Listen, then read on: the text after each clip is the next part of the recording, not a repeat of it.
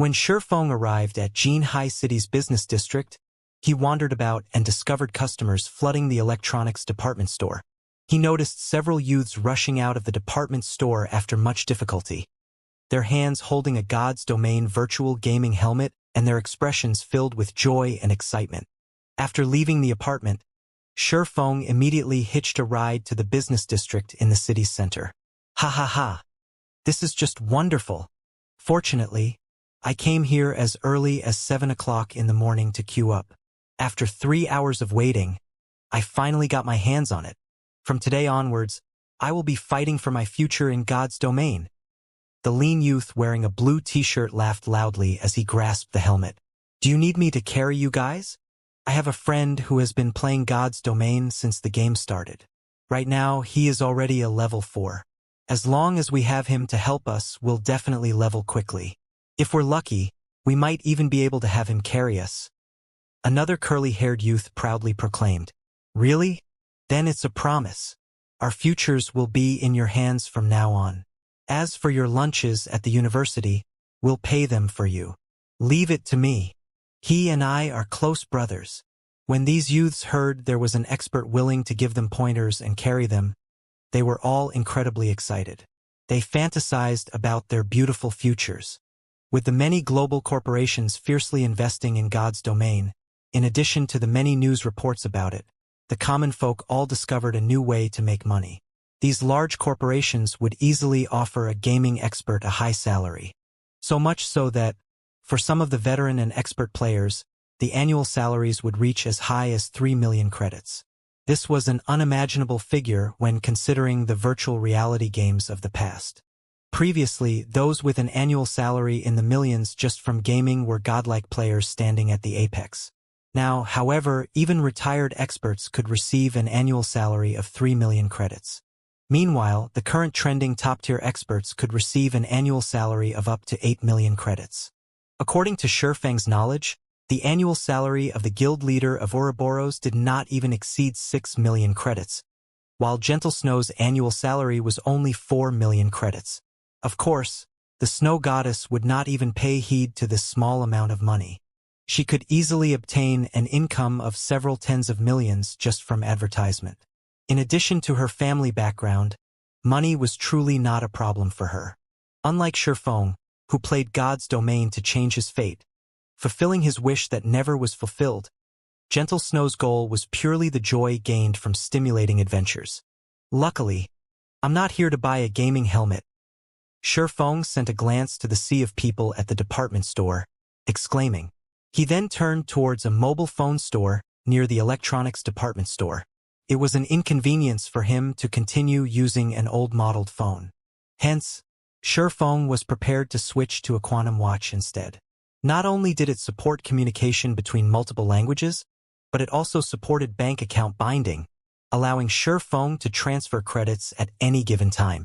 This way, he would neither have to always go to the bank to retrieve money, nor would he have to constantly carry around a stack of cash, causing a bulge in his pockets. He could avoid showing others a bulge on his lower body, preventing an awkward situation from occurring.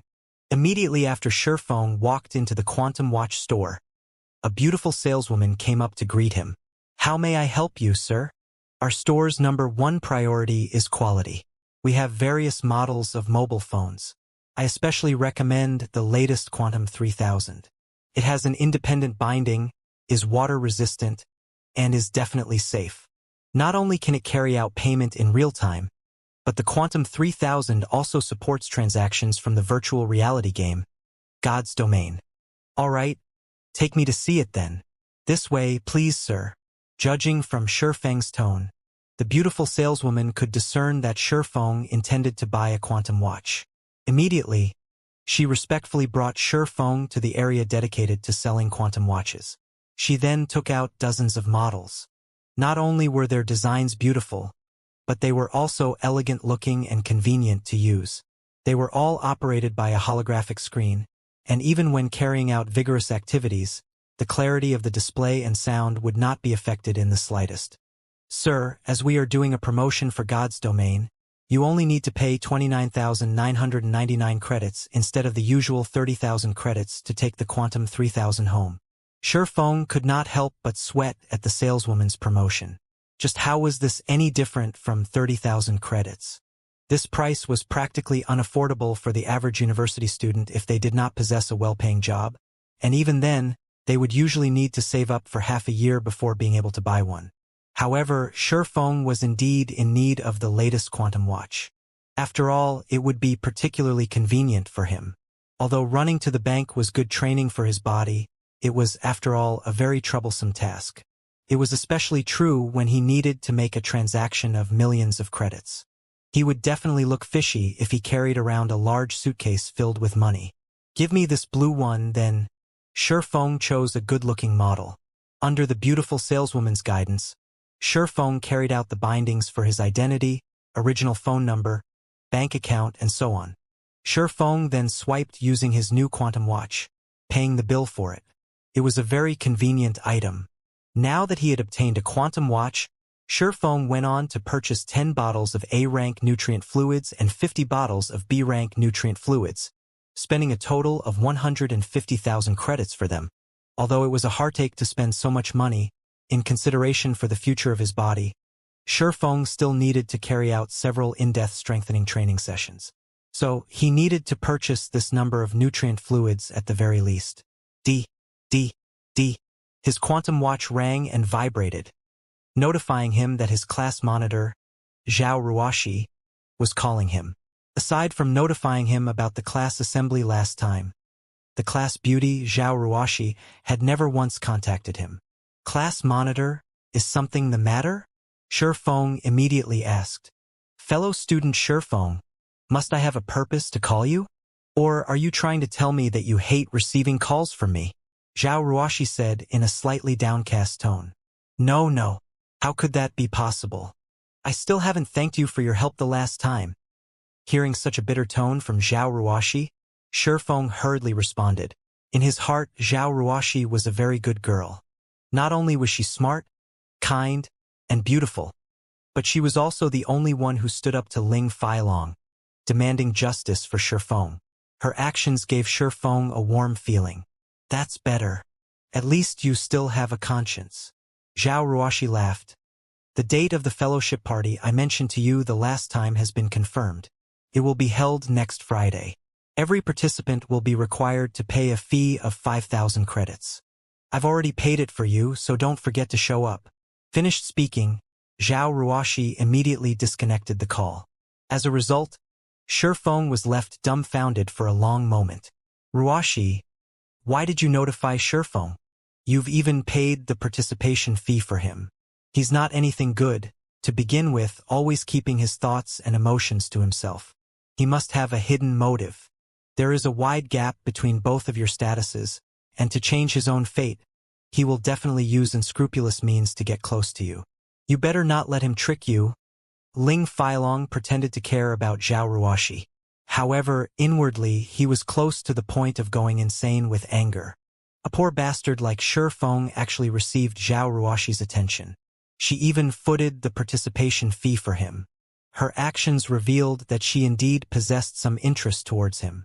"Enough, Ling Feilong. Whoever I pay for is my own business. I don't need you to butt in on it," Zhao Ruoshi said in displeasure. Ling Feilong was speechless.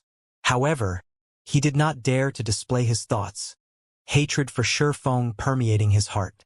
Originally, everything had been smooth sailing for him. Yet, Feng's sudden appearance caused everything to run amok. "Feng, just you wait. If I can't deal with you myself, then I'll just tell Zhao Ruoshi's uncle. We'll see how he takes care of you." Ling Feilong inwardly sneered. With Feng's lowly status, Zhao Ruoshi's uncle would definitely reject them being together. As long as he exerted a little effort, he could easily deal with a small fry like Feng. At 6 p.m., Feng returned to his rented apartment. After spending the afternoon running around, Feng finally found himself a good apartment in the city's center. The furnishing of the apartment was quite thorough. Moreover, the surrounding environment was very appealing. With the initial deposit paid, as long as he packed up his things, he could move into the apartment tomorrow. After tidying himself up, Feng drank a bottle of B-rank nutrient fluids. He then lay on the bed, donning his gaming helmet and resuming his conquest in God's domain. The sky above Red Leaf Town glimmered brightly.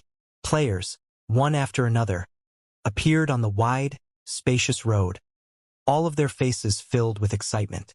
They all wished to dive into experiencing the new changes to God's domain. However, these players were all quickly disappointed. Be it the system interface or all of Red Leaf Town itself, there was not a hint of change felt. Everything was just the same as usual. What kind of bullshit is this? I've painstakingly waited for 12 hours, and this is what you give me? Why isn't the official website showing the changelog for the upgrade? Many veteran players started their discussions on the streets. There were also some players who paid no attention towards the upgrade, immediately heading out of town to kill monsters and level up. Aside from these veteran players, there were tons of newcomers in Red Leaf Town now. Most of these newcomers were curiously enjoying the novelty of God's domain. Looking for top-tier experts to carry me. I'll pay 100 credits for every level up. If you are looking for a fool to scam, then don't bother talking to me. I'm looking for serious inquiries only, a new player shouted on the wide street. Following, several more newcomers similarly shouted. However, though their offers were all lower than 100 credits, they all acted like tycoons, standing proudly as they shouted out their offers. At that moment, Feng stepped out of the hotel. He felt his spirit brimming with energy, one of the benefits of staying in a hotel. After the evolution of God's domain, the number of hidden attributes a player possessed had greatly increased. For example, stamina, concentration, and so on. However, one would only become aware of these changes after personally experiencing them. Players could no longer run tens of kilometers without tiring like before, nor would they be able to battle for as long as they wanted. Before, the only problem players faced was the tiring of the spirit. Now, however, everything was largely different. For players at level 0, they would become dead tired after only walking for 2 or 3 kilometers, not having even an ounce of fighting strength remaining. Similarly, continuously grinding monsters also became much more difficult. It was just like jogging. Players would consume a lot of stamina when battling monsters. Once a player's stamina reduced to a certain threshold, their 4 limbs would turn feeble, while their spirits would grow exhausted. Besides that, there were many more hidden changes that occurred after the evolution of God's domain.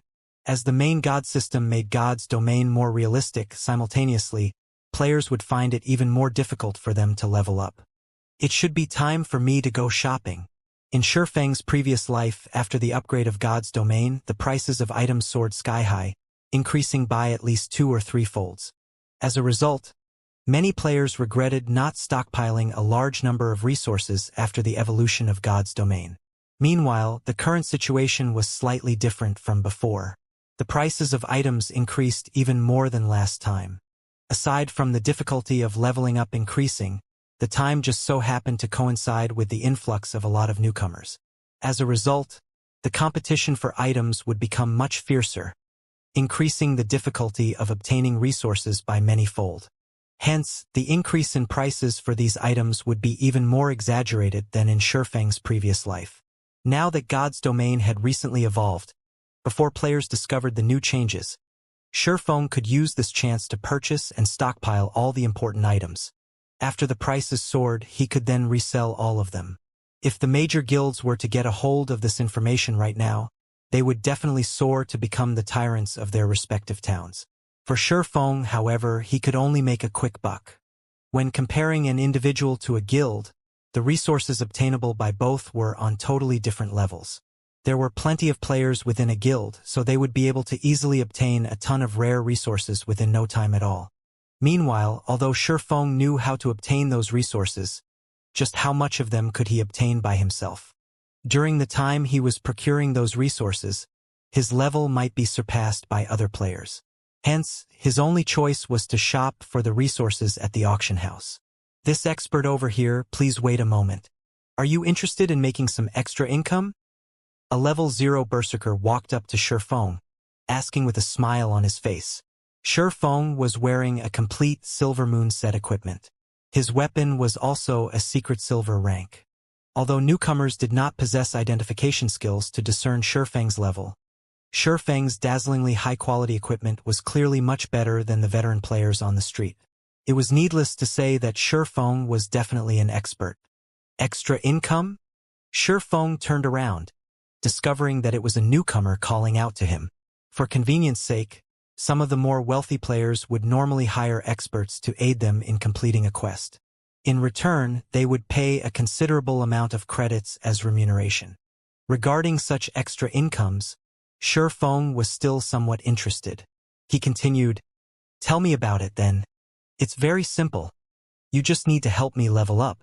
I'm also not a miserly person, so I'm willing to pay 100 credits per level. If you can help me catch up with the majority of the other players, I am even willing to pay you 1,000 credits. What do you think?" The berserker proudly stated. Shifeng's brows wrinkled as he heard the man speaking. "Sorry, but I don't have the time. You should look for someone else to help you." Shifeng had too many things he had to do. Not only did he need to make sure his level didn't fall behind, but he also needed to earn money and accumulate advantages for his future guild. He needed to make preparations for the upcoming power struggle in White River City. Just from clearing out the items in the auction house, he could earn several hundreds of thousands of credits. So, why would he waste his time just for a measly 1,000 credits? He hadn't fallen to such a low standard as of yet. Finished saying his piece, Shifeng turned and walked away, heading towards the bank to store his items. "Hold on a moment," the berserker called out for a long time, but Shifeng paid him no attention from beginning to end. Immediately, the berserker said in a fit of rage, "Crap, what's there to be so proud of? If you don't want to do it, there will be many other experts who would be willing to carry me. You'll regret it when that time comes. Looking for an expert to power level me. 100 credits per level. Don't miss this good opportunity." The berserker started shouting once again. However, even after shouting for a long time, not a single veteran player paid him any heed. "Ha ha ha. This newcomer is just too hilarious. My stomach is hurting from laughing too much." A level 5 ranger laughed as he passed. "Don't bother with him. There are bound to be fools amongst the newcomers. We don't have any time to spare right now. We need to purchase some bread and potions quickly. Otherwise, we're going to be scolded by our leader." The ranger's pro-companion hurriedly said, I know. I just think that person is a fool. Does he really think God's domain is just some small-time game? Does he think we can level up once every minute? Forget 100 credits per level. Even if it were 1,000 credits per level, I still wouldn't do it, not to mention a top-tier expert player. Without 10 to 20,000 credits, there won't even be a need for a discussion. The ranger sneered. In the initial period of the game, everyone was rushing to level up. They were all afraid of being left behind by the majority of the players, losing their chance to shine. Hence, where would they find the time to help the newcomers? Not to mention 100 credits. Right now, the pro players at level 5 could earn more than 1 silver in a single day. When converted to credits, that amount would be more than 100 credits. If their luck was good and they managed to obtain a piece of common equipment, that would be the equivalent of obtaining several hundreds of credits. If it were an expert player, it was an entirely different story altogether. They certainly did not lack such a meager amount of money. When the newbie berserker heard their conversation, he was greatly shocked by the ranger's words. Moreover, he could tell that the ranger was not fooling around. The berserker was just a white-collar worker in a company. Previously, he was similarly willing to spend some money to seek the aid of others, letting others power level him. At that time, his offer had been only 30 to 50 credits, yet even then, there were tons of players fighting over his offer. However, right now, his offer of 100 credits did not receive even the slightest attention. It turned out that power leveling even a single level required several thousand credits. That was practically an entire month of his salary. The berserker's face immediately flushed bright red. He felt that he had just humiliated himself greatly. He had been shouting on the streets for so long, thinking highly of himself all this time. Even when he heard the gossiping of the passerby players, he only thought that they were astonished by his offer. However, in reality, it turned out that they were just scolding him as foolish. It was no wonder the previous expert had rejected his offer immediately after hearing the price. Meanwhile, the other newcomers seeking the aid of an expert had similarly shut their mouths, one after another. Every one of them felt their cheeks burning up, shamefully walking away to search for quests to level up. In another location, Shifeng was currently fervently buying items at the auction house, accumulating a large amount of rare resources. When he had spent all of his money, only then did Shifeng release a sigh of relief. He then placed the glimmer chestplate forging designs for auction, their base prices set at 2 gold coins each. He would not need to worry about them not selling. It should be about time to collect the ice blue devil flame. After Shifeng finished busying himself, he switched back to his original appearance. He prepared himself to collect the mysterious flame ahead of schedule. Now that God's domain had evolved ahead of schedule, the mysterious flame might similarly be obtained by other players ahead of schedule. To prevent the unexpected from happening, it was best for him to obtain it a little earlier. He would only be able to relax when the ice blue devil flame was in his possession. Ice blue devil flame. It was one of the handful of Tier 2 mysterious flames that could only be found in White River City. This flame held a fatal attraction towards forgers. Moreover, the 100 Ghost Forest that housed the ice blue devil flame was only a short distance from Red Leaf Town. Hence, it would be a big waste if Shifeng did not obtain it for himself. Be it earning money or forging items, the mysterious flame would provide Shifeng with a tremendous amount of aid. Right now, Shifeng was still several hundred proficiency points away from becoming an intermediate forging apprentice. However, even if he became one, it would still be quite difficult for him to forge the Secret Silver rank Silver Dawn. When forging Secret Silver equipment, an intermediate forging apprentice only had a 2% chance of success, while a basic forging apprentice had a pitiful 1%. If Shifeng included the 20% from the Book of Forging, 5% from Blacksteel's insignia, and 5% from the runic hammer, he would, at best, have a 32% success rate after becoming an intermediate forging apprentice. Furthermore, forging the Silver Dawn required 3 extremely rare materials, which dictated that Shifeng would be unable to create many of them. If Shifeng forged the Silver Dawn with such low success rates, he would absolutely take an irrecoverable loss. Although the loss of tens of silver coins with each failure was not a problem to Shifeng, the materials required were simply too rare. They were not items Shifeng could obtain simply by wishing. An extensive amount of time was needed to obtain all of them. Moreover, the Abyssal Blade probably required 10 Silver Dawns to level up. Hence, the Ice Blue Devil Flame was a must-have for Shifeng. The Tier 2 Ice Blue Devil Flame would considerably increase the forging success rate, not to mention the various benefits it would bring Shifeng in the future. Hence, this trip to the 100 Ghost Forest was a must for Shifeng. Shifeng departed Red Leaf Town, his destination north. Due to the matter regarding stamina, Shifeng did not hurry too much. The quicker he ran, the quicker he would run out of stamina. Instead, if he maintained his running speed at a certain threshold, the rate his stamina replenished was equal to its consumption. However, this threshold differed for every player as it depended on the player's attributes, making it extremely hard for players to obtain. When Shifeng passed by the level 5 monster area, Grey Wolf Prairie, in the midst of the grass that grew to the waist of an adult, players' corpses randomly lay about, scattered. From a glance, the majority of players who died were solo players, while a minority consisted of parties who party-wiped. Going several hundred yards deeper into the prairie, the thick grass suddenly grew restless. At the sight, Shifeng immediately unsheathed both of his weapons. Soon after, 2 level 5 players rushed out from the thicket, their appearances extremely unsightly. Blood stains littered their clothing, and their weapons were no longer on their persons. When the 2 of them noticed Shifeng, without hesitation, both of them immediately rushed toward him. After the 2 players ran out of the grass, a group of level 5 white-eyed gray wolves similarly came running, closely pursuing the 2 players.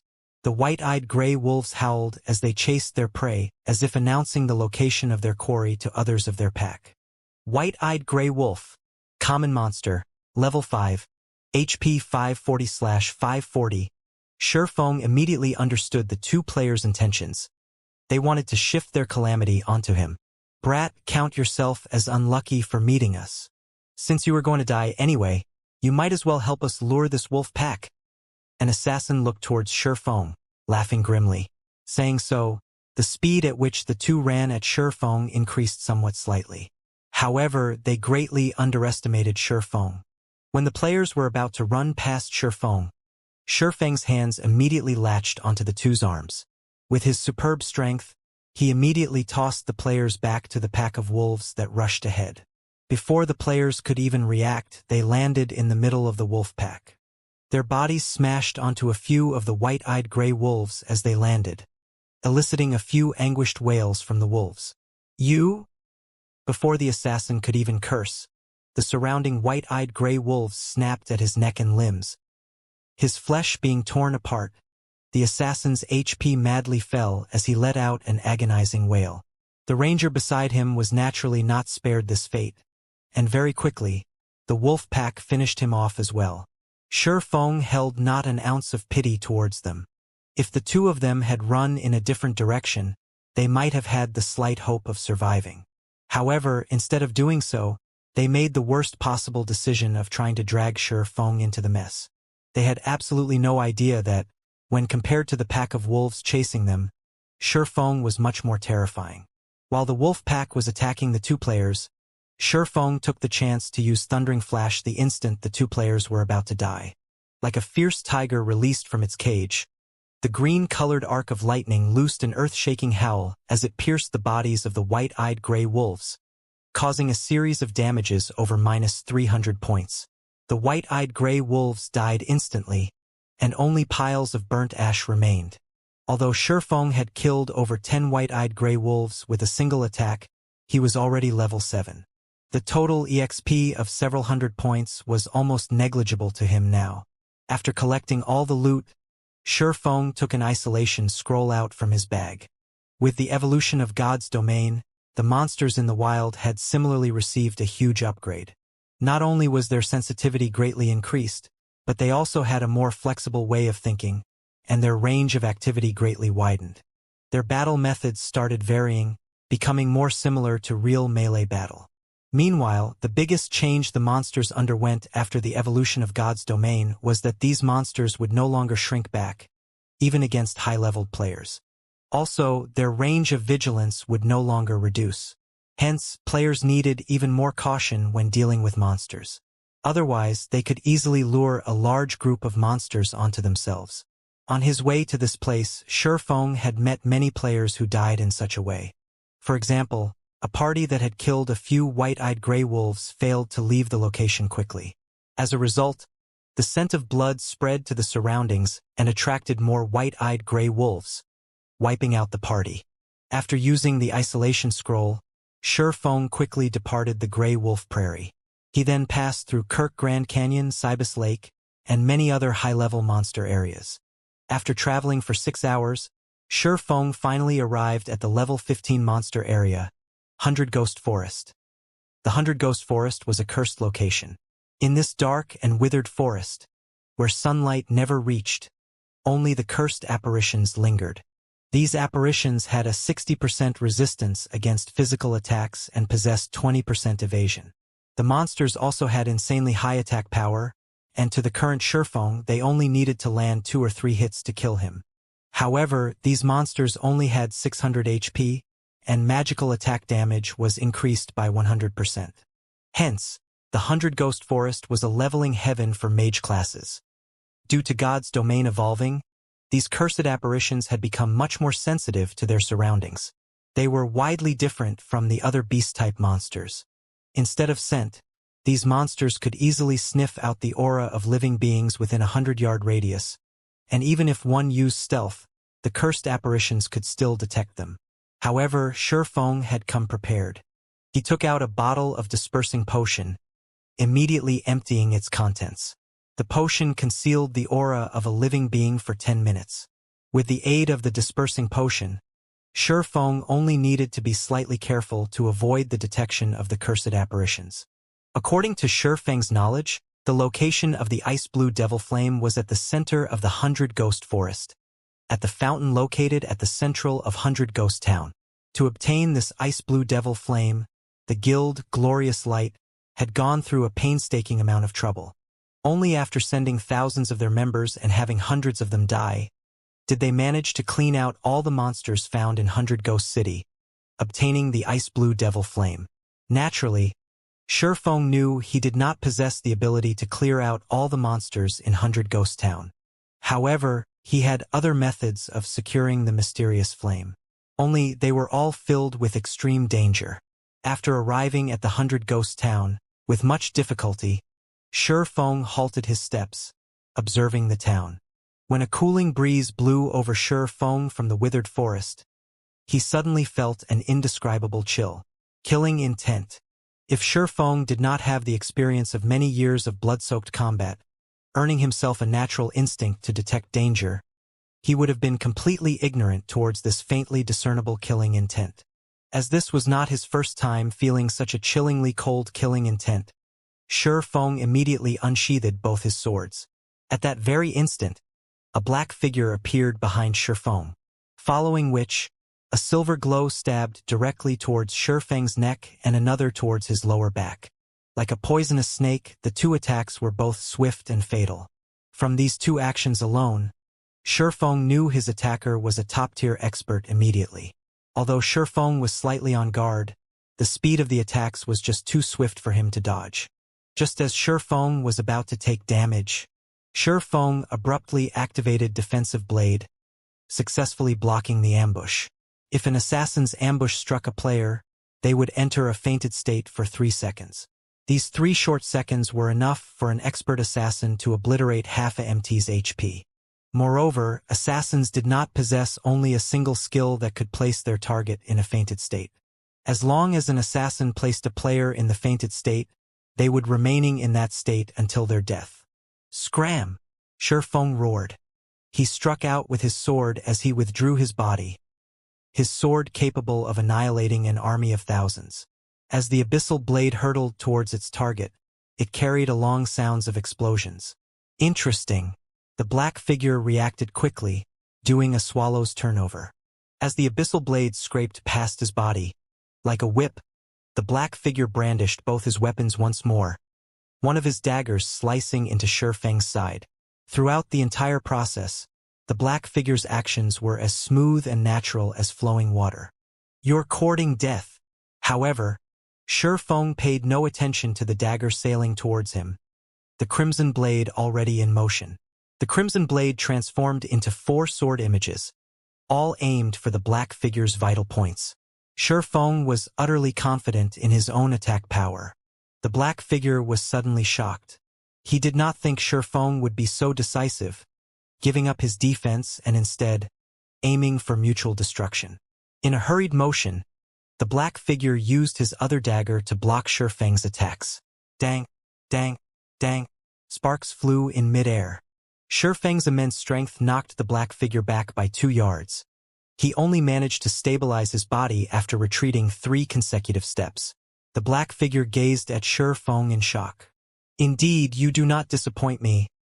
The black figure let out a muffled sneer. The black figure did not understand how Shifeng possessed such impressive strength. Shifeng also perceived him right before his ambush, taking preventive measures against it immediately. Furthermore, the instant before Shifeng was attacked, he unhesitatingly chose to attack in turn, giving the black figure no choice but to attack. This was the first time he had failed an ambush in a virtual reality game. At this moment, Shifeng was similarly in great shock. This black figure was practically a killer amongst killers. His movements were both soundless and lethal. His assassination techniques also seemed extremely well practiced. Furthermore, his attack speed was insanely quick.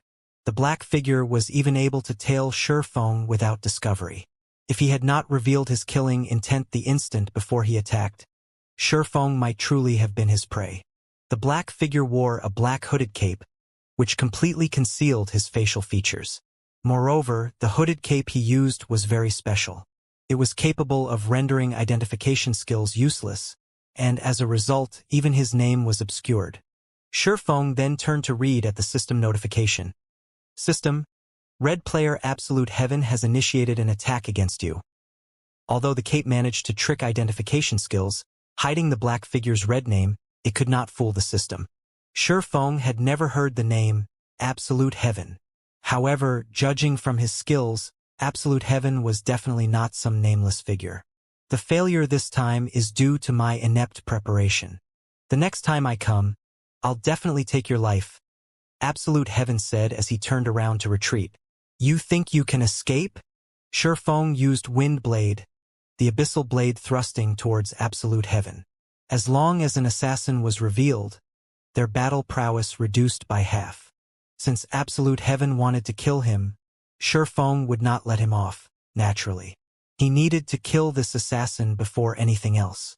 He did not wish to have someone constantly following him, aiming for his life.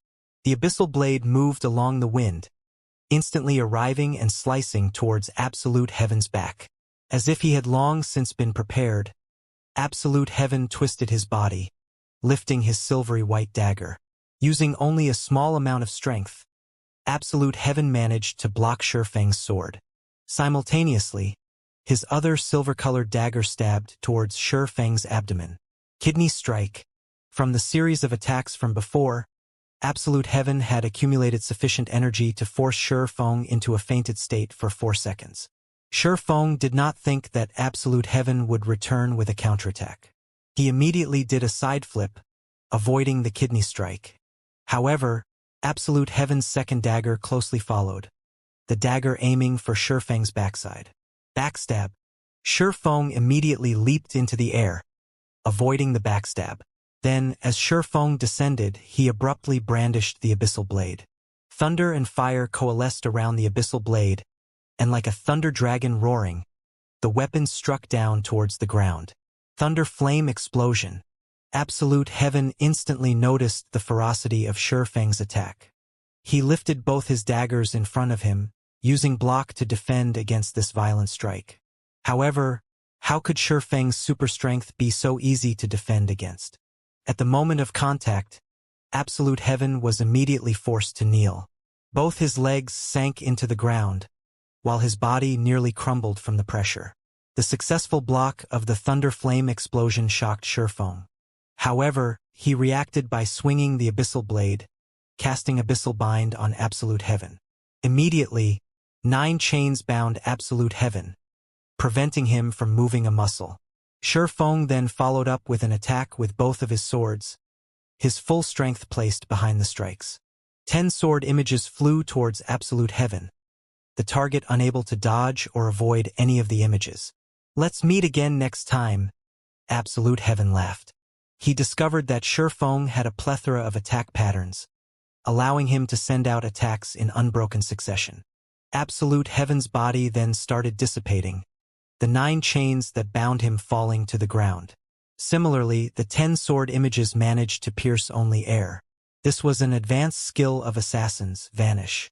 Not only would it forcefully place the user in an invisible state, but it would also allow the user to enter an invulnerable state for 1 second. Don't even think of getting away. Shifeng was not willing to let Absolute Heaven go. Looking at the impressions in the grass left by Absolute Heaven's feet, Shifeng used Thundering Flash. 3 electric arcs shot out. Absolute Heaven activated Wind Steps, entering an invulnerable state once more for 1 second and successfully fending off the attacks of Thundering Flash. He then ran speedily away. Similarly, Shifeng activated Windwalk to chase after him. However, shortly after Shifeng began pursuit of Absolute Heaven, he noticed Absolute Heaven taking out a handful of white powder. Shifeng immediately turned his head, shutting his eyes tightly. The moment Absolute Heaven scattered the white powder, he released a blinding white light. Flash powder. It was an item that temporarily blinded monsters and players below level 20 for 4 seconds. It was an extremely rare tool, and it was only sold in the magic shop located in the slums of Red Leaf Town. Moreover, each player could only purchase 10 bags of it per day. After the momentarily blinding light subsided, Shifeng opened his eyes, searching for Absolute Heaven.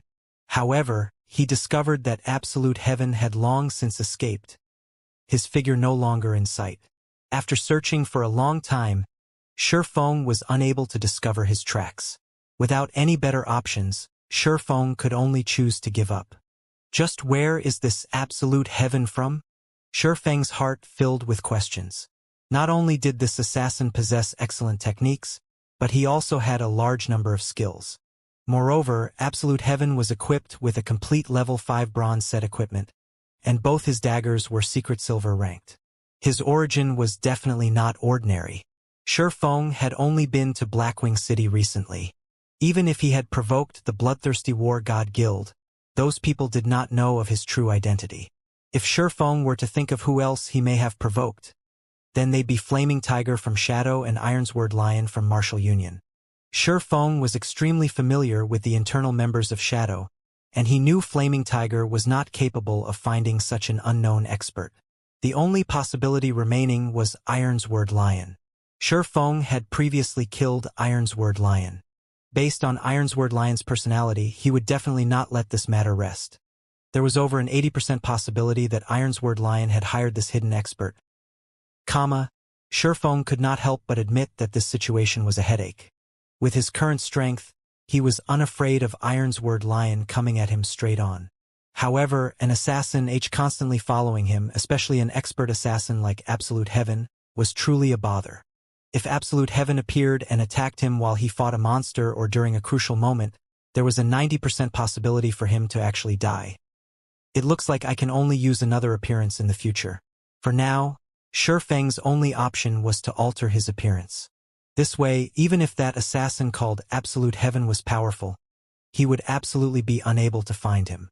If Absolute Heaven couldn't find him, he couldn't harass him. However, Shi Feng could not alter his appearance right now. He needed to find a place with nobody present before doing so. Shi Feng worried that this person named Absolute Heaven hadn't left the vicinity yet, and instead was still tailing him. Thinking so, Shi Feng immediately activated the Ring of Nothingness, his body vanishing in thin air. First, he needed to look for a place without other players before changing his appearance. Then, he would continue searching for the Ice Blue Devil Flame. Some time after Shi Feng vanished, a figure revealed itself from behind one of the large, withered trees. Indeed, this figure was Absolute Heaven. Crap! Is he an assassin or a swordsman? Absolute Heaven could not help but curse. He was normally not one to easily give up. Previously, he constantly said that he was leaving all in order to mislead Shi Feng, looking for a good chance to ambush his target once more. He did not think Shi Feng possessed such a move, instantly disappearing. Just how was he supposed to look for the chance to ambush Shi Feng now? Cold winds blew within the 100 Ghost Forest. It was a place daylight never reached. On an abandoned little farm, Shi Feng, with his newly disguised appearance, was currently standing within a wooden building, searching for something. I finally found it. Looks like the information wasn't wrong. After turning the place upside down, Shi Feng obtained a bronze key from a wooden bucket. Secret door key able to open the steel gate to the secret passageway of the 100 Ghost Town. Now that an assassin crouched in a corner, waiting for him, Shi Feng worried that a problem would crop up at a crucial moment. Hence, he gave up the notion of entering the 100 Ghost Town through the front door. With this key, he could use the secret passage to enter the 100 Ghost Town. Only, the process of doing so was filled with many complications. Legends had it. The entire 100 Ghost Forest was once cursed by an extremely powerful dark cursemancer, turning all the living inhabitants into ghosts. Trapped in an existence of endless torment, these ghosts harbored an intense hatred of the living. As long as a living person approached the 100 Ghost Town, the countless evil ghosts would ambush and devour them. Meanwhile, the secret passage would lead Shi Feng directly to the central region of the 100 Ghost Town. Although Absolute Heaven was very powerful, he could not enter the 100 Ghost Town. What's more, Shi Feng had altered his disguise again. Even if they met, Absolute Heaven wouldn't recognize him. Shi Feng found a cellar a short distance from the farm. This cellar was the entrance to the secret passage that led to the 100 Ghost Town, while the owner of the farm was this secret passage's gatekeeper. The cellar was very dark, and Shi Feng could not make out a single thing within. His only option was to take out a magic lamp to shine the way. He followed along the cellar's passage, advancing forward until he finally reached the large steel gates that led to the secret passage. At this moment, however, the steel gates were tightly sealed. If Shifeng's strength were over 100 points, even if he did not possess a key, he would be able to force open these steel gates with his arms alone. However, he was still very far from possessing 100 points in strength, so he could only obediently use the key to open the gates. After only taking a few steps into the secret passageway, Shifeng discovered that his surroundings were littered with pearly white bones, while the walls on both sides were filled with the scars of battle.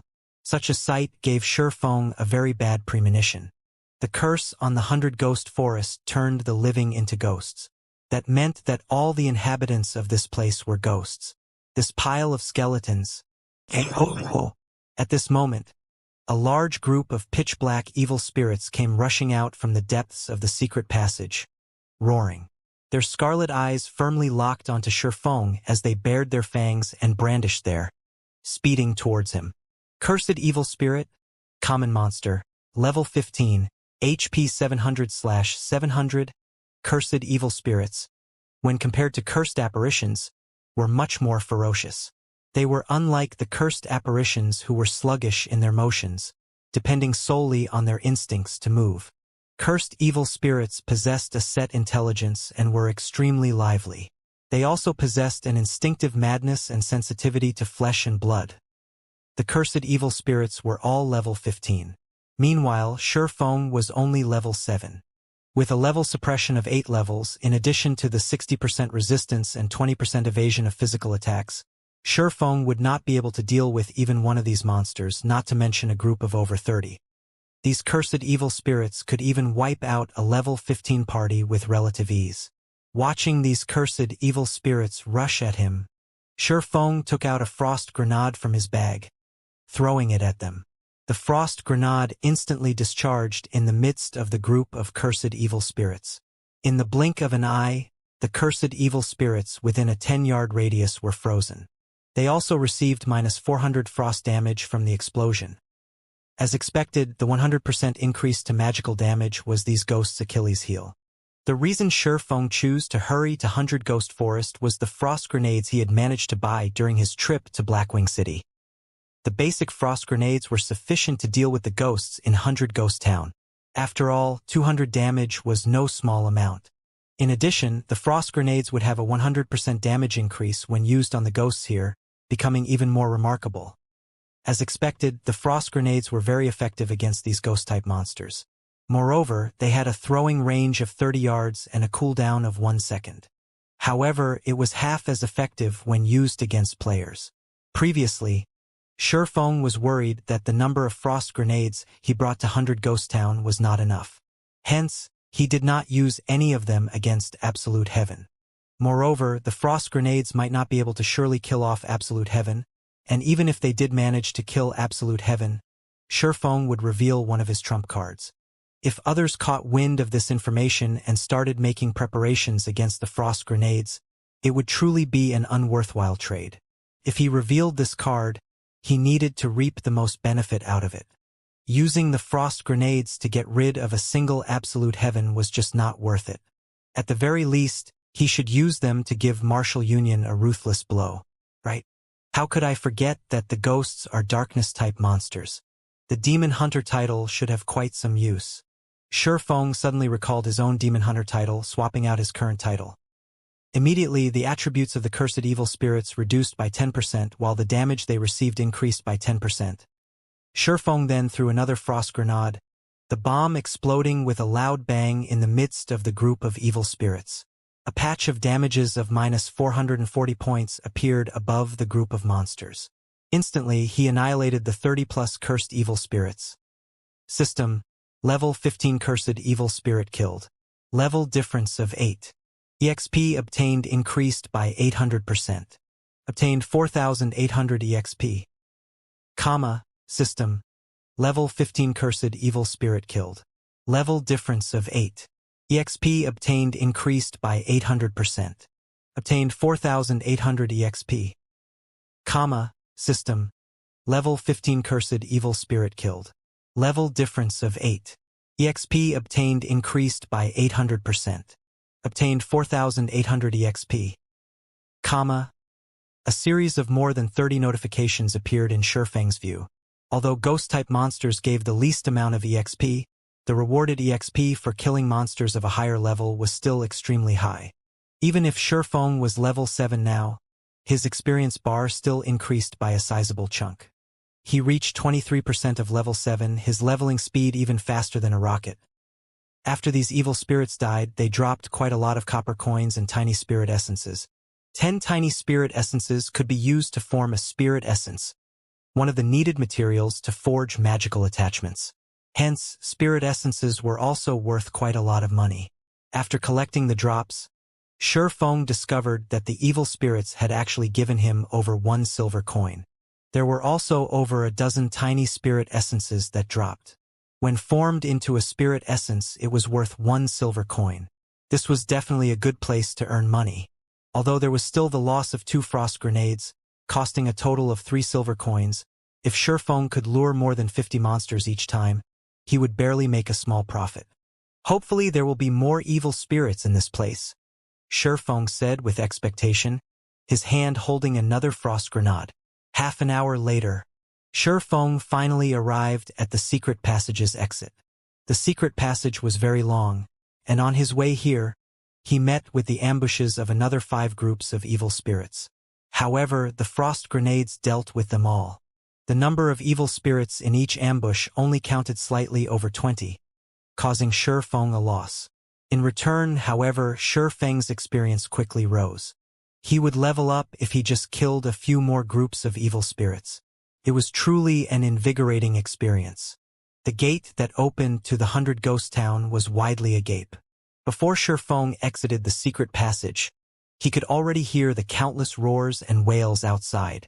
Above the secret passage was the Hotel of 100 Ghost Town, and one could just imagine that the number of ghosts there was definitely not few. However, in such a cramped space, it would not be a good idea for Shifeng to use the frost grenades. Having no better choice, Shifeng activated the Ring of Nothingness.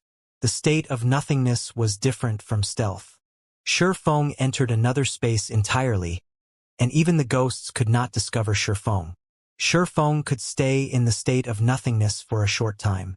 Hence, he ran with wild abandon as he quickly departed the hotel, dashing towards one of the private houses. Seeing the duration of the state of nothingness about to end, if Shifeng were to take a stroll on the streets of 100 Ghost Town, filled with ghosts, he would truly be seeking death.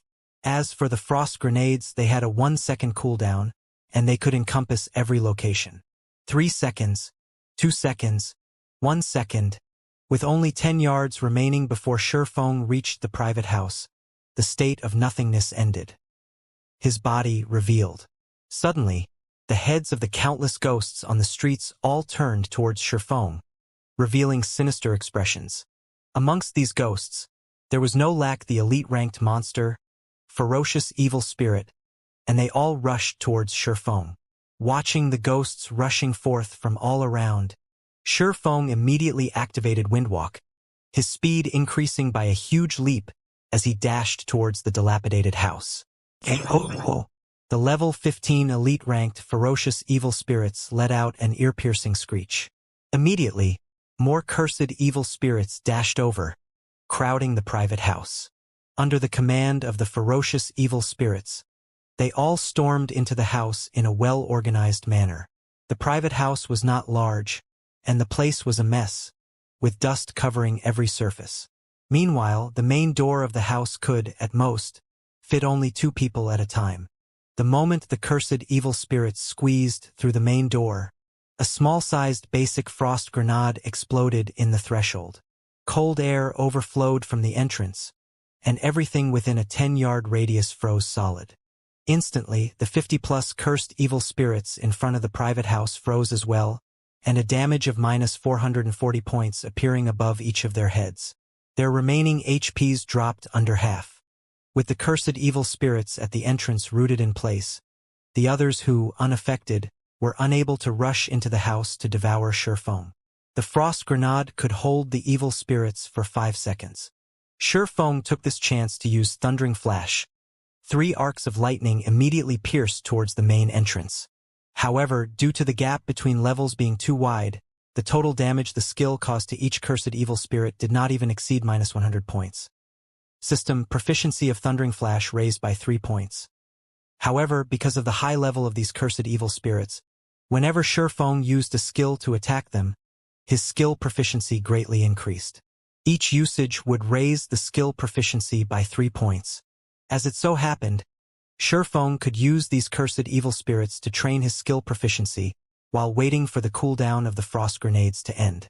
Earth Splitter, Thunder Flame Explosion. OE skills landed on the cursed evil spirits, one after another. Although the damage was extremely low, the skill proficiency greatly increased. After using the 3 skills, Shifeng threw another frost grenade. Instantly, the 50+ cursed evil spirits died, transforming into a large sum of EXP for Shifeng and dropping plenty of copper coins and tiny spirit essences. With the first wave of cursed evil spirits dead, the ones behind rushed forward once more. Shifeng waited until they started squeezing through the main entrance before throwing a frost grenade. Once again, the cursed evil spirits halted. Shifeng then used the skills that had their cooldown completed before using another frost grenade to finish off these cursed evil spirits. Countless cursed evil spirits swarmed the 100 Ghost Town. There were also the ferocious evil spirits continuously screeching and luring the other cursed evil spirits over. By this time, cursed evil spirits and ferocious evil spirits overflowed the private house's yard. If there were not a team of several hundred players here, it was practically a pipe dream to clear all these monsters. However, Shifeng only camped inside the private house, using the frost grenades to clean away these monsters slowly. Although his efficiency was a lot slower when compared to a team with hundreds of players, his method was extremely safe. He could also grind for skill proficiency, killing 2 birds with 1 stone. With the deaths of batch after batch of cursed evil spirits, Shifeng's experience and skill proficiency rose without stop. Before 5 minutes had even passed, Shifeng had already risen to level 8. Although he had killed an insane number of cursed evil spirits towards the 100 Ghost Town, such a number was only a drop in the bucket. After reaching level 8, the EXP he obtained from killing the cursed evil spirits was reduced by a large chunk. However, the death of each cursed evil spirit still yielded Shifeng with 4,200 EXP, and his leveling speed was still rising quicker than a rocket. With every wave of monsters killed, his experience bar filled by a large chunk. If others were to see this, their eyes would most likely pop out of their sockets. They could only raise their experience bars by a small chunk after striving for 1 or 2 hours. Yet, Shifeng's experience bar expanded by a large portion with each passing moment. With the slow decrease of Shifeng's remaining frost grenades, the number of cursed evil spirits also continuously fell. This situation greatly enraged the ferocious evil spirits, and they worked even harder at summoning their allies. 20 minutes later, a golden flash surrounded Shifeng's body. He leveled up once more, reaching level 9. Meanwhile, Thunder Flame Explosion had risen to level 2, and Earth Splitter to level 3. If including the skill level bonus from the Abyssal Blade, Thunder Flame Explosion would be level 4, while Earth Splitter would be level 5. Thunder Flame Explosion, Action Type, level 4, requires melee weapon, causes 300 base damage and additional flame and thunder damage to enemies within a 5-yard radius. Enemies struck will be placed in a fainted state for 4.5 seconds. Cooldown, 36 seconds. Earth Splitter, level 5, requires sword, causes 190 base damage and based on the period of charging power between 0.2 seconds to 3 seconds, a maximum of 360% weapon damage. Attack range of 10 yards. Cooldown 40 seconds. The cooldown of both of these skills greatly reduced while their power increased. If both skills were used, common monsters of the same level would die without question. However, the most frightening part was still the fact that Shifeng had risen to level 9. Even in all of White River City, no one could find another level 9 player. If there were a ranking for levels, Shifeng would unquestionably be placed at the number 1 spot, while the player in second place was still a great distance from level 8. It could be said that Shifeng had left others in his dust, and even if the others tried, they could not catch up. After reaching level 9, Shifeng placed all of his attribute points into agility.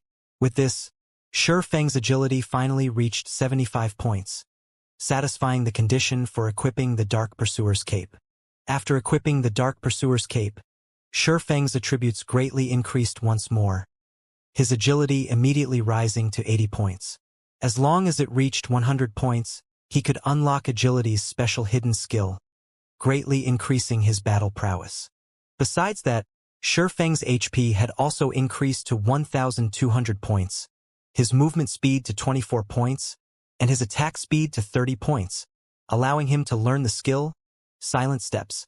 The next time he met Absolute Heaven, he would not allow him to escape so easily.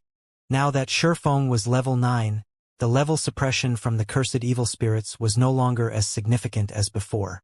Furthermore, Thundering Flash, Earth Splitter, and Thunder Flame Explosion had all leveled up as well, notably increasing their might.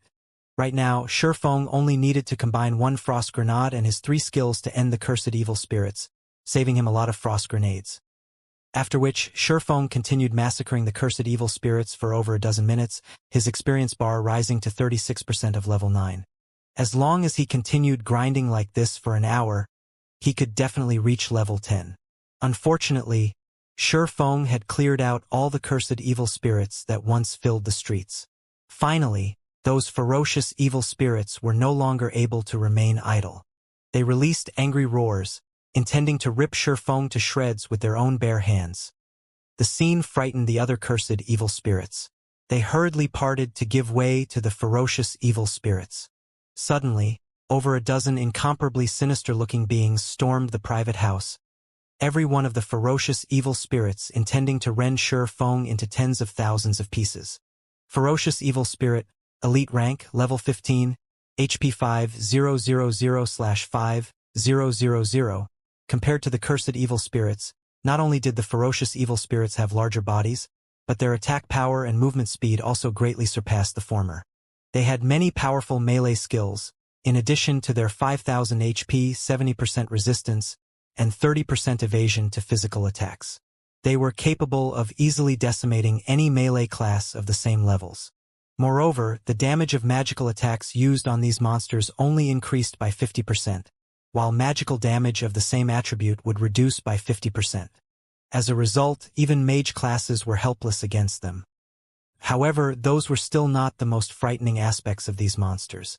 After God's domain underwent its first evolution, common monsters above level 10 all possessed a certain amount of wisdom. Meanwhile, these level 15 elites possessed even greater wisdom, increasing their battle prowess by many folds. In Shi Feng's previous life, these ferocious evil spirits slaughtered many players from Glorious Light. To kill these ferocious evil spirits, Glorious Light had paid with the lives of hundreds of players. Finally here, despite watching the ferocious evil spirits rushing at him, Shi Feng remained extremely calm. In actuality, there was one thing that Shi Feng had always wanted to know. In God's domain, if these monsters with high intelligence were met with players that greatly surpassed them, just what sort of reaction would occur? Just as the ferocious evil spirits were about to rush into the house, Shi Feng took out an intermediate frost grenade from his bag, throwing it. The ferocious evil spirits already had a rough understanding of the frost grenade's formidable power, and they showed extreme disdain towards it. Without even attempting to dodge the frost grenade, their pitch-black claws abruptly extended forward, slashing towards Shi Feng's heart. However, after the frost grenade discharged, the cold air that expanded was several times colder than before. At this moment, the ferocious evil spirits immediately realized something was wrong. The sinister expression on their faces revealed a hint of fear. In the blink of an eye, cold air invaded the forms of all the ferocious evil spirits, transforming them into ice sculptures. The intermediate frost grenade was the trump card that Shi Feng had prepared. Each one was worth 10 silver coins, which was nearly several days of a pro player's earnings. The intermediate frost grenade also caused minus 1,320 damage to each of the ferocious evil spirits. With Shi Feng's Demon Hunter title equipped, the ferocious evil spirits only had a maximum of 4,500 HP each, and this attack instantly destroyed a third of their HP. Due to using the intermediate frost grenades for the first time, it achieved the maximum effect. When used the next time, these ferocious evil spirits would possess ice resistance, greatly reducing the potential damage of the intermediate frost grenades. Die! Feng unsheathed his swords, his feet moving to an appropriate position before using Thundering Flash. 3 green, electric arcs encompassed the ferocious evil spirits. Thundering Flash belonged to the lightning-type magic damage. Hence, its damage increased by 50% when used on the ferocious evil spirits. Moreover, Feng had already reached level 9, while the Abyssal Blade could ignore a monster's level by 5 levels. In actuality, the ferocious evil spirits were only considered 1 level higher than Feng, and the level suppression on Feng was almost non-existent. The level 5 Thundering Flash dealt damages of -176, -230, and -297 to these frozen monsters. The skill also placed an additional amplification effect on the monsters, increasing the damage they received by 30% over the next 20 seconds. With the ferocious evil spirits unable to move for a full 5 seconds, Feng was able to launch attacks at them freely. Chop! Double chop! Earth Splitter! Physical-type damage was no different than a scratch to these ferocious evil spirits, and even a fully charged Earth Splitter caused no more than 100 damage. As the seconds ticked by, the ice covering the bodies of the ferocious evil spirits started showing signs of cracking. It would only be a moment before they struggled free of their imprisonment. Feng leaped lightly, the Abyssal Blade raised high as it condensed the power of thunder and flame around it. When Feng landed in the midst of the group of ferocious evil spirits, an abrupt explosion occurred. Thunder and flame instantly swallowed the surroundings, enveloping the ferocious evil spirits and causing damages of over -500 points. In just a moment, the ferocious evil spirits all lost 2/5 of their HP, and he forced them all into a fainted state. Due to these monsters being high-leveled elites, the fainted state was less effective on them, lasting at most 3 seconds. Meanwhile, after Feng's attributes had greatly increased explosively, he created 12 sword images. Like a fierce gale, Feng swept through the ferocious evil spirits. Multiple damages of roughly -30 points appeared above the ferocious evil spirits' heads, with the occasional -60 points or so damage. Immediately, the ferocious evil spirits' HP reduced slightly once more. As the 3 seconds were about to pass, Feng tossed out another intermediate frost grenade, turning these ferocious evil spirits into ice sculptures yet again. This time, the intermediate frost grenade only managed to cause -860 damage to the monsters. However, the damage was enough to reduce the HP of these ferocious evil spirits to a critical level. These ferocious evil spirits truly did not imagine a weakling like Feng was so powerful. Within a short time span of less than 10 seconds, he managed to send all of them near death's door. Every one of these ferocious evil spirits revealed expressions of fear. They started to struggle out of the ice with all their might, their hearts filled with thoughts of escape. Unfortunately, their efforts were for naught. As another second passed, Feng threw out the 3rd intermediate frost grenade, taking the lives of the dozen-plus ferocious evil spirits. After their deaths, the ferocious evil spirits dropped a pile of loot. System: Level 15 Ferocious Evil Spirit killed. Level difference of 6. EXP obtained increased by 600%. Obtained 12,000 EXP. System: Level 15 Ferocious Evil Spirit killed. Level difference of 6. EXP obtained increased by 600%. Obtained 12,000 EXP. System: Level 15 Ferocious Evil Spirit killed. Level difference of 6. EXP obtained increased by 600%. Obtained 12,000 EXP. A series of notification appeared in Feng's sight. Immediately, Feng's experience bar rose to 54% of level 9, pushing him closer to the level 10 threshold. Without the leadership of the ferocious evil spirits, the instincts of the cursed evil spirits towards flesh and blood immediately flared, all of them fervently squeezing through the entrance of the private house. However, Feng quickly dealt with them using the basic frost grenades, and the deaths of the cursed evil spirits increasing his experience to 67% of level 9. In less than 2 hours, Feng rose by more than 2 levels. Although his leveling speed was impressively quick, the money he spent to do so was equally astonishing. Such a method of leveling was only possible to a tycoon like Sherfong. After all, each basic frost grenade cost 1 silver, 50 coppers. Aside from the fact that Sherfong had used over 400 basic frost grenades, he also used 3 intermediate frost grenades, which cost 10 silver coins each. All in all, Sherfong spent over 6 gold coins to achieve such a leveling speed. If converted to credits, that would be over 60,000 credits spent on this endeavor. In other words, each level cost Sherfong over 30,000 credits. Even the elite members of society could not afford such spending. Following which, Sherfong collected the drops from the monsters. With the entire street of ghosts murdered by Sherfong, it took him over half an hour to collect all the loot that dropped. Making a rough calculation, Sherfong discovered that he actually did not take a loss. Instead, he profited from this adventure of his. Sherfong picked up a total of 1 gold, 32 silvers. Amongst the loot, there were also over 3,000 tiny spirit essences, more than 10 skill books for various classes, tens of pieces of level 12 and level 13 common equipment, over 20 pieces of level 10 and above bronze equipment, and 2 pieces of level 15 mysterious iron equipment. As for the 2 pieces of mysterious iron equipment, one was a level 15 cloth shirt for mages, and the other was a level 15 two-handed great axe. Between the two, the weapon was the most valuable.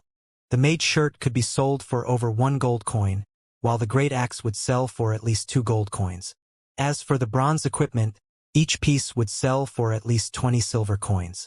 Sherfang's profit was simply through the roof. This place is so profitable. I'll bring Blackie and the others to level up in the future. Sherfong felt this was an optimal location. Not to mention the fact that he made a profit despite all the money he spent. His level also increased in a flash, killing 2 birds with 1 stone. However, he still needed some time before making a decision. Right now, he needed to let the others slowly familiarize themselves with the battle methods in the newly evolved God's domain.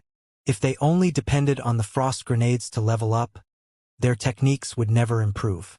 After clearing out the ghosts from the entire street, Sherfong effortlessly arrived at the central plaza of the 100-ghost town.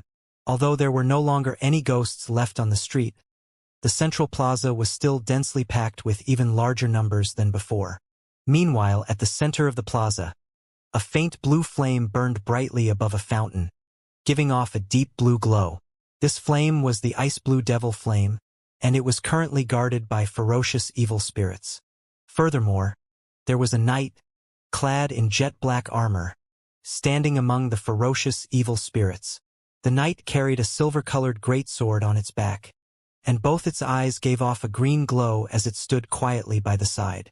All of the ghosts surrounding this knight treated it with respect, awaiting his command. The nature of this knight was different than the other ghosts. Its entire body was just a skeleton covered in faint blue flames. The heat given off by those flames caused the land around it to dry up and crack. Ghost Rider, Chieftain rank, level 15, HP 100, 000/100, 000. As expected, it is very strong. It's no wonder Glorious Light lost several hundreds of their elite players after battling the Ghost Rider. Just by looking at it, Sherfong knew it would be impossible for him to have a direct confrontation with the Ghost Rider. Without several hundred elite players, it was an impossible task to kill the Ghost Rider. Moreover, there were also thousands of cursed evil spirits and ferocious evil spirits present. The flames in the Ghost Rider's eyes flickered, its emotions impossible to discern. However, none of the ferocious evil spirits dared to approach within 20 yards of it. With the frightening prowess of the Ghost Rider, even if Sherfong had risen to level 20 and brought along a 20-man elite team, he would still fail to kill the Ghost Rider. Moreover, there was a 90% chance they would be wiped out instead. The Ghost Rider was simply too strong. At this stage of the game, many guilds would occasionally encounter a few elite or special elite monsters, and they could usually deal with these monsters with only a party or a team. However, after the evolution of God's domain, even only a level 5 chieftain-ranked monster could completely wipe out a 20-man team filled with level 5 elite players. Moreover, a monster over level 10 would have their intellect greatly boosted. A level 10 chieftain needed at least 30 level 15 elite players to deal with, and even then, the number casualties would be very high. As for a high-level chieftain like the Ghost Rider, it possessed a large variety of AoE damaging skills. It was also capable of commanding all the ghosts in the entire 100 Ghost Town. Although it was only a level 15 monster, its raid difficulty was even above that of a level 20 chieftain. Glorious Light had sent out thousands of its members to slay the Ghost Rider, paying a very heavy price. Currently, Shi Feng lacked both resources and influence. Not mentioning the gap of 6 levels, he was also alone in this place. He had absolutely no chance of challenging the Ghost Rider. It seems I can only use that method. Shi Feng observed the situation in the center of the plaza, inwardly running calculations and simulations in his mind. Right now, he stood over 300 yards from the fountain. If he wanted to obtain the Ice Blue Devil Flame, first and foremost, he needed to dispose of all these cursed evil spirits and ferocious evil spirits, then finally deal with the Ghost Rider. As long as there was the tiniest of mistakes, he would end up dead and sent back to town. Shi Feng took out 2 Tier 2 magic scrolls. These were the only 2 remaining treasured scrolls he had left. It would be extremely difficult for him to obtain another one in the future, as obtaining these scrolls largely depended on one's luck. If it weren't for obtaining the Ice Blue Devil Flame, he would not even be using such precious items. Phantom kill, Shi Feng inwardly chanted, a doppelganger of him slowly forming into being. Shi Feng immediately passed over a dozen frost grenades to his doppelganger. The doppelganger then rushed towards the plaza. The moment the doppelganger set foot into the plaza, the Ghost Rider discovered it immediately. The Ghost Rider's pearly white skull turned towards the doppelganger, the flames in its eye sockets flaring. All living beings must die. The Ghost Rider unsheathed the silver greatsword from its back, pointing it at the doppelganger. The blue flames surrounding its body abruptly moved to engulf the greatsword as well, warping the greatsword in shape. The pommel of the sword transformed into a white-colored skull, and sinister-looking barbed tips appeared on the blade. Following the Ghost Rider's command, the countless cursed evil spirits in the plaza surged towards the doppelganger like a tidal wave. The doppelganger activated a speed scroll. It then tossed out a frost grenade, instantly turning a large group of cursed evil spirits into ice sculptures, before turning to escape. On Shi Feng's side, he activated Windwalk and used a speed scroll, then activating the Ring of Nothingness. Once in the state of nothingness, Shi Feng dashed towards the fountain like a fierce gale.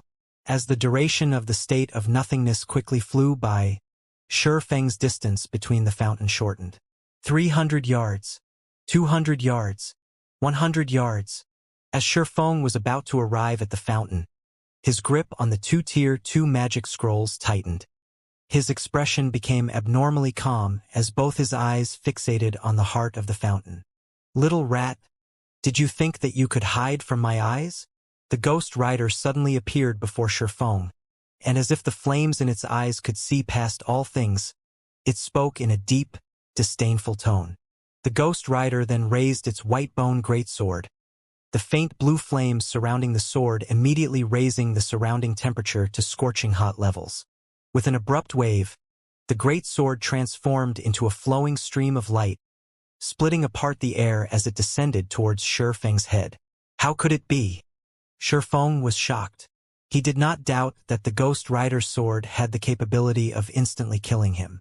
Hence, both his legs curved into a bend, his body similarly bending downwards. Like a cat arching its body, Shi Feng instantly pulled out both the Abyssal Blade and the Crimson Blade, using parry with both swords. Suddenly, Shi Feng's legs burst with strength, and with the addition of the strength from his lower back, Shi Feng charged directly at the descending greatsword. The 3 swords colliding with each other created an explosive sound. The Ghost Rider's immense strength caused the ground that Shi Feng stood on to crack apart. Dust and debris scattered. Shi Feng's body, as well, was removed from the state of nothingness, revealed beside the fountain. Although Shi Feng did not receive any damage from the collision, the flames of the white bone greatsword were just too blistering. As the Abyssal Blade was a magic weapon, there were no problems with it. However, the secret silver ranked Crimson Blade was different. Not only was its durability greatly reducing, but the crimson blade itself also turned a glowing red and even showed signs of melting. Meanwhile, the Ghost Rider was slightly shocked that its sword did not yield it an immediate victory. However, it waved its sword for a second strike. The flames on the white bone greatsword soared, rising over 5 meters into the air as the sword slashed at Shurfeng. This was the Ghost Rider's Devil Flame Slash. When this move was used, all beings in its path would lose their lives and reduce to ashes. However, contrary to expectations, Shurfeng did not retreat when faced with this attack. Instead, he activated Defensive Blade as he rushed towards the ice blue Devil Flame. Although the Ghost Rider's Devil Flame Slash landed on Shurfeng, it had no effect at all. Instead, Shurfeng made use of the wave of steam generated by the white bone greatsword to further increase his speed. Just as Shurfeng was about to reach the ice blue Devil Flame, as if they had been long since prepared for this moment, tens of ferocious evil spirits rushed at him. Become frozen. Shurfeng threw out an intermediate frost grenade, turning all the ferocious evil spirits into ice sculptures. A bunch of rubbish! Seeing that its subordinates were actually so useless, the Ghost Rider loudly cursed. It abruptly leaped, its body landing and blocking Shurfeng. Its great sword then slashed downwards. Die, little rat! Abyssal Bind. 9 pitch-black chains instantly bound the Ghost Rider, saving Shurfeng's life. However, the Ghost Rider's strength was just too immense. In the blink of an eye, one of the chains snapped. Seeing this, Shurfeng dared not stop his movements as he ran towards the fountain. Wretched little rat, you have truly angered me this time. The Ghost Rider roared as it saw that Shurfeng was already beside the ice blue Devil Flame. It struggled free from the chains binding it, its body turning into a shadow as it swept towards Shurfeng, fully intending to dice him into chunks of meat. Due to the Ghost Rider's flames, the freezing effect of the frost grenades was also greatly weakened. The ferocious evil spirits were quickly thawed from their icy prisons, all of them rushing at Shurfeng once more. Shurfeng only revealed a faint smile at this sight. He spread open the deep blue-colored Tier 2 magic scroll in his hands. Within an instant, the water-attributed mana from the surrounding environment gathered above the magic scroll. Tidal Overflow. Shurfeng pointed the magic scroll towards the incoming Ghost Rider and ferocious evil spirits, a dark blue magic circle forming above the scroll. Immediately, a violent torrent poured out of the magic circle, engulfing the Ghost Rider and the ferocious evil spirits. The resulting water pressure even caused a deep pit to form on the ground. The power of a Tier 2 spell instantly killed all of the ferocious evil spirits. However, this magic had not greatly damaged the Ghost Rider as, during the moment of life and death, the Ghost Rider used its white-bone greatsword to block the tidal overflow. As a result, the ferocious torrent only pushed back the Ghost Rider by over 30 yards. At such a distance, the Ghost Rider would only need a few steps to reach Shurfeng. However, time was needed to retrieve the ice blue Devil Flame, time which the Ghost Rider would not give Shurfeng. Just as the Ghost Rider took its first rage-filled step towards Shurfeng, Shurfeng took out the last golden-colored scroll in his hands. The scroll gave off a sacred and inviolable strength, and it was also Shurfeng's final trump card. Wretched little rat, feel the wrath of the flames of hell. The flames in the eye sockets of the Ghost Rider were capable of seeing through all things, and when it saw the scroll within Shurfeng's hand, it revealed a human-like disdainful expression. Although the might of a Tier 2 magic was great, it was not enough to deal a heavy blow. Furthermore, how many Tier 2 magic scrolls could Shurfeng possibly possess? If the other players knew the Ghost Rider's thoughts, they would definitely not think the Ghost Rider was an NPC, but an actual player. However, after the evolution of God's domain, the intellect of these high-ranking monsters was simply that high. At this moment, the faint blue flames surrounding the Ghost Rider all disappeared. The flames had all gathered on the white-bone greatsword, boosting the flames by tenfold. All living beings must die, the Ghost Rider bellowed. The berserk roar resounded throughout the entire central plaza as the Ghost Rider abruptly threw the white-bone greatsword in its hand. The instant the white-bone greatsword left the Ghost Rider's hands, it transformed into a faint blue-colored flame serpent. The flame serpent was over 10 meters in length and if coiled into a bundle, it would look like a small building. The serpent spread open its mouth, biting towards Shifeng. As the ferocious flame serpent grew closer and closer, Shifeng still had yet to activate the final Tier 2 magic scroll in his hand.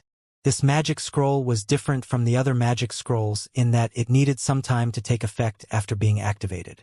Hurry! Please hurry! Hurry! Damn it!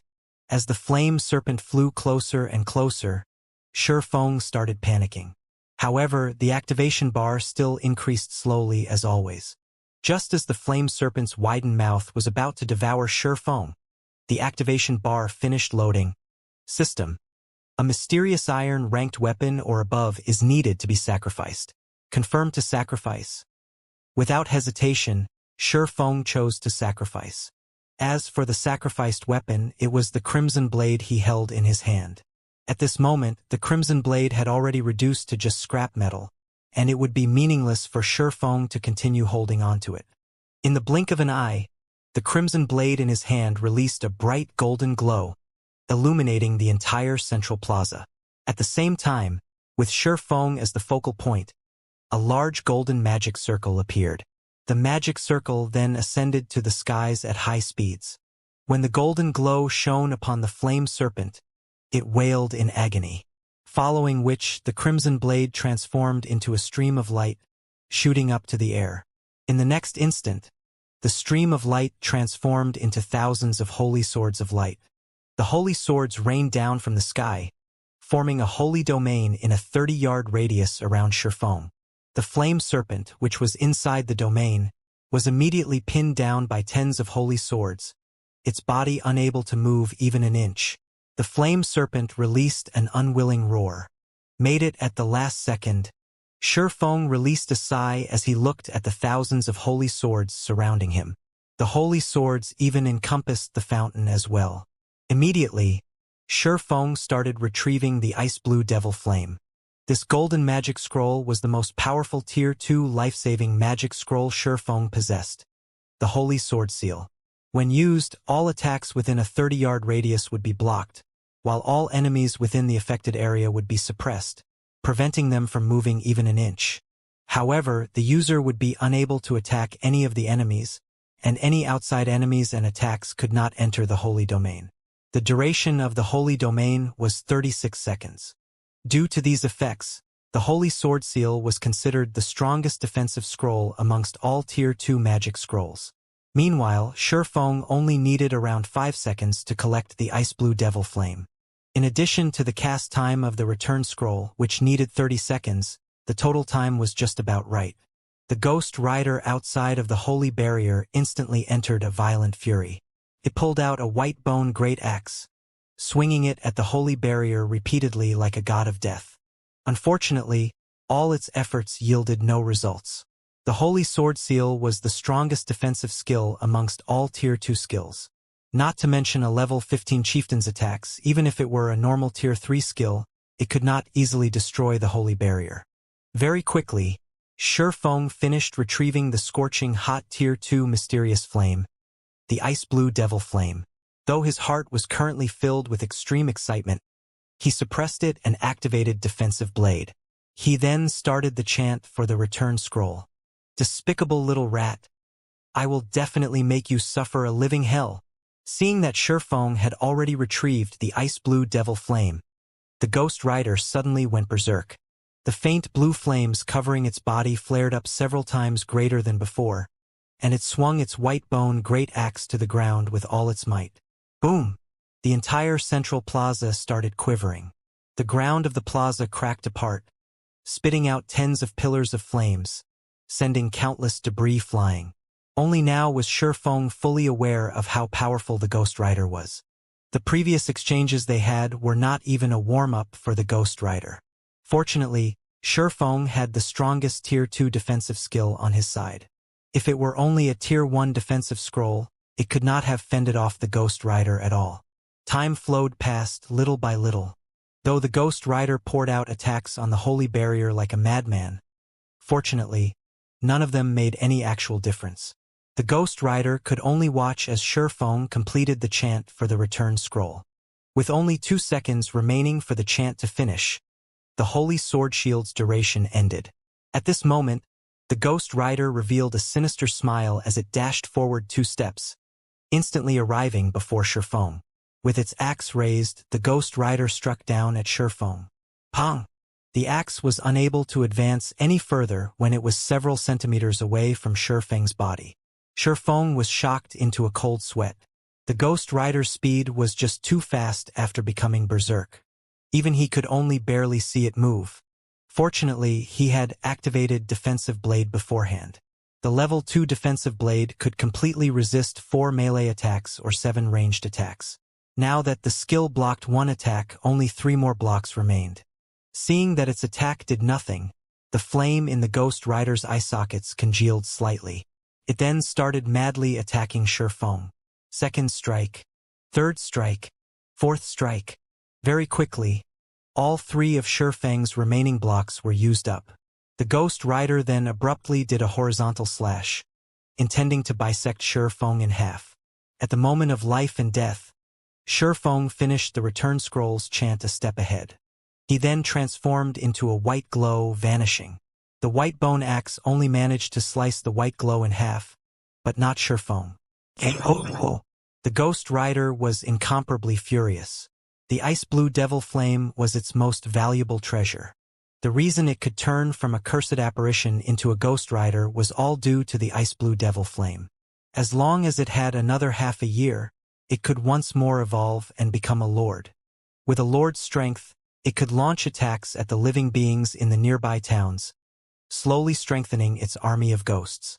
Now, however, the ice blue devil flame was snatched away by a wretched little rat right before his eyes.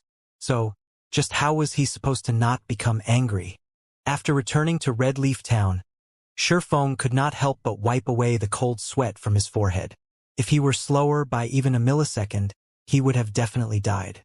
At that time, not only would he have wasted 2 Tier 2 magic scrolls, he would also need to wait a very long period before he could attempt to obtain the Ice Blue Devil Flame again.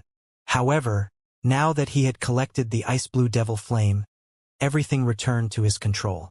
As for a high-ranking chieftain monster like the Ghost Rider, it was without a doubt a walking treasure trove. If Sherfong were to kill it off, he wondered just how many good items would drop. Before he went to the 100 Ghost Forest, he once considered forming his own team in the future in order to raid the Ghost Rider. However, after meeting it, Sherfong decided that it would be too troublesome to deal with the Ghost Rider. It would be much better if he just sold the information about the Ghost Rider. For example, he could sell the information to Gentle Snow or Stabbing Heart. After all, large guilds all love to hunt for elite monsters in the wild, not to mention a chieftain-ranked monster. Every chieftain-ranked monster possessed a great sum of riches. Moreover, only these large guilds could gather hundreds of players in Red Leaf Town within a short amount of time. When they reached White River City, gathering even thousands of players would not be a problem. There would be no problems if thousands of players were used to deal with the Ghost Rider. Only the losses in doing so would be somewhat heavy. However, with the information provided by Sherfong, raiding the Ghost Rider would become much easier. Just as Sherfong was about to go to the Forging Association to take a look at the Ice Blue Devil Flame's attributes, he discovered that many players in Red Leaf Town were currently discussing a single matter. Did you hear? Martial Union has already released an announcement that they will reward 10,000 credits to whoever kills Yifeng once. There is also a reward of 1,000 credits for killing Yifeng's teammates. The person who provides accurate information on Yifeng's whereabouts will also receive 2 silver coins as a reward. With this, Martial Union truly intends to start a blood feud with Yifeng. I've heard about it already. The topic has long since blown up in the official forums. Right now, there are plenty of players searching around. Even if they can't kill that expert called Yifeng, they could still kill one of his teammates. 1,000 credits per kill, this isn't a small number. This time, that expert called Yifeng will not have an easy time mingling in Red Leaf Town. Red Leaf Town, slum area, the Enchanted Bar, Ironsword Lion and several of his subordinates currently held a drinking party in one of the private rooms on the 2nd floor of the Enchanted Bar. They heartily downed mouthfuls of Old Tom Gin one after another. An hour ago, Ironsword Lion posted a guild announcement on the official forums. He had placed a bounty on Yifeng, intending to start an irreconcilable feud with him. In an instant, Martial Union had become the center of attention of all players in God's domain. Who was Yifeng? Almost every veteran player within the region of White River City had heard of him. Right now, Yifeng's name was carved onto the glory list at the entrance of the team dungeon, Dark Moon Graveyard. After clearing the team dungeon, Yifeng even killed the top-tier expert of Martial Union, Ironsword Lion. He was then publicly acknowledged as one of the swordsman experts of God's domain. The recording of Yifeng killing Ironsword Lion even spread and was used as a learning model for many swordsmen. Aside from that, according to the rumors floating about, Yifeng's relationship with the snow goddess was not just a shallow one, and they might be having an affair. Otherwise, why would a goddess like Gentle Snow, instead of choosing the elite members of her own guild, choose to take an outsider along into the Dark Moon Graveyard? Many players had long since felt unsatisfied with Yifeng, and now, with a bounty on him, many players were already tempted into action. Martial Union offered 10,000 credits for killing Shifeng just once. Moreover, not only would they be able to obtain the prize money, but they would also obtain immense fame for killing a publicly acknowledged expert of God's domain. Such a feat would prove that their strength was exceptional. Right now, the major financial corporations around the world were beginning their investment into God's domain, recruiting players for their own workshops and guilds. As long as one could prove their strength, they could earn the good graces of these major corporations, receiving very high treatment. So why not go for it? Boss Ironsword, this move of yours is just too clever. With this announcement, that Yifeng is dead for sure this time. Even if he doesn't die, the target on his back will still annoy him to death. Other players will hunt throughout the entire day. He won't even be able to level up. Drifting blood flattered as he took a drink. Humph, that's nothing at all. The best part has yet to come. Ironsword Lion sneered. Now that the son of a bitch has hidden, nobody can find him at all. However, it won't matter. I believe that we can find his teammates. As long as we kill his teammates to level 0, I hardly believe that he will remain hidden. As long as he dares reveal himself, absolute heaven will immediately take action. It will be his death when that time comes. Just as Ironsword Lion laughed colding, Shifeng received a communication request from someone on his friend list. Are you all right? Gentle Snow abruptly asked. Shifeng was slightly astonished. He did not imagine that even Gentle Snow would worry for him. He shook his head, saying, I'm fine. If things get too difficult for you to handle, I can utilize the strength of Ouroboros in White River City region to deal with Martial Union. That way, Martial Union will very quickly give up on you. Although Gentle Snow had downplayed her words, Shifeng knew just how frightening it would be if Ouroboros went all out against Martial Union. Just the tens of thousands of Gentle Snow's fans alone were enough to extinguish Martial Union, not to mention when the many experts of Ouroboros took action. Martial Union would not hold on for even a few days before needing to disband. Thanks. I'll be careful, Shifeng said in gratitude. Shortly after ending the call with Gentle Snow, another suddenly arrived. Brother Yifeng, are you all right? Stabbing Heart asked. I'm fine, Shifeng replied, a smile appearing on his face. He couldn't help but feel a sense of déjà vu. It's good that you're all right. I saw Martial Union declare war on you. Moreover, they even placed a bounty on your head, paying as much as 10,000 credits for every kill. The bounty even includes several friends of yours, with 1,000 credits for each of them. Many of the experts I know have all taken an interest in you, and they will definitely look for trouble with you. It would be troublesome if you tangle with so many people, so it is best if you stay hidden for a while. Otherwise, you can level up with us. With the Assassin's Alliance's reputation, those experts will give way. If we meet any fools, my side can also help you deal with them. Shifeng could not help but feel grateful towards Stabbing Heart's worries. He said, Thanks, but I'll deal with this matter myself. On the contrary, would Brother Stabbing Heart be interested in buying some high-level equipment? I have a few pieces, and I can sell them to you at a low price. Shifeng still possessed plenty of the equipment he obtained from the Moonlight Forest. Right now, the prices for equipment were at their highest. Their values would depreciate if he sold them in the future, so he might as well sell them to Stabbing Heart right now, turning them into money. Shifeng previously considered selling the equipment to Gentle Snow. However, Gentle Snow possessed a greater understanding of him than Stabbing Heart. It would be bad if she discovered something unnecessary about him. Hence, Stabbing Heart was the best choice to sell the equipment to in this case. Really? With the new influx of players right now, our guild became sorely lacking in equipment. If you could sell them at a lower price and trade fully using credits, then I will buy as much as you have. Right now, the available equipment on the market was fervently contested over. Meanwhile, Stabbing Heart knew Shifeng would have a lot of equipment. After all, Shifeng managed to clear the Dark Moon graveyard. That meant that the other party dungeons would be easy pickings for him. Moreover, Shifeng only had a single party under his command. He would definitely possess plenty of extra equipment. If Stabbing Heart could purchase all of it, it would be a huge boost to his guild. I'm busy right now. How about we meet up and trade inside the hotel at the trade area? Shifeng asked. That would be great. I also need some time to collect the money needed. Stabbing Heart replied with a smile, following which, Shifeng disconnected the call with Stabbing Heart. He then sent a message to Blackie and the others, telling them to be careful of ambushes from other players. Currently, with Blackie and the others' equipment and level, a dozen or so average players could not do anything to them at all. Shifeng was only afraid of those elite players taking action. Blackie and the others would not have an easy time if they truly met up with such players. Hence, it would be best if they took precautions early on. After receiving the information, Blackie immediately led the others to depart from their current grinding spot. They went to an even more secretive location Shifeng gave them. It would not be easily discovered, even by those pro players. Martial Union. Since you guys want war, then to war we shall go. Shifeng's eyes flashed with a cold glint.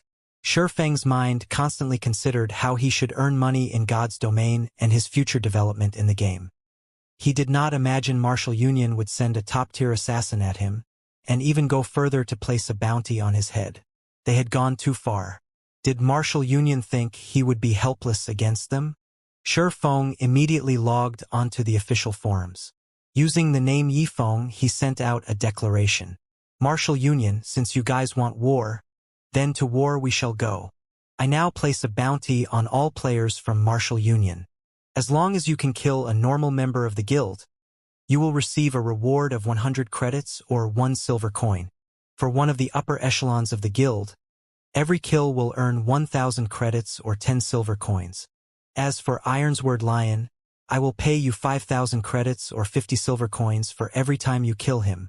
This bounty will be effective until Martial Union completely disappears from Red Leaf Town. After Shifeng issued the post, it instantly caused a sensation in the forums of all of White River City region, giving rise to a raging tempest. A single independent player actually dared to declare war against a large guild. This was a first in the entire God's domain. Before this, one would only hear about guilds issuing bounties on a single player. It was the first time players had actually seen a single person place a bounty on an entire guild. The players who read Shifeng's post were completely astonished. If a large guild acted rich and overbearing, then so be it. However, they never imagined an independent player would also make such a move. Said player even placed bounties on every single member of a guild. Although it was only limited to the area within Red Leaf Town, a large guild would still have several hundreds of players there. The money needed for such a feat was impressive, and such a way of spending was no different than running water. Even tycoons would not dare play in such a way. Shortly after Shifeng published the post, many players replied to it. No way. Such a high bounty. It would be great if I had chosen to start at Red Leaf Town. 1 silver coin just for the regular members. That's already an entire day's worth of my earnings. If I strive hard an entire day, I could kill at least 7 or 8 of them, which would be 700 or 800 credits. If I continued hunting for an entire month, the amount I can earn would be several times higher than my normal salary. Could it be a scam? Wasn't that Yifeng an expert in dire straits? Where did he get so much money? The commenter above is right. This is definitely a scam. This Yifeng is just trying to make a name for himself and win the pity of the masses, tricking us into opposing martial union. There were many players who voiced out their own varying opinions. Some supported Shifeng, while some felt disgusted with him.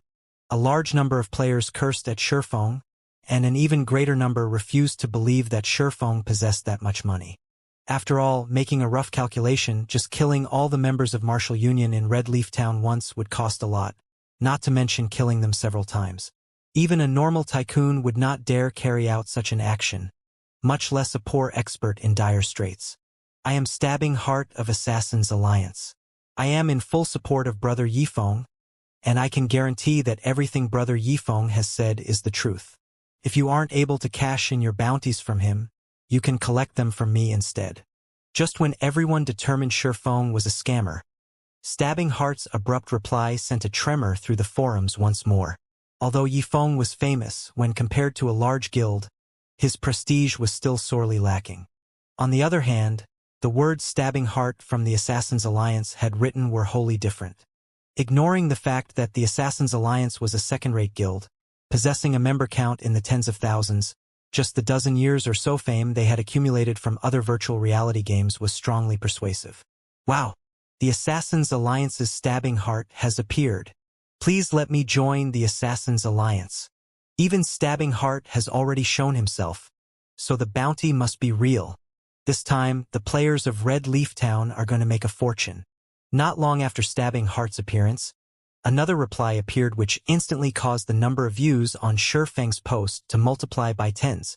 Yifeng is my friend. I can guarantee his credibility. If there are any problems, you can find me to deal with them.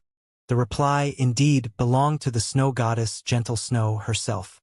Moreover, she was willing to make assurances for Shifeng. Those who cursed at Shifeng previously immediately shut up after her reply, because if they did not, the snow goddess fans might pummel them into meat paste.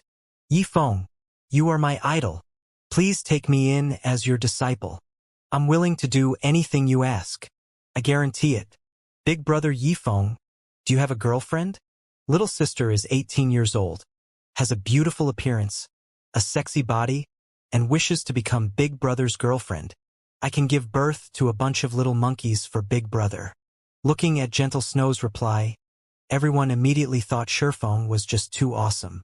He had received the support of Stabbing Heart of Assassin's Alliance and the Snow Goddess of Ouroboros. This was not a treatment any ordinary expert would receive. Now that God's domain was so popular, Shifeng's future would be limitless. Slum area, the enchanted bar, Boss Iron's word. This is not good. Yifeng placed a bounty on our heads. An assassin suddenly rushed into the private room. Currently, Iron's word Lion happily drank away, his face flushed red. He did not think the alcohol in a virtual world could get a person get drunk. The alcohol had such a rich and mellow taste. Compared to the alcohol available in the real world, what he drank right now was much better. It was no wonder those players that tread on the path of darkness all loved to hang around in this place. At this moment, the person who rushed into the room shouting had immediately interrupting Iron's word Lion from enjoying his drink. Annoyed, he said, "Why are you shouting? It's not like the sky is falling. Which son of a bitch was it that placed a bounty on me? Let's see if I don't hack him into pieces." "Boss, I heard it was that Yifeng who placed the bounty on us," Drifting Blood said in a daze. "Yifeng? With him alone, he wants to place a bounty on us, Martial Union? Who would even believe his words?" Iron's word Lion laughed in contempt, swallowing another mouthful of Old Tom Gin. "Boss Iron's word, it's true. If you don't believe it, take a look at Yifeng's post. Right now, views on it have exceeded 1 million already," the assassin helplessly said. Originally, he did not believe that an independent player would dare place a bounty on a large guild, either. Anyone who dared would just be digging their own graves. Without great enmity against a guild, no one would not carry out such an action. Such an action was a major threat to the reputation of a guild, and they would definitely not let off any players who dared provoke them. If they did not kill the player until he quit the game, they would not let the matter rest. However, reality told him otherwise, as such an incident had truly occurred. Ironsword Lion still did not believe his subordinate's words.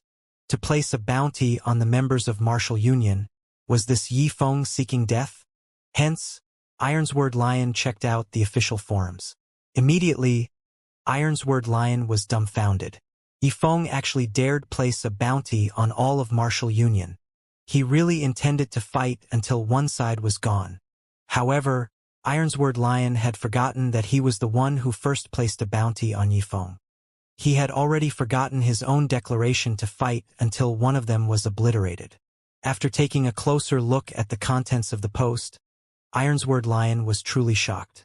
Those who originally called Yi Feng a scammer had all shut their mouths now, and they all itched to slaughter the members of Martial Union.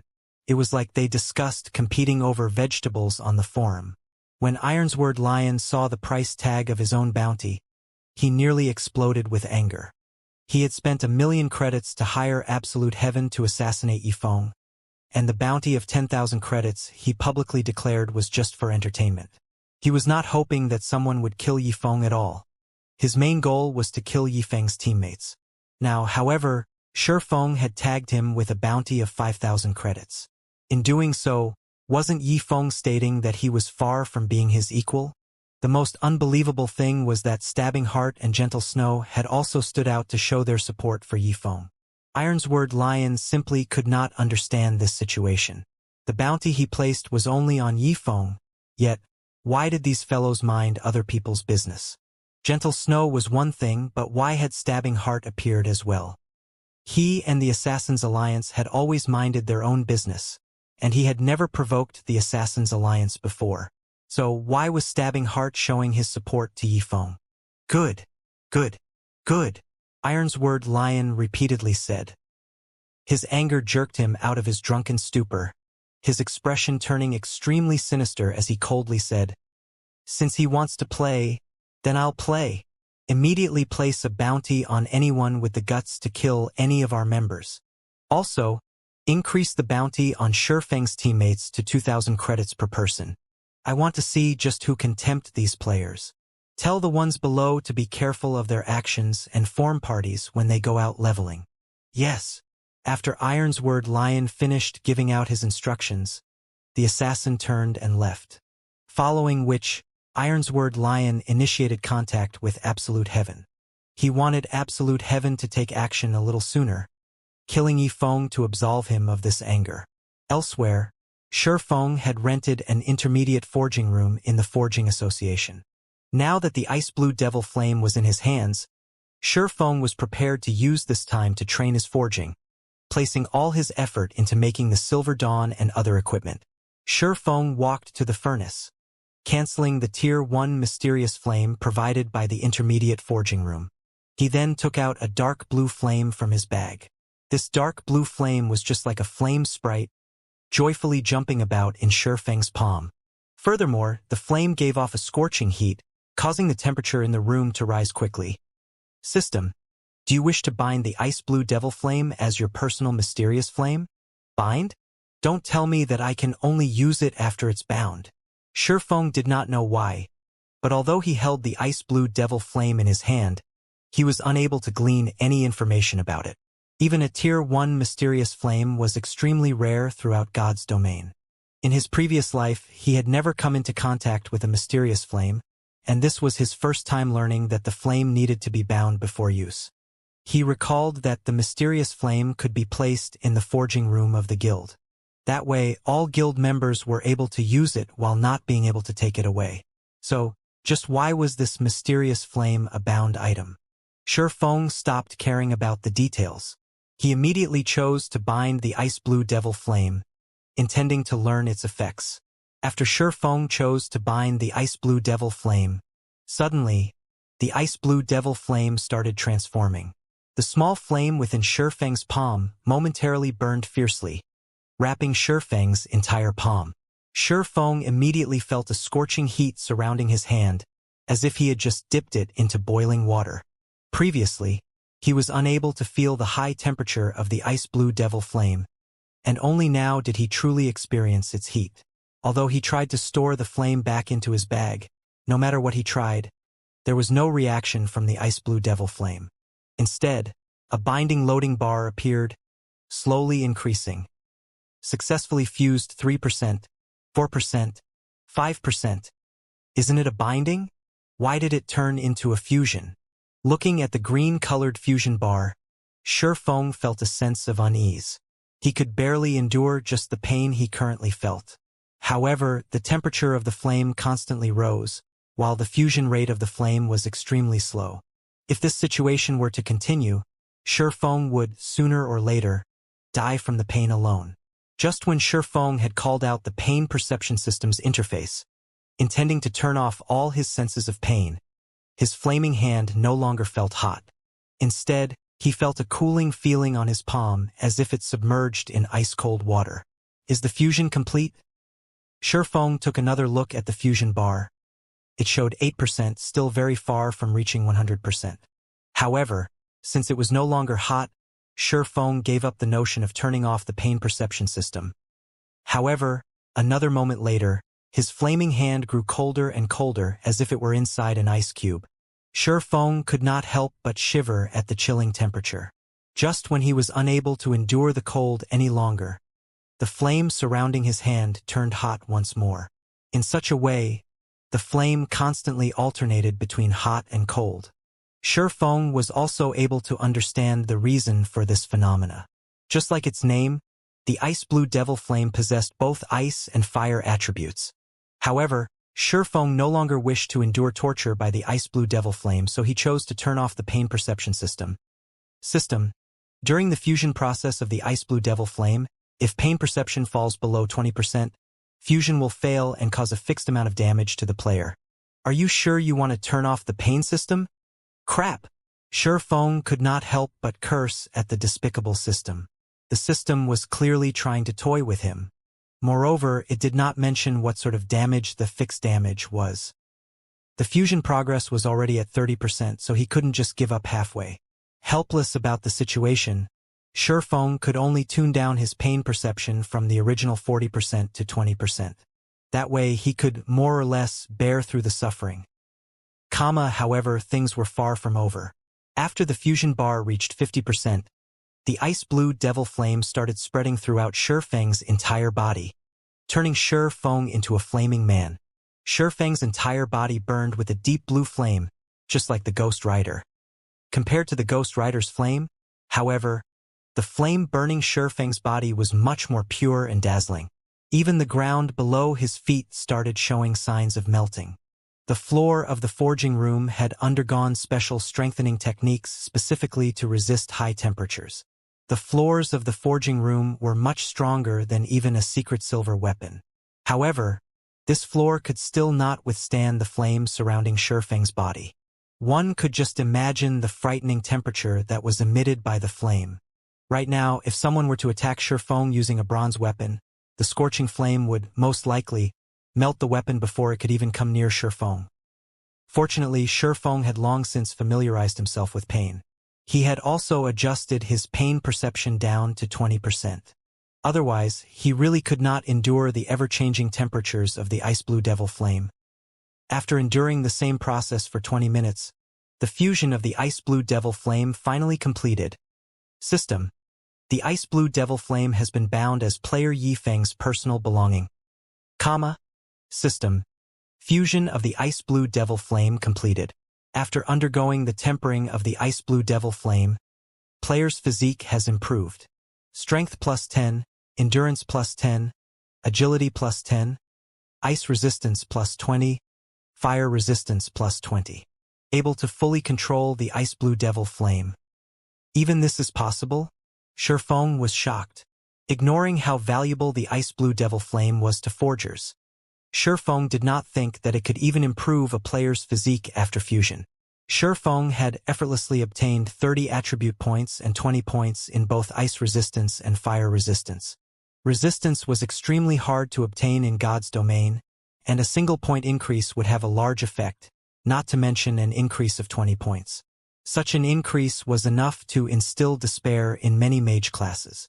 If fire magic could originally deal 100 damage to Shifeng, right now it would be good if could even deal him 30 damage. Shifeng then chanted a name in his mind, a deep blue flame appearing in the middle of his palm. This was indeed the ice blue devil flame. Following Shifeng's thoughts, the flame freely moved about, growing and shrinking. Ice blue devil flame, Tier 2 mysterious flame, can be used in battle to increase damage by 20% and an additional 40% damage to ice or fire attributed skills.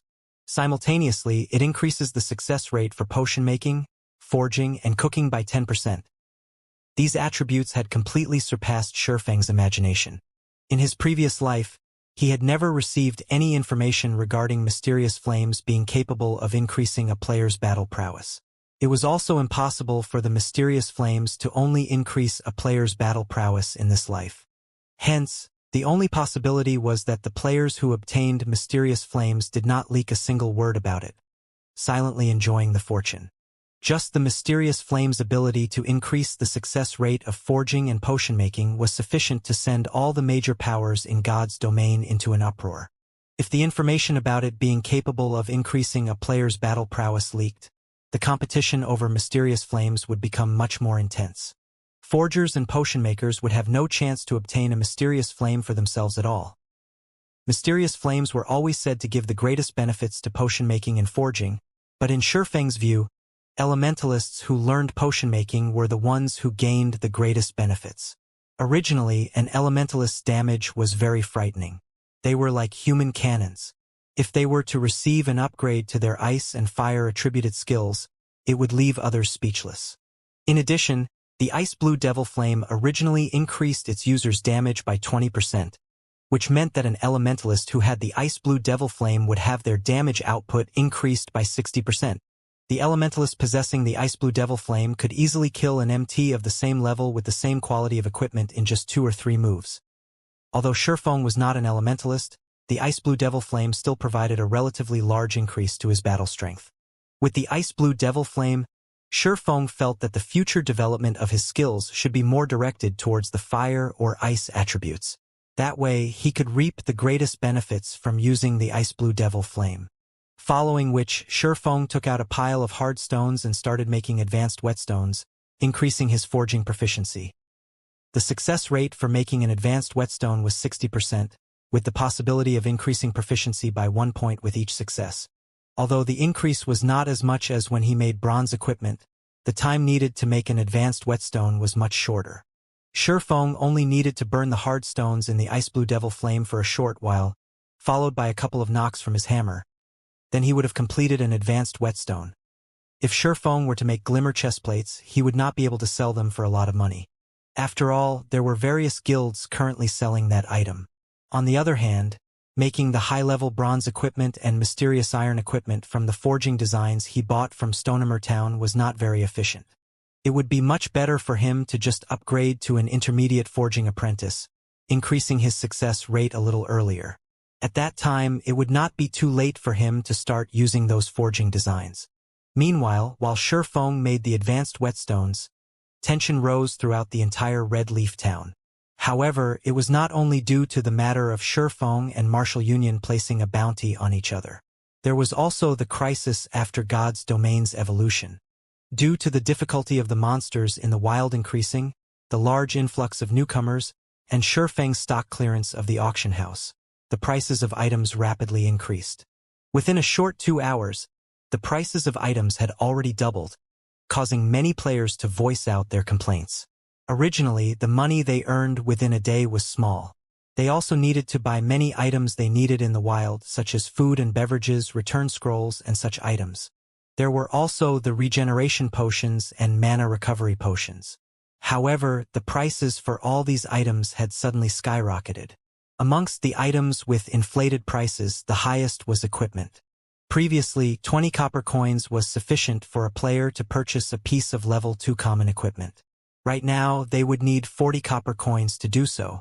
As for bronze equipment and higher, the increase in their prices was even greater. However, without good equipment, how could they hunt monsters? Hence, the majority of the players right now all held the thought that they had to obtain a good piece of equipment no matter what, even at the cost of saving up the money meant for potions. With good equipment, they could easily look for a party to join. Their efficiency of killing monsters would also rise as a result, and it was only a matter of time before they earned back their money. As a result, the prices of equipment constantly rose. Similarly, this phenomenon caused plenty of players who were wealthy in real life to purchase coins using credits for purchasing equipment, causing the price of coins to skyrocket too. Looking at this situation, the players in Red Leaf Town became even more attentive towards the bounty put out by both Shurfeng and Martial Union.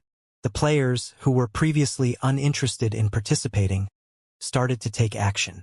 There were many experts who began searching for Shurfeng and his teammates, and there were some who set their sights on Martial Union.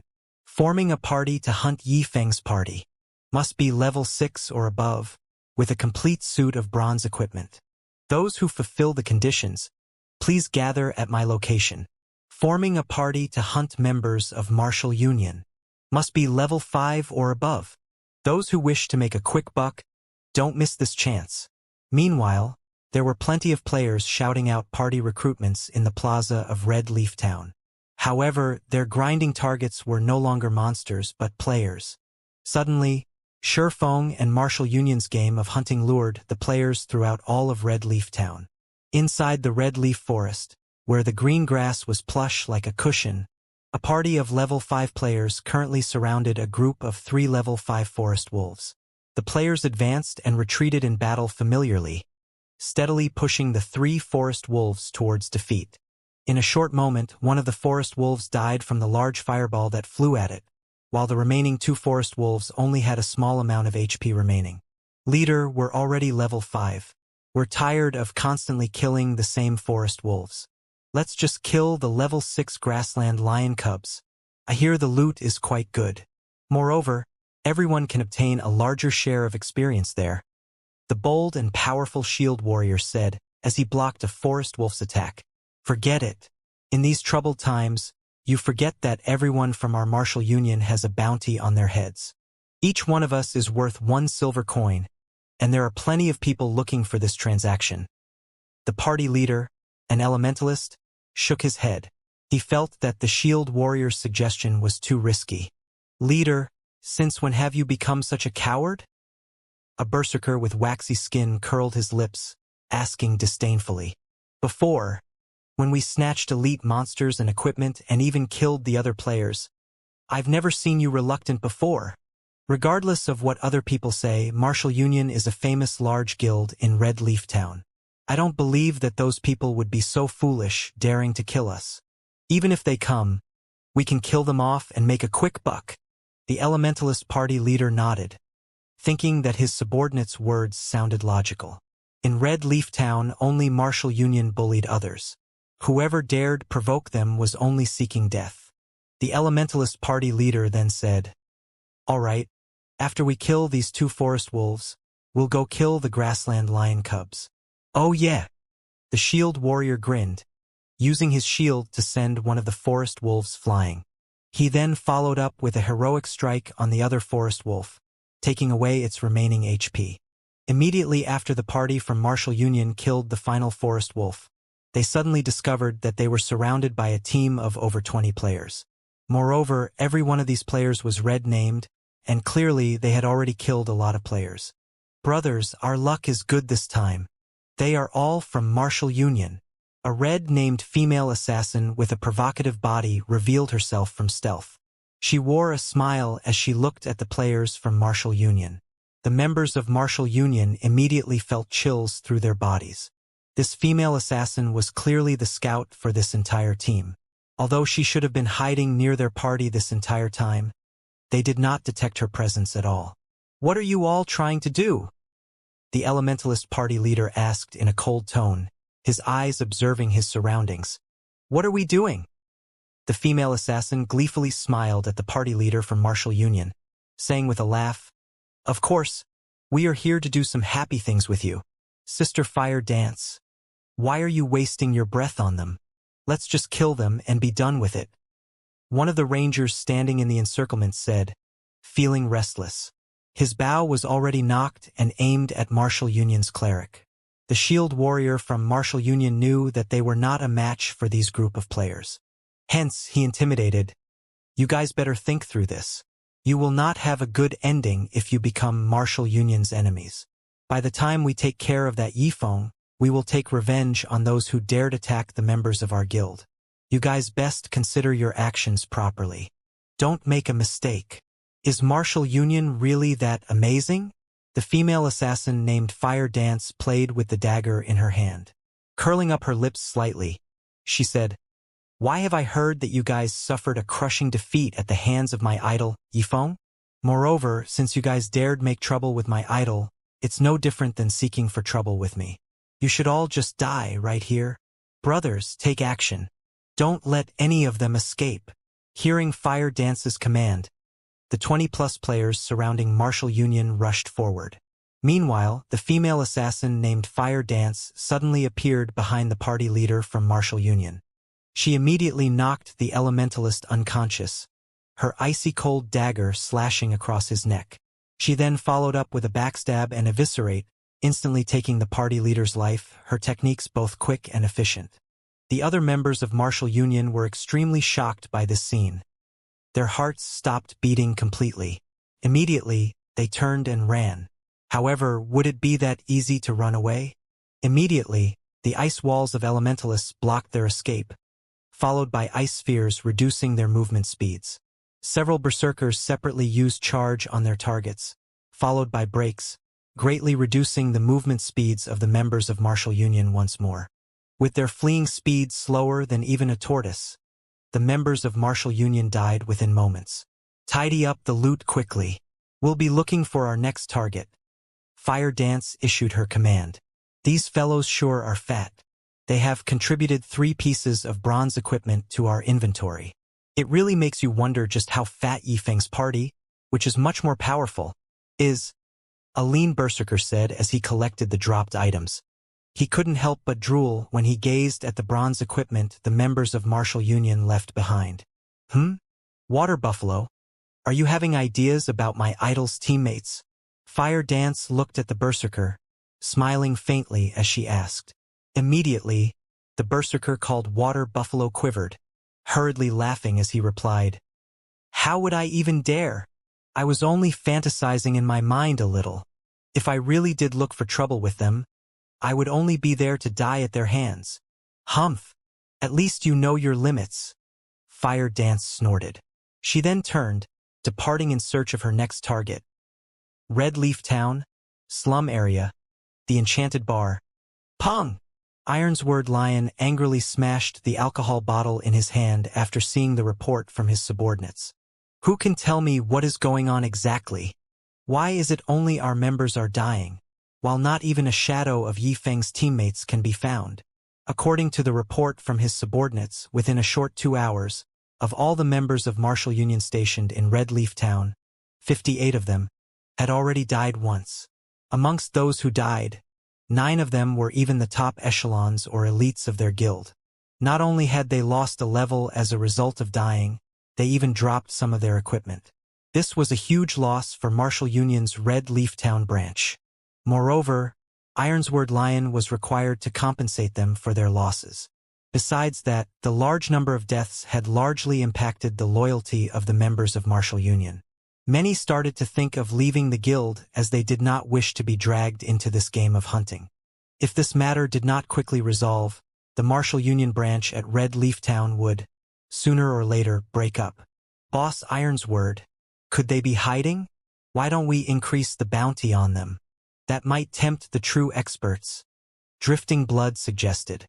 "Fine, increase the bounty immediately. I don't believe that we can't find them." Ironsword Lion nodded his head. He then continued saying, "Remember, as long as you receive any information, immediately contact Absolute Heaven. Leave it to me, boss. I'll relay the information immediately." Inside an intermediate forging room, Shifeng repeated the same task over and over. Shifeng took out a hard stone, immediately using the ice blue devil flame to burn it. He then used the runic hammer to tap at it a few times, very quickly forming a high-quality advanced whetstone. System: Advanced whetstone has been successfully forged. Forging proficiency increased by 1 point. Obtained 200 EXP. Advanced whetstone, consumable. when used on a level 20 weapon or below, recovers the durability by 8 to 12 points. Simultaneously, it increases the damage of the weapon by 3% for a duration of 30 minutes. Number of usage remaining, 3. In the later stages of the game, the value of this item would become greater and greater. The reason was that the damage to a weapon increased as monsters' prowess increased. It was especially true for monsters that were level 7 and above, as some of them possessed skills that could greatly reduce the durability of a weapon.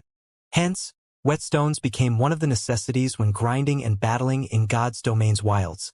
Compared to a normal whetstone, not only could the advanced whetstone recover a weapon's durability, but it could also increase the weapon's sharpness, increasing the weapon's damage by 3%.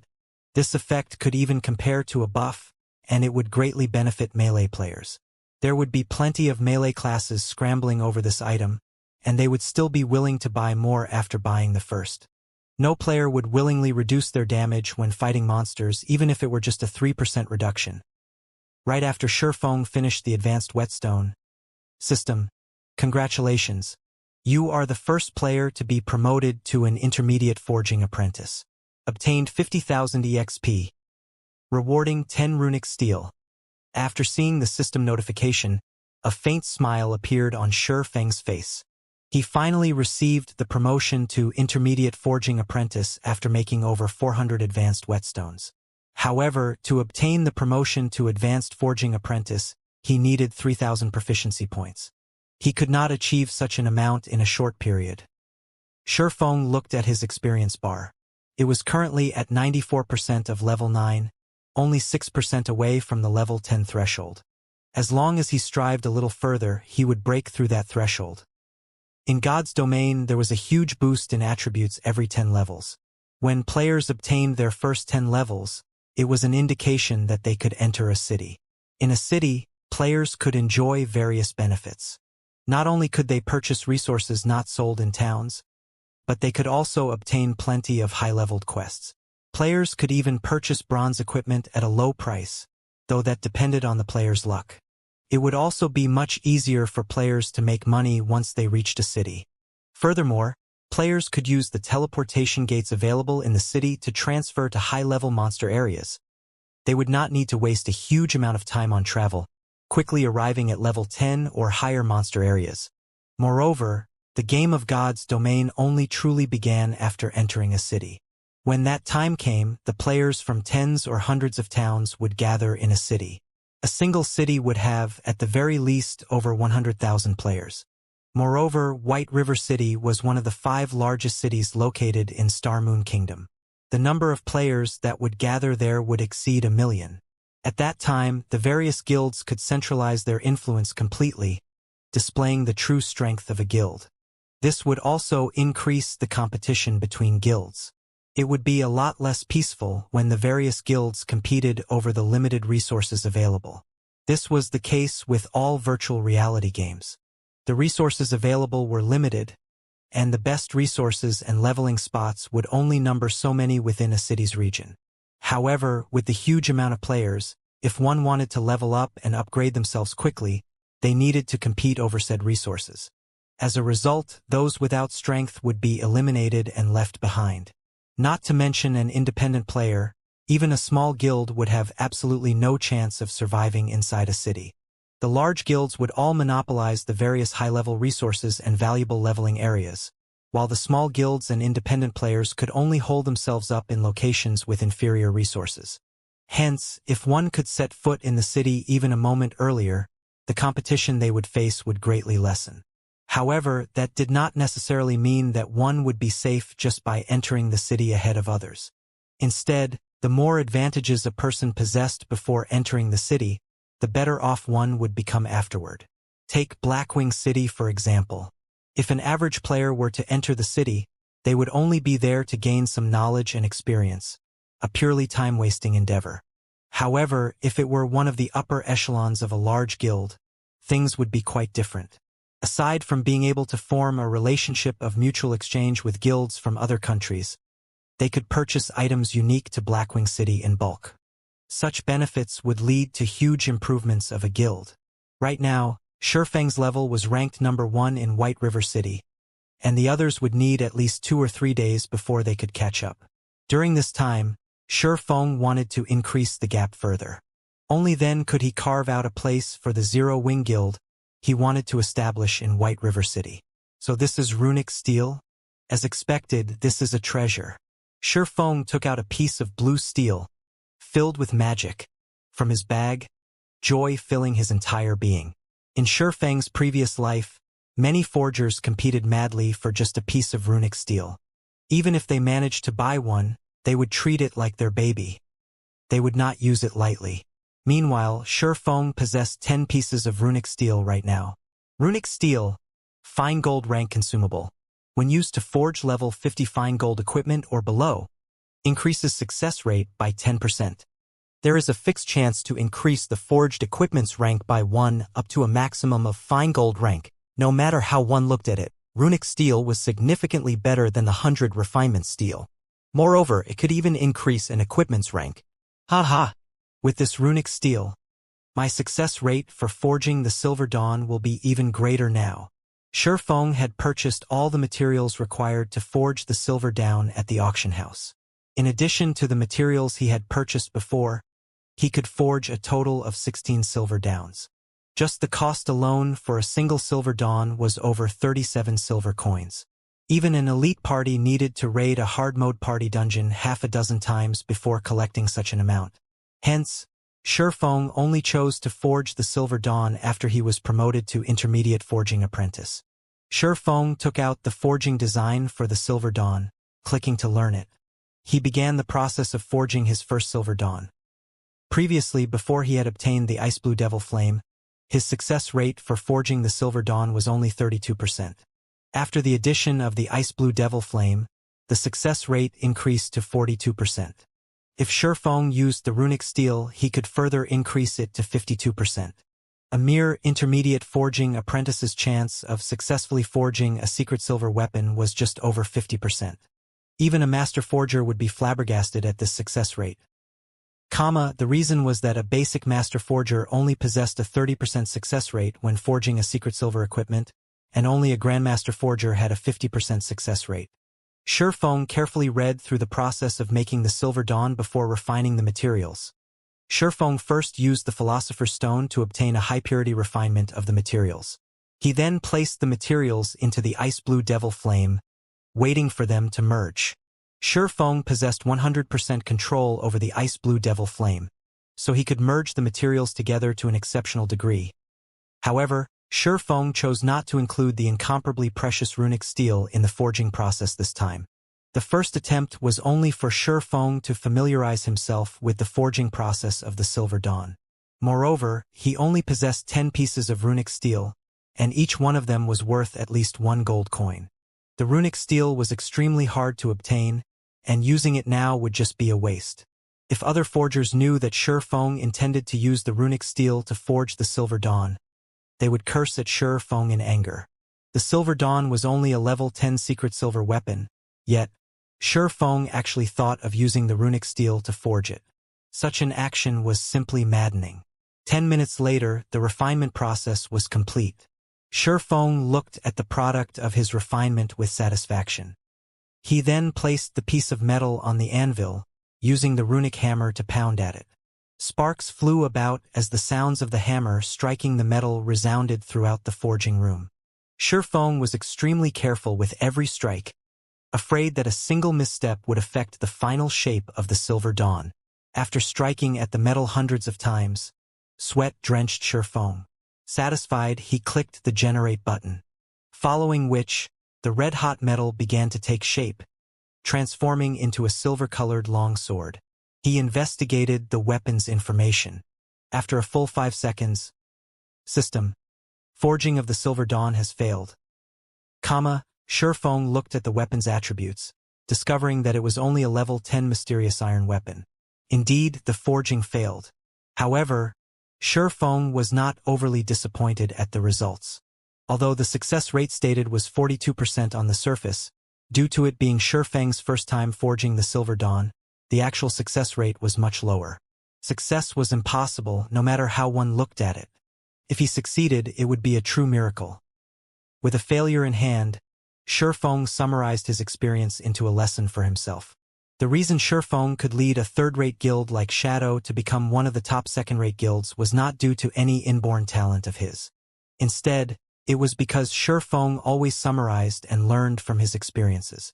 If others gained experiences from success, Shifeng gained experiences from failure. After reviewing for over 10 minutes, Shifeng started forging a second time. However, after 20 minutes or so, it was another failure. The weapon he forged was still Mysterious Iron ranked, though with a slight improvement. The attributes of the weapon were slightly better. Shifeng continued forging and failing for a total of 6 tries, taking a loss of over 2 gold coins. Feeling that he was mostly familiar with the forging procedures, Shifeng started his 7th attempt of forging the Silver Dawn. He even used a runic steel this time. Soon after, Shifeng refined, hammered, and shaped the lump of metal. Clicking generate. Suddenly, an exquisite-looking light blue-colored longsword formed. There were even mysterious runes carved on the blade of the sword, the runes possessing faint traces of magic circulating within. With a glance, one could immediately tell that it was no ordinary weapon. Shifeng immediately grew excited. He knew that he lucked out this time, and it was not as simple as a mere success. I wonder what the attributes are.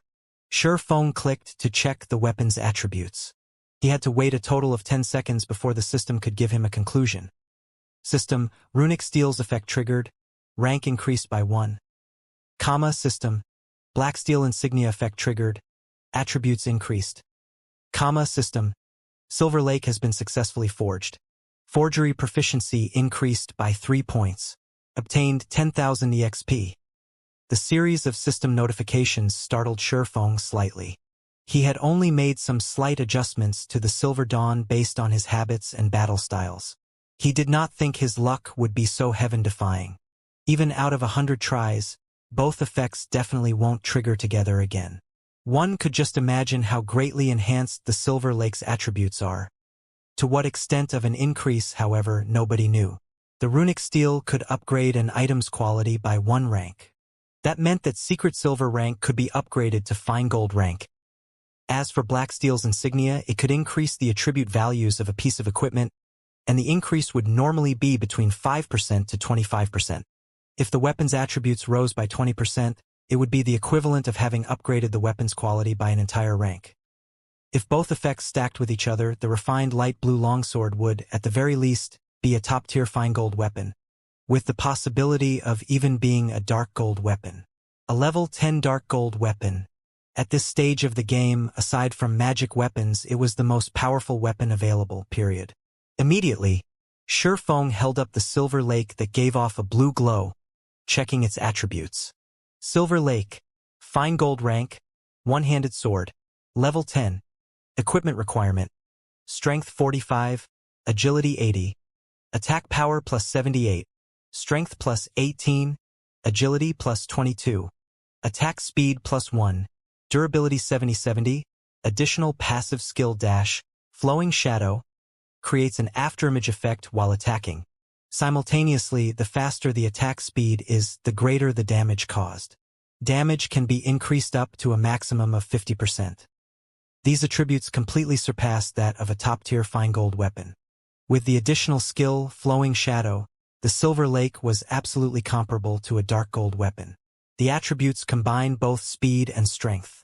As expected, it is as I thought. The more he looked at the Silver Lake, the greater his love for it became. In God's domain, the equipment forged generally had better attributes than the equipment dropped by the bosses from dungeons. Moreover, the forged ones were more suitable for specific classes. Hence, many experts preferred to hire master forgers to craft them custom weapons and equipment personally. Hence, master forgers were extremely welcomed and respected in God's domain. The experts of God's domain especially loved to make friends with master forgers. Master forgers also held great influence within a guild. Within God's domain, nobody would rashly offend a master forger. Who knew which expert a master forger had forged a weapon for before? If one carelessly provoked a master forger, they might end up assassinated or hunted by a large number of experts. After all, these experts all wished to earn a favor from a master forger, calling it in for custom equipment. Only suitable equipment would be the best equipment.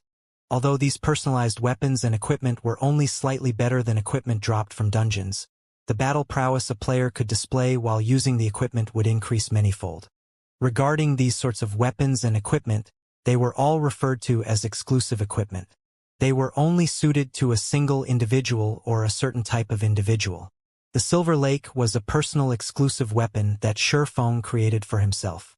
If other swordsmen used the Silver Lake, it would only display the power of a normal fine gold weapon. However, in Shifeng's hands, it could display the prowess of a dark gold weapon. Previously, Shifeng had lost the Crimson Blade in battle, and he just happened to be in need of a new weapon. This Silver Lake would suffice for Shifeng's use for a very long time, and he would not need a new weapon anytime soon. Now that he had crafted his first personal exclusive weapon, Shifeng felt much more assured. He then continued forging more Silver Dawns. After successfully forging the fine gold ranked Silver Lake, it became much easier for Shifeng to forge the Silver Dawn. 2 days quickly passed.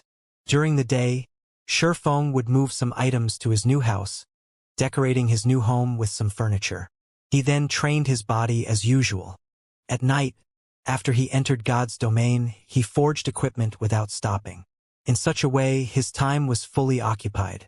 After training his body for a time, in addition to the constant aid of the nutrient fluids, Shifeng could feel a clear improvement in his body's physique. Also, his mind felt much more clear. Currently, his physique had only caught up with the average standard of the athletes in his university. As long as he persevered for another fortnight, he might be able to reach the standard of the Fighting and Martial Arts Society's members. At that time, his body could absorb nutrient fluids more efficiently, allowing his mind to become much more active. Meanwhile, during the nights in God's domain, aside from occasionally visiting the auction house to purchase materials and appreciation items, Shifeng had conducted a large transaction with Stabbing Heart. Shifeng sold the level 5 to level 7 bronze equipment he possessed in bulk, earning himself over 2 gold coins and over 200,000 credits. Other than that, Shifeng spent the remainder of his time cooped up in the intermediate forging room. Not only did he forge Silver Dawns, but he also forged plenty of equipment using the bronze and mysterious iron forging designs he obtained from Blackbeard. After he spent all his money on forging equipment, he continued making advanced whetstones. In a period of 2 days, Shifeng had forged a total of 31 Silver Dawns, over 200 pieces of level 8 bronze equipment, over 100 pieces of level 9 bronze equipment, over 100 pieces of level 10 bronze equipment, over 60 mysterious iron weapons, over 70 pieces of mysterious iron equipment, and over 2,000 advanced whetstones. If other forgers saw at these numbers, they might faint from shock. Shifeng's forging speed was simply outrageous. However, the main reason Shifeng could create so many items was his low rate of failure. After forging so much equipment, Shifeng's level had long since reached level 10, and he was not that far from level 11. As long as Shifeng desired, he could go to White River City at any time. However, he did not plan to make that journey yet. At the very least, he wanted to make a trip to Blackwing City first before going to White River City. According to Shifeng's understanding, the average players were mostly at level 6, the pro players at level 7, while only those leveling madmen who played the game 24 hours a day might be level 9. Hence, Shifeng was not in a hurry. Going from level 9 to level 10, the EXP needed was not a small amount. At the very least, it would take over a day to obtain it. Just as Shifeng prepared to go to the auction house and sell a few more glimmer chestplate forging designs, Shifeng suddenly discovered an interesting matter. The members of Martial Union, whom he could previously see on the streets, were nowhere to be found. Could Martial Union have disbanded already? Shifeng was slightly puzzled. He then called out the bounty system governed by the main god system, checking just how many members of Martial Union have died during this period. The collection of bounties in God's domain could be done through the main god system. As long as a player completed a bounty and submitted the appropriate information, the main god system would verify the information. After verification, the bounty previously registered and stored by the employer would be handed over to the player. There was absolutely no need for the employer to personally verify all information submitted, wasting a lot of time in the process. Previously, Shifeng stored 5 gold coins and 1,000,000 credits in the main god system, enough to burn Martial Union for a month or two. However, now that Shifeng took a look, he was immediately dumbfounded. The 5 gold coins he placed were no more, while there was still around 800,000 remaining of the 1,000,000 credits. The bounty on a normal member of Martial Union was only 1 silver coin or 100 credits. 5 gold coins meant 500 kills. If it were an elite member of the guild, the bounty was 10 silver coins or 1,000 credits, and 5 gold coins was the equivalent of 50 kills. Such a number was sufficient to send all the elites of Martial Union in Red Leaf Town back to level 0. Furthermore, there was still more than 100,000 credits used up. It had only been slightly more than 2 days since Shifeng announced the bounty, and yet so much was gone already. With this, nearly all members of Martial Union stationed within Red Leaf Town had died, several times to boot. This was a devastating and irrecoverable strike to Martial Union in Red Leaf Town. It was no wonder there were no players from Martial Union on the streets. After looking at the numbers and video evidence, Shifeng only had one word in his heart. Awesome. Having suffered to such a degree had definitely crippled Martial Union. Among all the kill counts, a female assassin held the record for the most kills. She slaughtered over 50 members of Martial Union, and none were repetitive. This attracted Shifeng's attention. After watching the recordings of the female assassin in action, Shifeng was incomparably shocked. The girl's techniques were extremely skilled, and in battle, her usage of skills was simply perfect. She was absolutely one of the rare expert assassins. Fire Dance. Shifeng looked at the name displayed at the number 1 spot, his mouth softly reciting it.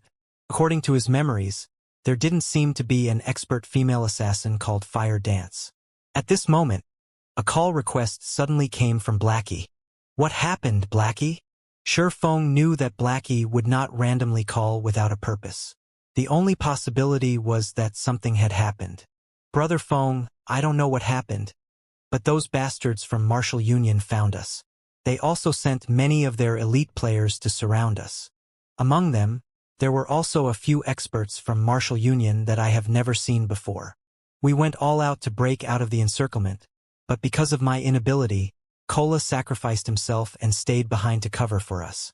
The others also died as they tried to open a path. Right now, Lonely Snow and I are the only ones left alive. Brother Feng, you need to be careful. You definitely mustn't allow them to discover you. If they do, you won't even have the time to use a return scroll, Blackie said with an extremely hurried tone. Both rage and resistance filled his voice. Ever since he started grinding for levels with Kola and the others, adventuring and going through life and death together, they had long since formed a very deep bond. Now, however, to secure his escape, Kola and the others took the initiative to stay behind and stall the enemies, while he could only run away.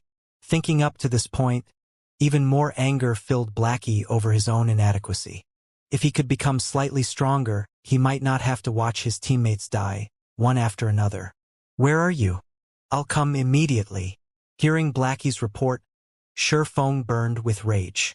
However, he remained calm as he spoke. Brother Feng, you mustn't come here.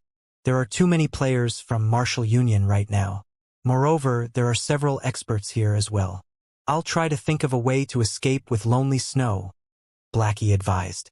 The only reason he contacted Shifeng was that he worried Shifeng might accidentally encounter the players from Martial Union. It was not that he did not believe in Shifeng's strength, but the players from Martial Union simply numbered too many. There were also many experts among them. Shifeng would have no chance against them. Tell me where you two are now, Shifeng said each word coldly, an icy glint flashing in his eyes. Hearing Shifeng's grave tone, Blackie knew that Shifeng was serious. Moreover, Shifeng was very angry. Helpless, Blackie said. We're in Gale Valley. All right, I'll be there immediately. Be careful not to get surrounded, Shifeng said. Lonely Snow and I have escaped into the inner regions of the Gale Valley. Shrubs and fog fill this place, so they should not easily discover us. Blackie felt that he should not have contacted Shifeng. That way, he wouldn't have dragged Shi Feng into this mess as well. Good then. Since you can't use return scrolls, someone might be using some special skill to stop you. However, you too can still use isolation scrolls. That way, it will be much harder for them to discover you. Find a good place to hide. I'll arrive soon. Shi Feng disconnected the call. Although Shi Feng did not know how Martial Union managed to find another group of players, even with experts leading them, they were gravely mistaken if they thought they could easily bully him. Shi Feng dashed towards Gale Valley. Gale Valley was quite far from Red Leaf Town. For the sake of speed, Shi Feng used a speed scroll without hesitation. Instantly, Shi Feng's speed soared, his body leaving behind afterimages as he ran. Crap! Who's that? How can he be so quick? Is he hacking? How could that be? This is God's domain. However, that is truly fast. Before I could get a clear look at him, he was already gone. That person must be an assassin who went full agility with all his speed-increasing skills activated. The players who saw Shi Feng running were all shocked by his wind-like speed. He was no slower than a sports car. Ever since Shi Feng reached level 10 and equipped his new weapon, the Silver Lake, his battle prowess was at least double that of at level 9. Moreover, after players reached level 10, all attributes increased by 10 points and HP by 100 points. Due to this increase, there was a large gap between level 9 and level 10 players. However, compared to the average level 10 player, Shi Feng's attributes were much higher. The Ice Blue Devil Flame alone had greatly increased Shi Feng's attributes, not to mention the magic weapon, Abyssal Blade, and the fine gold weapon, Silver Lake. Furthermore, Shi Feng possessed the complete Silver Moon set equipment, coupled with a few independent pieces of secret silver equipment. He also had the title Might of 1,000 currently equipped. Shi Feng's strength alone reached 93 points. It was absolutely an unreachable amount to the average player. Moreover, Shi Feng's agility had broken through the 100-point threshold, activating the intermediate agility hidden passive skill. Like the wind, it was renowned as a godly skill for battling in the open. With this new passive skill, players' movement speed increased by 15%, attack speed increased by 5%, and the shrubs and brambles of roads and forests would no longer affect him. Simultaneously, consumption of stamina had slightly reduced, greatly improving a player's survivability and ability in battle. Originally, Shi Feng needed to travel for about 2 hours to reach Gale Valley. However, with this new passive skill, it took Shi Feng less than an hour to arrive. The outer region of Gale Valley was a level 8 area, while its inner regions were level 9. Not only was there a large number of monsters in Gale Valley, but the monsters here also traveled in groups. Without a certain amount of strength, one could only seek death by coming to this place. Right now, only a small minority of players dared come here to level up. The Gale Valley was long and narrow. If over 500 players were present, they could perform an inch-by-inch search as they advanced. However, based on the information Blackie provided, Martial Union had only sent around 200 players. It was not enough to create a perfect encirclement of the area, and it would not be easy for them to locate Blackie and Lonely Snow. Moreover, if these 200 or so players wished to locate Blackie, they would have to spread out and form search parties. In regards to jungle battles such as this, Shi Feng had experienced plenty in the past. In his previous life, he had done battle with many second-rate guilds, and even first-rate guilds in forested areas. Although the players involved numbered in the tens of thousands, he still bloodily massacred his enemies. Could be said that Shi Feng was most familiar with these types of battles. For the players who had only recently experienced the evolution of God's domain, however, their experiences of such warfare was nil. As expected, there is a sentry here. Before arriving at the entrance of Gale Valley, Shi Feng had altered his appearance. After entering Gale Valley, with his extraordinary 5 senses, Shi Feng immediately discovered the 4 level 6 assassins hidden around the valley's entrance. These assassins were all scouts of Martial Union specialized in investigation. They were currently tasked to report back all the players who entered the Gale Valley, determining whether or not said players were here as the enemy's backup. With this information, they could allow their members to prepare beforehand and set up an ambush. Unfortunately, Shi Feng had long since guessed this, hence his alteration of his appearance before entering the Gale Valley. Even if the experts of Martial Union knew that someone had entered the Gale Valley, they would not know it was Shifeng. They would only see him as an independent player, here to level up, and they would not be wary of him. Shifeng paid no heed to these assassins. Instead, he went deeper into the Gale Valley. Based on Shifeng's strength alone, it would be extremely easy for Shifeng to kill these 4 level 6 assassins. However, he would not. Doing so would only alert the enemy of his presence. If he caused the members of Martial Union to become vigilant, he could not achieve the greatest effect when he ambushed them later on. Boss unstable, there's a player entering the Gale Valley. However, he's not the target. Yifeng, one of the assassins on guard at the valley's entrance, reported. Got it, you guys stay on guard there. As long as Yifeng enters the Gale Valley, immediately report it to me. Also, remember to tail him, and do not let him discover any of you. As long as you all do a good job, you will be members of the guild's elite team in the future. The player called Unstable commanded seriously. Yes. After finishing his report, the assassin grew extremely excited. He became much more serious as he silently awaited by the entrance for Yifeng. However, he did not know that the person he mentioned had long since entered the Gale Valley.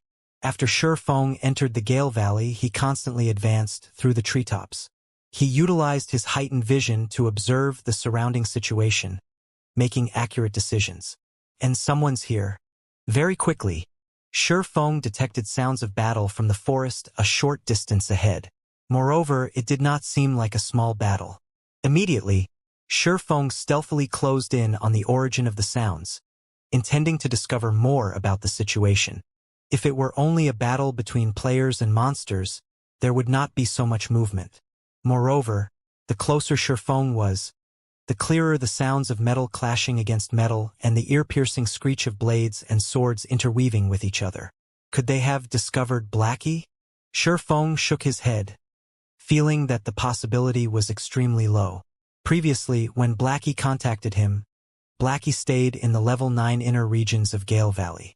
Meanwhile, this was the level 8 area of Gale Valley, and there was no way Martial Union had encountered Blackie. When Shifeng leaped up to one of the trees closest to the scene of the battle, he discovered that it was indeed a conflict between players. Moreover, the battle was very intense. The weaker of the two parties only had 6 players remaining, and they did not even have a healer. Meanwhile, the players bearing the guild emblem of Martial Union were still considerably strong. They had a total of 18 players remaining, with 3 of which were healers. Amongst the healers, 2 were level 7 clerics, while 1 was a level 8 druid. They all wore matching bronze set equipment mixed with a few pieces of mysterious iron equipment. The rest of the players also had relatively good equipment, and the lowest leveled among them was a level 7 player possessing a complete set of bronze equipment. These 18 players were elite members of Martial Union. If they were not elites, they would not possess such levels and equipment. They looked even stronger than the elites Shifeng had faced off with before. Since when did Martial Union possess so many elites? Shifeng was slightly puzzled. Logically, Martial Union should have long since been crippled after dying so many times. So, how did so many elites suddenly appear? Moreover, every one of them possessed good equipment, and compared to Martial Union at its peak, they were much stronger. In Red Leaf Town, their power could rival that of a third-rate guild. It was truly an unfathomable situation. Little girl, don't even think of escaping this time. Just obediently wait for your deaths. The commanding team leader from Martial Union sneered as he looked at the female assassin possessing a sexy body. Looking at the hot female assassin, she had an attractive oval face, slender eyebrows, and eyes as clear as water. The girl was very beautiful, like a dazzling pearl or fluorescent jade, and beneath her appearance, she hid a faint lovely tenderness. Aren't you thinking too highly of yourselves? You want me to stay put and let you kill me? Dream on. Even if I die, I'll take you guys with me. The provocative-looking girl glanced at the Swordsman team leader, the corners of her lips curling up slightly as she said disdainfully, Sister Fire Dance, you should leave. Let us hold them off for you. If we continue dragging this on, none of us will get away. Don't forget, We are now red players and the death penalty is extremely severe. At the very least, we would lose 2 levels and 3 or 4 pieces of equipment. The berserker beside the girl softly suggested. Although the berserker spoke in a very soft tone, Feng, who possessed extraordinary 5 senses, managed to hear him clearly. Fire dance? It was no wonder Feng thought that the female assassin looked familiar. It turned out that she was Fire Dance, the female assassin who ranked at number 1 for killing the members of Martial Union. It seems that I have to lend some help this time. Feng faintly smiled as he stood on the branch. Even if he were not familiar with Fire Dance, he would still lend her some help.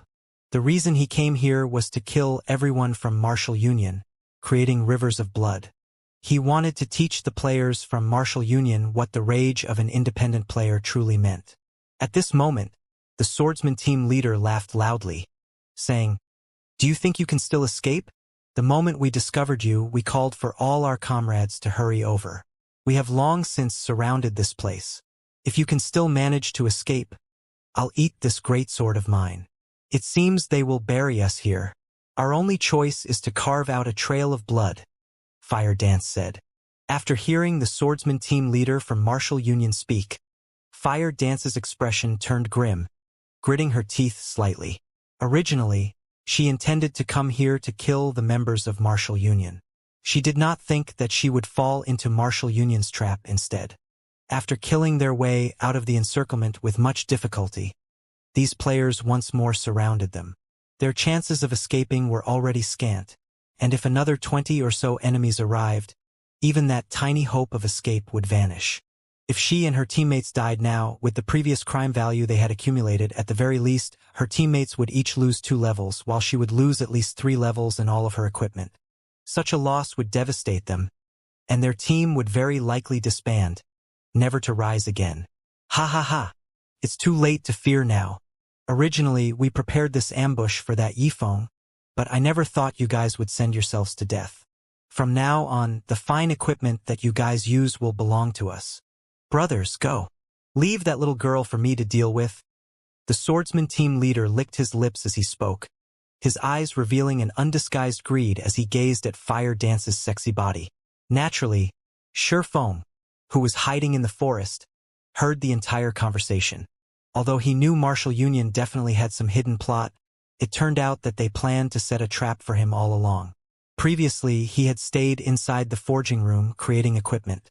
Moreover, he had also altered his outward appearance, making it impossible for Martial Union to find him. Hence, they chose to take action against Blackie and the others, using them to lure him out. At the same time, they would set up a trap and surround him. Unfortunately, although they had prepared for a variety of situations, they missed out on 2 important points. First, Feng possessed the demon mask that allowed him to disguise his character's appearance and information easily. Second, they gravely underestimated Feng's current strength.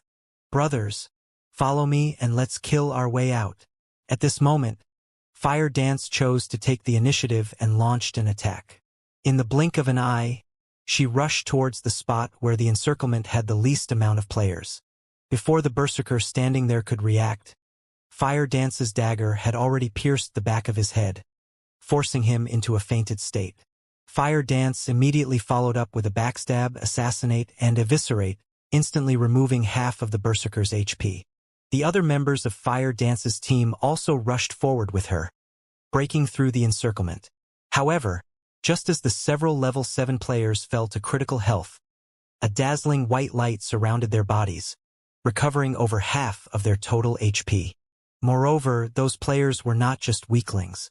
They stubbornly held back the members of Fire Dance's team, not backing down in the slightest. Mages, go all out. Clerics, cast your shields. Rangers, mark the assassins. Do not let them get away. I don't want to become a laughingstock for the players in Blue Water Town, the swordsman from Martial Union commanded as he similarly charged at Fire Dance. Including herself, Fire Dance's team only had 6 players remaining. Each of them faced off against 2 or 3 enemies. Their enemies also had healers constantly replenishing their health. They had no chance for victory at all. Moreover, with the constant bombardment from the backline mages of Martial Union, Fire Dance lost another 2 of her teammates in the blink of an eye. Is this really it for us? Fire Dance watched her comrades fall in front of her eyes, her heart bleeding at the sight. However, Fire Dance had no time for anger as she faced off against 3 enemies at once. One of the 3 was also the team leader from Martial Union. However, in addition to being outnumbered, she also had to deal with the constant attacks from the mages. As a result, her HP reduced continuously, while a majority of her skills were on cooldown. She could only dodge the incoming attacks to reduce as much damage as possible. Ha ha ha! Little girl, if you wish to blame someone, then blame that Yifeng of yours for standing out. All who go against Martial Union will earn a fatal ending. However, you can be relieved. That Yifeng fella will sooner or later accompany you as well. Just when the swordsman thought that victory was in his grasp, a black figure silently appeared behind Martial Union's healers. Nobody had even discovered the appearance of this person. Without anybody noticing, 2 sword lights pierced through one of the level 7 clerics, causing damages of -397 and -542, instantly killing him. Only when the cleric died did the second cleric and druid notice an enemy right beside them. Moreover, this new enemy instantly killed one of their comrades. My... The other cleric attempted to yell out in fright, yet he suddenly discovered that he was unable to yell out. He did not know when it started, but at this moment, both his abdomen and neck spurted out fresh blood. Moreover, when he turned to look at the druid beside him, he noticed that the druid was in a similar situation. However, neither of them noticed that, in actuality, they had been attacked at the same time as the first cleric. Only, their reactions were slightly delayed, failing to notice their own HPs had already to 0. Staring at each other, they both fell forward, their visions turning a dull gray. That's 3 down. Shifeng's eyes flashed with a cold glint. He then shifted his cold gaze to the mages nearby. Based on Shifeng's current attack power, even if he did not depend on the Ice Blue Devil Flame's damage increase and did not use any of his skills, he could still kill any cloth armor classes of the same level with only 2 strikes from his swords. 2 swords, 6 images. With Shifeng's current attributes, it was an easy feat, and there were burdens when doing so. Moreover, the faster Shifeng's sword slashes were, the greater the damage the Silver Lake could cause. If Shifeng's speed reached its pinnacle, it might even be possible for him to instant-kill a cloth armor class with just a single sword strike. In an open battlefield like this, Shifeng was just like a harvester, reaping players' lives. With Shifeng's current attack speed, if other players did not activate their extraordinary state, they could not block Shifeng's attacks at all. Without a doubt, they would instantly die. Meanwhile, the current players able to activate the extraordinary state were usually melee classes, such as the swordsman team leader. Only with it could they possibly have a chance to react and retaliate against Shifeng. However, even then, it was only a possibility. Shifeng then activated Windblade, rushing towards the nearest elementalist of Martial Union. Are you healers dead or what? Don't you even know how to heal? A low HP assassin of Martial Union cursed. However, the assassin's curses received no replies. Seizing the opportunity, Fire Dance, with her accumulated 3-star energy, used Eviscerate to finish off this assassin. The backline mages witnessing this scene all turned to look at the healers behind them, intending to find out what had happened. However, the moment one turned, he immediately discovered a dark shadow sliding across his neck, with another blue shadow piercing through his chest. His HP bar displayed before him rapidly decreased. Soon after, his vision darkened, and his life extinguished. After killing the elementalist, Shifeng turned towards the other mage classes. Leader, there's a monster ambushing us. A summoner at a distance shouted in fright after witnessing this scene. However, before he could even get a clear look at this ambusher, the level 7 elementalist was already dead. Such a scene caused this summoner to have shivers all down his body. Can't you see that I'm busy here? If it's just a monster ambush, don't you know how to deal with it yourselves? The swordsman retorted angrily. At this moment, he still exchanged moves with Fire Dance, and he could not afford a distraction. It's just a monster. Where's the need to report even that? Are you an idiot or what? Hearing no reply from the summoner, the swordsman thought his subordinate turned to deal with the monster. Hence, he focused more on his battle against Fire Dance. In reality, however, the summoner already lay beneath Shurfeng's feet. The 3 mages nearby who attempted to escape were dead as well. Meanwhile, Shurfeng's name turned a crimson red, as if it would bleed at any time. Currently, only 3 players remained on Fire Dance's team, and all 3 of their HPs were almost gone. Meanwhile, Martial Union still had 9 melee players whose HPs were above 50%. Leader, something's not right. I'm already at half health, but the healers haven't healed me yet, a berserker shouted. Crap! What are you healers doing? Do you not want to play anymore? The swordsman bellowed after discovering the problem as well. However, just after he finished his bellow, he suddenly felt a chill down his back. He hurriedly rolled to a side, dodging. Immediately after, 3 sword images pierced through the space he stood before. The 2 other players in front of him were not as lucky. Both of Shurfeng's swords pierced through their backs. Without even knowing the cause of their deaths, both of their bodies fell lifelessly to the ground, their eyes wide open. As the leader, the swordsman was the strongest among the entire team. However, when he saw this scene play out before him, he suddenly felt cold throughout his body. Being able to kill both of his comrades instantly and without using any skills to boot, just how heaven-defying was this person's attack power? Who are you? Why are you acting against us?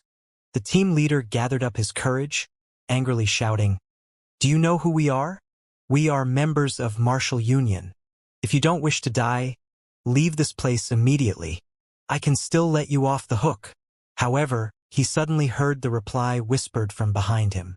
The ones I'm here to kill are precisely you from Martial Union. The swordsman team leader turned his head, his complexion turning pale instantly. Previously, the mysterious player standing in front of him had, in the blink of an eye, arrived at his back, giving him a cold smile. Before the swordsman team leader could even scream, Shurfeng sent a chop at him. The pitch-black abyssal blade pierced through his chest, causing over -700 damage, instantly dropping his HP to 0. Pairing up Silent Steps and Chop, Shurfeng had killed off the level 8 swordsman team leader. Meanwhile, Fire Dance, witnessing this scene from a distance, was utterly dumbfounded. This mysterious player had instantly killed the swordsman team leader, whom she had difficulty dealing with.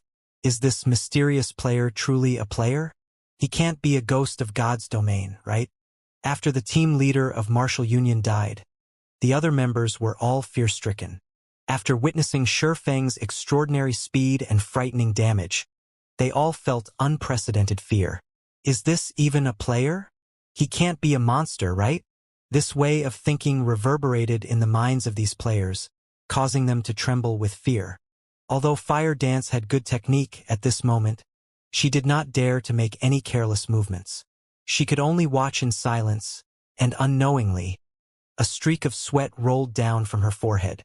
When faced with this mysterious player before her, Fire Dance's instincts were telling her that, if this mysterious player wanted to deal with her, death would be the only outcome for her. Fire Dance's eyes flickered when she saw Shurfeng's figure. Aside from the immense pressure that she felt from him, she could also smell the stench of death on him. From the moment Shurfeng appeared, she was aware of Shurfeng's existence. However, Shurfeng's movements and battle techniques were just too quick, to the point where she even questioned her own senses. Only when the team leader died was she shocked out of her daze. From the death of the first cleric to the death of the swordsman, only a short 5 seconds had passed. Every time Shurfeng revealed himself, another player fell to the ground, blood spurting from their bodies. Shurfeng was like the Grim Reaper, harvesting the lives of Martial Union's members. One could only describe Shurfeng's movements as erratic. Shurfeng also wore a pitch-black hooded cape that hid his face. In addition, the demon mask hid his name, level, and other information. Aside from his HP bar, there was nothing else to see. It would not be strange even if he received the same treatment as a monster. The only reason Fire Dance knew Shurfeng was not a monster was that she had overheard Shurfeng speaking to the swordsman team leader in a low tone. However, The fact that Shifeng was not a monster, but instead a player, shocked Fire Dance even more. Just how high were Shifeng's attributes for him to be so strong? Meanwhile, Shifeng felt nothing unexpected about the feats he had just accomplished. The attributes of these players was not even half of his own. Virtual reality games were just that cruel. Although the gap of attributes between each level was small, when accumulated to a certain degree, the gap in total strength would be massive. Quick, escape. That's a monster. I'm not fighting anymore. That monster is just too scary. Although they knew that this was just a virtual reality, the remaining 5 players from Martial Union were still utterly afraid, their hearts beating madly. Their team leader, the strongest amongst them, died in an instant. He wasn't even able to retaliate in the slightest. This was no longer a monster that players could handle. Immediately, every one of them fled, intending to meet up with the others hurrying over. Only then could they have peace of mind. It's too late to escape now. Shifeng activated Windwalk, and like an arrow his body shot forth, instantly catching up to the first assassin. In a fright, that assassin attempted to turn his body to block Shifeng's attack. Unfortunately for him, Shifeng's attack speed was just too fast. With a wave of the abyssal blade, 3 sword images landed upon the assassin's vital points. Without even managing to block a single sword image, the assassin died. When the several other escaping players saw that an assassin, a class widely known for their agility, fell without even being able to defend, immense fear permeated their minds. They poured more into their effort to escape. However, it was futile as the distance between them and Shifeng only grew shorter and shorter. Meanwhile, the abyssal blade was like the scythe of the Grim Reaper already placed around their necks. Shifeng needed only a slight tug, and their lives would be forfeit, right then and there. Within a moment, with an absolute difference of speed, Shifeng very quickly killed the 5 escaping players. He then started tidying up the loot. These Martial Union players all wore pretty nice armor. A majority of them were all fully equipped with bronze equipment, and some even had a few pieces of mysterious iron equipment. However, the equipment was all just level 4 or level 5 equipment. Meanwhile, they each dropped at least 1 piece of equipment after death. 18 players meant 18 pieces of level 4 to level 5 bronze equipment. If Shifeng sold it all, he could make a small fortune. While Shifeng picked up the drops, Fire Dance, standing at a distance, held her delicate hand over her madly beating heart. Slightly calming her emotions, she picked up the courage to walk towards Shifeng, saying in gratitude, "I am called Fire Dance. Thank you for saving us." Originally, Fire Dance despaired, having prepared for her death. Only she never imagined that someone would suddenly appear. Moreover, that someone massacred the players from Martial Union. Everything that happened was like a dream. Although Fire Dance also worried that the mysterious man before her would suddenly go berserk, killing her and her teammates as well to steal their equipment. Based on the man's previous actions, Fire Dance knew that the mysterious man before her did not mean them any harm. Otherwise, he would have already taken their lives along with the swordsmen of Martial Union. "You don't have to thank me. To begin with, these people originally set up this trap for me. You guys should hurry and leave. This place is very dangerous right now, and the other members of Martial Union should be arriving very soon," Shifeng softly said as he picked up the dropped equipment. He had only saved Fire Dance and her companions in passing. He could also take the chance to thank Fire Dance for working so hard, killing the members of Martial Union. Fire Dance suddenly blanked at Shifeng's words, staring at him with her big, watery eyes. Her heartbeat accelerated further, feeling like it was too good to be true. You're Yifeng?" Fire Dance asked in disbelief. The reason she came to the Gale Valley was that she had heard that Martial Union intended to deal with Yifeng's teammates. Hence, she thought of coming to lend some help and just maybe, she might even get to meet Yifeng himself. It was truly unbelievable how fate could toy with a person's life. Originally, she thought of offering Yifeng aid. Yet in the end, Yifeng had saved her. Was this fate? Thinking up to this point, a faint blush added to Fire Dance's snow-white cheeks. She felt that she was overthinking, and she was unclear as to why she would have such a thought. That's right. I am Yifeng. How did you know who I am? Shifeng looked at the excited Fire Dance, puzzled. He was sure he was not acquainted with this beauty standing in front of him. However, seeing Fire Dance's expression, it would seem that she was somehow familiar with him. Meanwhile, the berserker Water Buffalo was tongue-tied after hearing Shifeng admit that he was indeed Fire Dance's idol, Yifeng. An incomparable fanaticism appeared in his eyes. Previously, he felt Shifeng was not all that powerful, and that he was only an expert over-exaggerated by others. Now he was utterly convinced. Sure enough, there was nothing false about Shifeng's famous reputation. Shifeng could solo the elite team from Martial Union that even they could not deal with. In the past, even if others hyped it all over the place, he would still have not believed any of it. Now, however, aside from shock, admiration for Yifeng filled his being. It was no wonder why Yifeng was Fire Dance's idol.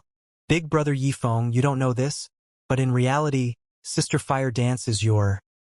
Before Water Buffalo could finish speaking, he received a kick from Fire Dance. He grimaced from the pain, but when he looked at the expression in Fire Dance's eyes that seemed able to eat a person whole, he immediately chose to cover his mouth, not uttering a single word. Is my what? Shifeng was puzzled. It's nothing. Water Buffalo is just having an epileptic fit. Big brother Yifeng, won't you leave with us? Fire Dance slightly shook her head. She then worriedly said, This time Martial Union has sent over 200 men here. They have long since surrounded this entire area. There are also several powerful level 9 experts, and all of them are wearing sets of mysterious iron equipment. They killed many of our teammates. If they surround us, we will have no chance of escaping at all.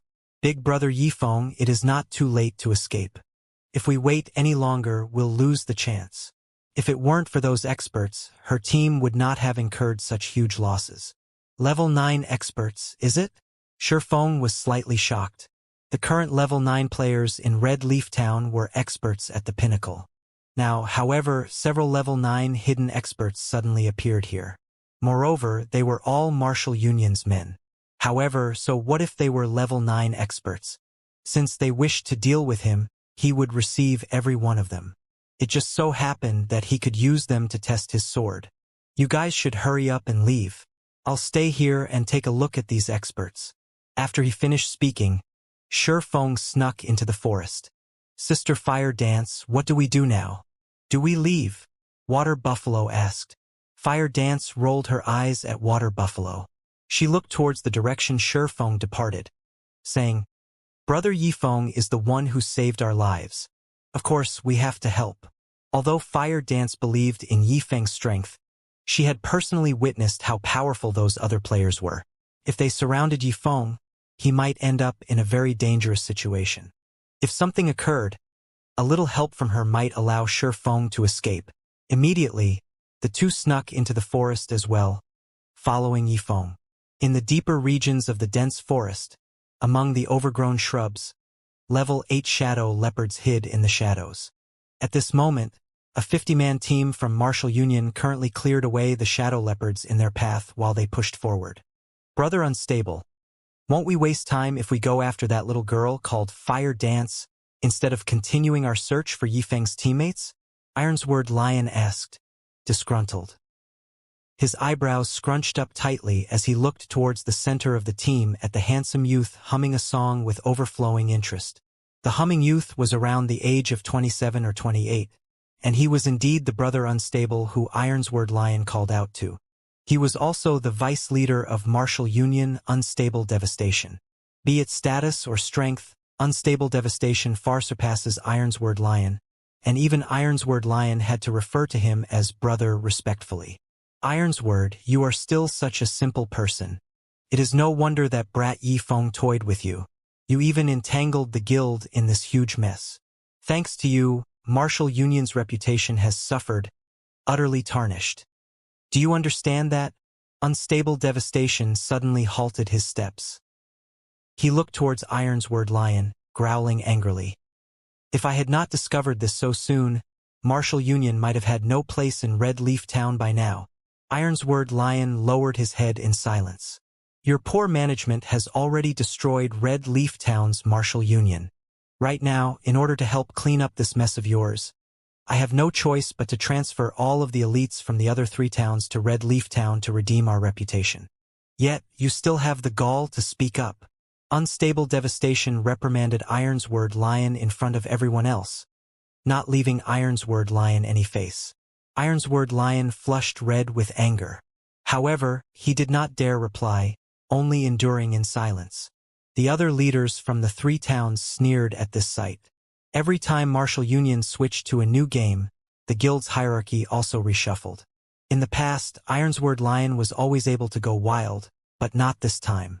Currently, Ironsword Lion was only level 8, while they were all level 9. Moreover, the guild's development in their respective towns progressed fairly well, and they managed to recruit many newcomers with valuable potential. Compared to the current state of the guild branch in Red Leaf Town, with only a few weaklings remaining, their branches were stronger by leaps and bounds. Ironsword, do you truly think that, after I have spent so much effort cornering Yifeng's teammates, I would let 2 of them escape? You should know that Yifeng is our main target. His teammates are simply lures. If all his teammates died here, do you think he will still show? We have already confined his teammates within Gale Valley, so we have achieved our initial goal. Right now, what we ought to do is to take revenge, and show the players in the town what the consequences are for challenging martial union. Meanwhile, that little girl is the best option as an example. She has killed so many of our people. Many players are bound to pay attention to her. As long as we kill her back to level 0, martial union's reputation will definitely recover to its peak. If we manage to kill Yifeng, then martial union can also use this chance to leap through the threshold of a third-rate guild. Unstable Devastation had long since possessed a plan of his own. Ironsword Lion had always been one of the guild leader's most trusted aides. Many of the elders in the guild also supported the guild leader. If Unstable wished to become guild leader, he needed to increase both his influence and fame. Meanwhile, Yifeng was a player with a certain amount of fame within White River City. He was a publicly acknowledged swordsman expert, and his fame even far exceeded that of the guild leader Nameless Pride. Hence, Yifeng was his best choice. As long as he could kill Yifeng and upload the recording, he would instantly become an apex expert, famous throughout White River City. Moreover, it would allow the guild branch in Red Leaf Town to rise back up to prominence. When that time came, the elders in the guild would side with him, and the day he became the guild leader of martial union would only be around the corner. Yifeng, you will become my stepping stone, Unstable Devastation proudly said with a laugh. He did not believe that an independent player could survive once surrounded by so many. Only even until now, Shifeng had yet to show himself, annoying Unstable. Just as martial union slowly advanced, Shifeng, traversing through the treetops, discovered Unstable Devastation and the others. After some silent observation, he discovered that these players were all elites. The lowest amongst them was level 7, and a majority of them were level 8. There were also 4 players who had reached level 9. They all wore mysterious iron equipment, and the weakest of their weapons was also mysterious iron rank. Meanwhile, the handsome youth leading these players wore a secret silver-ranked longbow across his back. Isn't that Unstable Devastation? Shifeng immediately recognized the bow-carrying youth. In Shifeng's previous life, he had clashed many times with Unstable Devastation. Unstable Devastation was a cunning and cruel individual. His battle prowess ranked within the top 5 throughout all of martial union. Compared to Ironsword Lion, he was much stronger. Shifeng was also familiar with the other 3 level 9 players. They were all experts comparable to Ironsword Lion, and they were all branch leaders in other towns. No wonder martial union suddenly has so many players. It turns out that they've called over the elites from 3 of the towns nearby. Shifeng came to a realization. These 3 level 9 branch leaders were very strong. Only, in Shifeng's previous life, Ironsword Lion had managed to obtain the pass to Blackwing City, allowing him a lead against the others. He then gradually widened the gap, finally becoming the guild leader of mini martial union. However, the tracks of history had already changed. In this life, not only had Feng kill Ironsword Lion twice, but he also obtained the Blackwing City Pass that Ironsword Lion possessed. Ironsword Lion's life was fated to end in a tragedy, and he naturally was much weaker than the other 3 branch leaders. If it were during the previous life, if Feng met any one of these leaders, he would have had to proceed with extreme caution. If he met 2 of them together, he would definitely need to avoid them.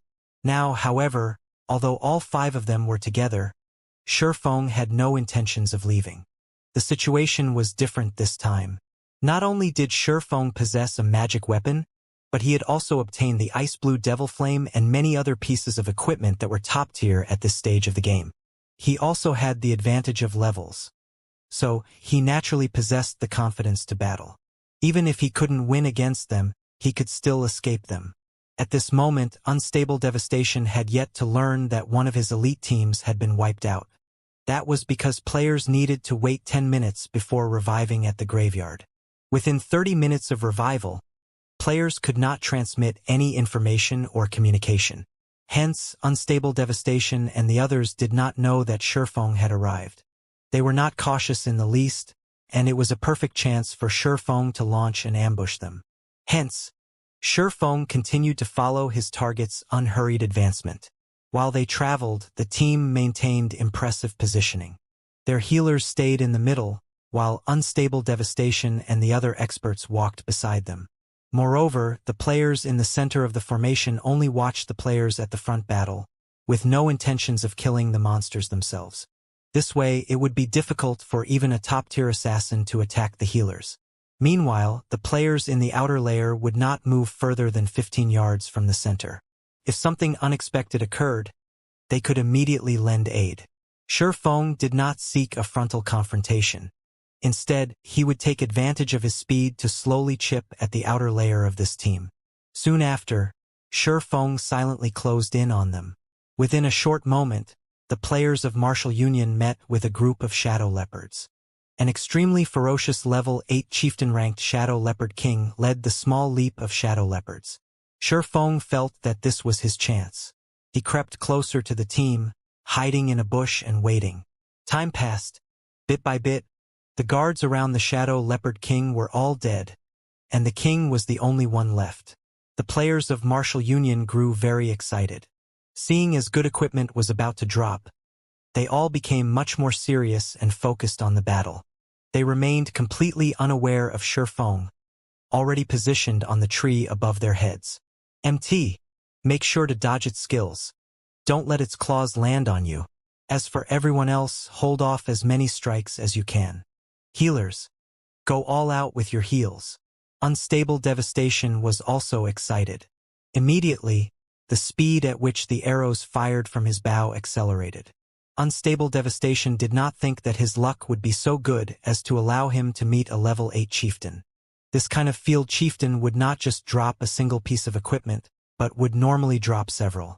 Based on the Shadow Leopard King's level, at the very least, it would drop level 7 or level 8 secret silver equipment and possibly fine gold equipment. Mysterious iron equipment was considered high quality at this stage of the game. In the entire Martial Union, the total amount of secret silver equipment they possessed was no more than 10 pieces. It was obvious just how precious they were. Meanwhile, the Shadow Leopard King before them had the possibility of dropping fine gold equipment. Compared to secret silver equipment, it was much rarer, and its attributes were much higher. Currently, not a single person in Martial Union possessed a piece of fine gold equipment. Not to mention Martial Union, even those third-rate guilds did not possess a single piece of fine gold equipment. Only second-rate guilds or higher possibly owned such an item. However, only the guild leader or vice leader would have access, while elite members could only look at it. It would be impossible for them to obtain it, as it would be the symbol of a guild's status. If they could obtain 1 or 2 pieces of fine gold equipment, killing Feng would be a small matter. As the Shadow Leopard King was a chieftain rank monster, the other branch leaders and Ironsword Lion also participated in the battle, both sides engaging in intense combat. Shadow Leopard King, Chieftain rank, level 8, HP 40, 000/40, 000. A casual pouncing attack from the Shadow Leopard King could easily end a player's life, while a single swipe of its tail could obliterate more than half the HP of a group of players. When it struck with its sharp claws, if an MT did not defend properly, they would instantly die. If the Shadow Leopard King roared, it could force back the enemies within an 8-yard radius, forcing them into a fainted state for 3 seconds. In addition, the Shadow Leopard King was quite nimble and had extremely high defense. As a result, the casualties and fatalities on Martial Union's side were relatively high. Meanwhile, the damage Martial Union inflicted was limited. The strongest player among them, Unstable Devastation, could only cause -40 to -50 damage to it, while the others could only manage slightly over -10 damage. Fortunately, there were plenty of players on Martial Union's side. With a total of 50 players surrounding the Shadow Leopard King, they managed to shave off a lot of the monster's HP. The Shadow Leopard King's HP steadily fell, and when its HP was about to reach 50%, Shifeng immediately used Phantom Kill. Controlling his doppelganger to circle the group, Shifeng prepared his doppelganger to ambush the mage classes and healers. The Shadow Leopard King was a level 8 chieftain ranked monster.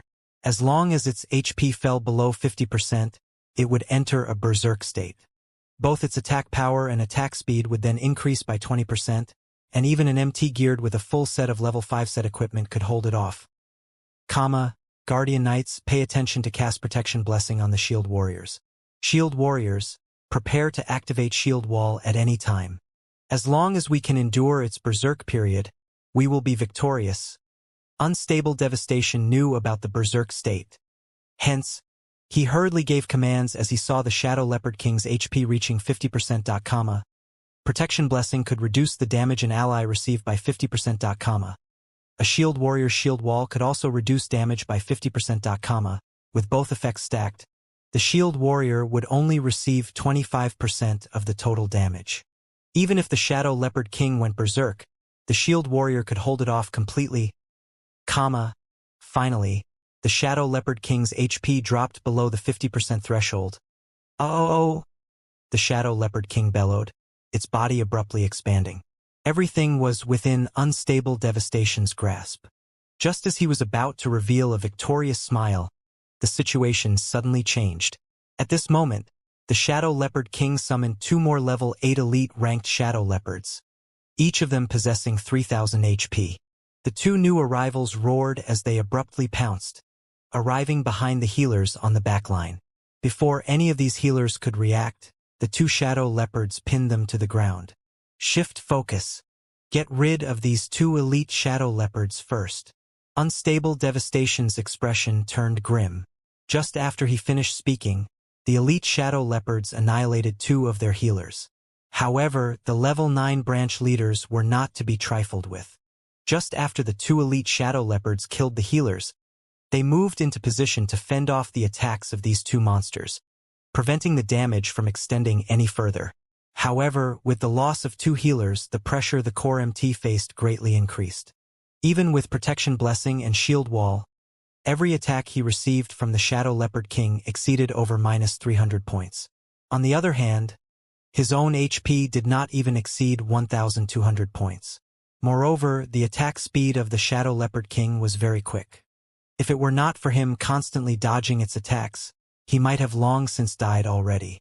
Just with the Shadow Leopard King going berserk, Martial Union had lost over 5 players in the blink of an eye. The Shadow Leopard King's tail swipe took out 3 melee players. All 3 were instantly thrown and died while in midair. Hold on for a little longer. Its berserk period will be over soon. Watching his team members die one after another, Unstable Devastation became very depressed and annoyed. The players he had brought with him were all elites, and every death was a huge loss to Martial Union. Fortunately, they could revive these players, greatly reducing the lost EXP. However, as long as they could kill the Shadow Leopard King, all of the losses would be worth it. Just when everyone from Martial Union thought the situation had stabilized, Shifeng's doppelganger used Wind Blade, arriving behind a Cursemancer. The Cursemancer had completely concentrated on the Shadow Leopard King, chanting incantations. He paid no attention to the surrounding situation at all. Due to all of Gale Valley falling under Martial Union's control, the risk of an ambush was non-existent. Hence, the Cursmancer was very much at ease. However, such a way of thinking was a big mistake. After the doppelganger's sword pierced through the Cursmancer's back, it then followed up with a chop to the Cursmancer's head. The doppelganger followed up with another normal attack. Although the doppelganger only possessed 50% of the original body's attributes, just 50% of Shurfeng's attributes was terrifying. It could compare to a level 10 swordsman geared with a complete set of level 10 bronze set equipment. Moreover, the doppelganger's target Cursmancer was only level 7, wearing only level 4 and 5 bronze equipment. The difference between them was like the difference between heaven and earth. In the blink of an eye, 3 damages of -189, -468, and -266 appeared above the Cursmancer's head. Shurfeng's doppelganger instantly killed the Cursmancer, whose HP was less than 700 points. The Cursmancer's death quickly alerted the other mage classes. "Someone's kill-stealing!" an elementalist shouted, startled. The surrounding mages all felt a heavy pressure weighing down on them. This intruder finished off a level 7 Cursmancer in just 3 moves. If this mysterious swordsman closed in on them, only death awaited. Without delay, Shurfeng's doppelganger used Thundering Flash. 3 streaks of lightning arced towards the nearest 4 mages, immediately sending all 4 of them into a fright. Among them, 2 elementalists instantly reacted, using Blink to dodge the lightning. Meanwhile, the Cursmancer, who did not possess Blink, threw himself to the ground, barely avoiding the attack. However, the last of the 4 mages, the summoner, was not as fortunate. As he was closest to the attack, even though he, too, attempted to dodge, he was late by a breath. Without a hint of suspense, the level 5 Thunder Flash instantly fried him to a crisp. Although the doppelganger only managed to kill a summoner, a smile appeared on its face. The goal of this Thundering Flash was not to kill someone but to open a path. At this moment, there were no obstructions between Shurfeng's doppelganger and Martial Union's healers. The doppelganger activated Windwalk, dashing over. As long as it killed 1 or 2 more healers, Martial Union's entire team would fall into a huge predicament. Don't even think about killing the healers. At this moment, Ironsword Lion used Windblade and rushed to block the doppelganger. The swords from both parties collided, and as they attacked, they maintained their extraordinary states, battling with 4 sword images each. The doppelganger could not help but halt its momentum, forced to block the attacks. After exchanging several moves, Ironsword Lion was incomparably shocked. He felt that the swordsman, whose information displayed as unknown, facing him was a powerhouse. This mysterious swordsman actually blocked all of his attacks. Moreover, every time their swords collided, Ironsword Lion could feel an immense weight bearing down on him, causing both his arms to go numb. Occasionally, there were even few sudden stabs aimed at his vitals, forcing him to activate Defensive Blade to block. Ironsword, it seems that you have truly fallen. You can't even get rid of an average player trying to kill steal. A level 9 berserker geared in silver gray battle armor snidely remarked. Crap. 5 rats, you come try. If you have the ability.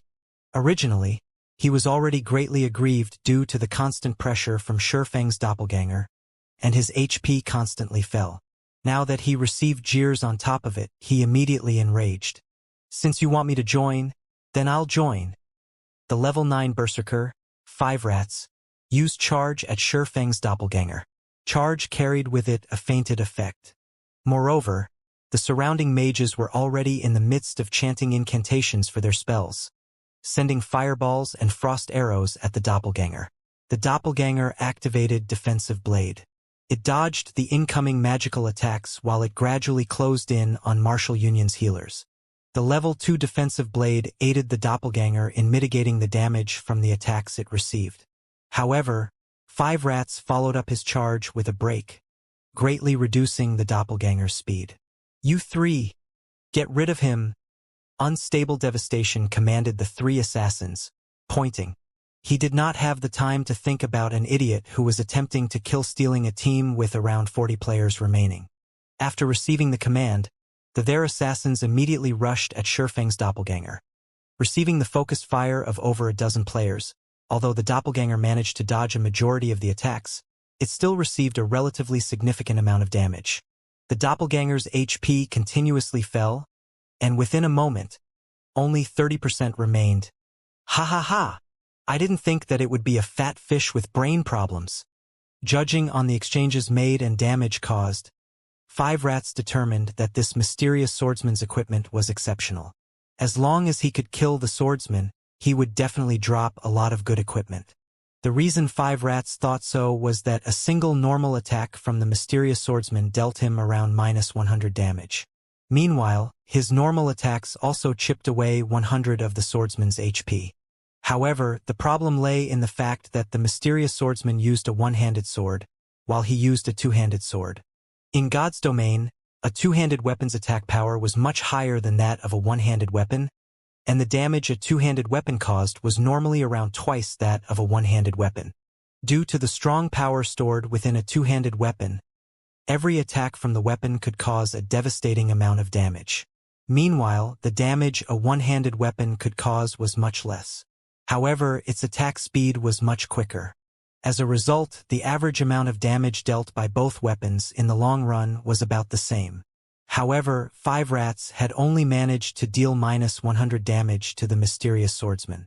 It showed just how good the mysterious swordsman's equipment was. Unfortunately, it is still too little. It would be great if they could send more people over. In the distance, hidden within a bush, Shurfeng was slightly depressed as he saw that a dozen or so players attacked his doppelganger. He bitterly thought, forget it.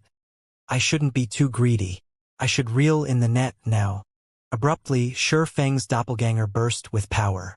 It suddenly leaped into the air. The abyssal blade in the doppelganger's hand then started to emit flames and thunder, immediately releasing a blast of elements towards the most crowded location. The sudden burst of power coming from Shurfeng's doppelganger alarmed the players who were previously behaving indifferently. A vast sea of thunder and flames erupted from the doppelganger's thunder flame explosion. The players present could feel an oppressive feeling that was even more powerful than that of the Shadow Leopard King. As for the ones who were in direct confrontation with the doppelganger's thunder flame explosion, no! A few players immediately cried out in fear when confronted with the approaching fire and thunder. They all turned around and fled immediately. However, Thunder Flame Explosion had an effective radius of 5 yards.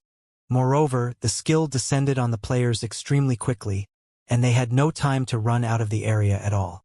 They were only able to watch helplessly as the power of the skill consumed them. The players who possessed life-saving skills immediately activated them. Assassins used wind steps, swordsmen used parry, berserkers used block. As for those who had their life-saving skills on cooldown, all of them were swallowed by the thunder and fire. Without life-saving skills, those with already low HP immediately died. In the end, for members of Martial Union died from the doppelganger's thunder flame explosion, while the remaining survivors all heaved a sigh of relief. Humph! Brat! You're dead now for sure. So just accept your fate. The level 9 berserker, 5 Rats, glared at Shurfeng's doppelganger, smiling contemptuously. He abruptly brandished his greatsword, casting cleave on the doppelganger. The other survivors also used their explosively powerful skills, launching their attacks towards Shurfeng's doppelganger. Shurfeng's doppelganger suddenly smiled. The doppelganger did not attempt to defend against any of the attacks. Instead, it used Earth Splitter, slashing its sword towards the players from Martial Union. Witnessing Shurfeng's ludicrous actions, the players from Martial Union were all dumbfounded. Did he want them to perish together with him? The might of the Earth Splitter was extremely great, and the attacking players were all caught by surprise. In the blink of an eye, 2 low HP players were killed by the doppelganger's sword, with 3 having their HP reduced to a critical level. Only Ironsword Lion and 5 Rats still had over half of their HP. However, Shurfeng's doppelganger was similarly struck by everyone's skills, and its HP continuously fell. Within the blink of an eye, its HP was close to reaching 0. You're truly a lunatic. However, your equipment, I'll gladly receive. Greed flashed across 5 Rats' eyes as he looked at Shurfeng's dark black equipment. This mysterious swordsman had taken the initiative to attack them, even managing to cull quite a lot of their numbers, so he had definitely become a red player, a huge one at that. If he were to die, he might even drop every single piece of equipment on his person. Moreover, both Swordsman and Berserkers wore plate armor. Also, very little equipment at this stage of the game had class limitations. So, there was a possibility that 5 rats would be able to use some of the equipment that dropped. Ironsword Lion also heaved a sigh of relief.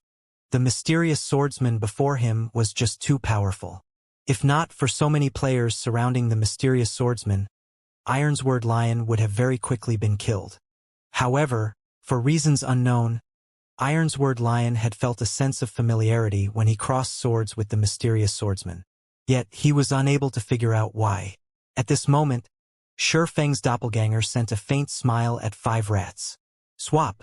At the instant the doppelganger was about to disappear, Shurfeng's original body swapped positions with the doppelganger. However, nobody managed to discover this fact.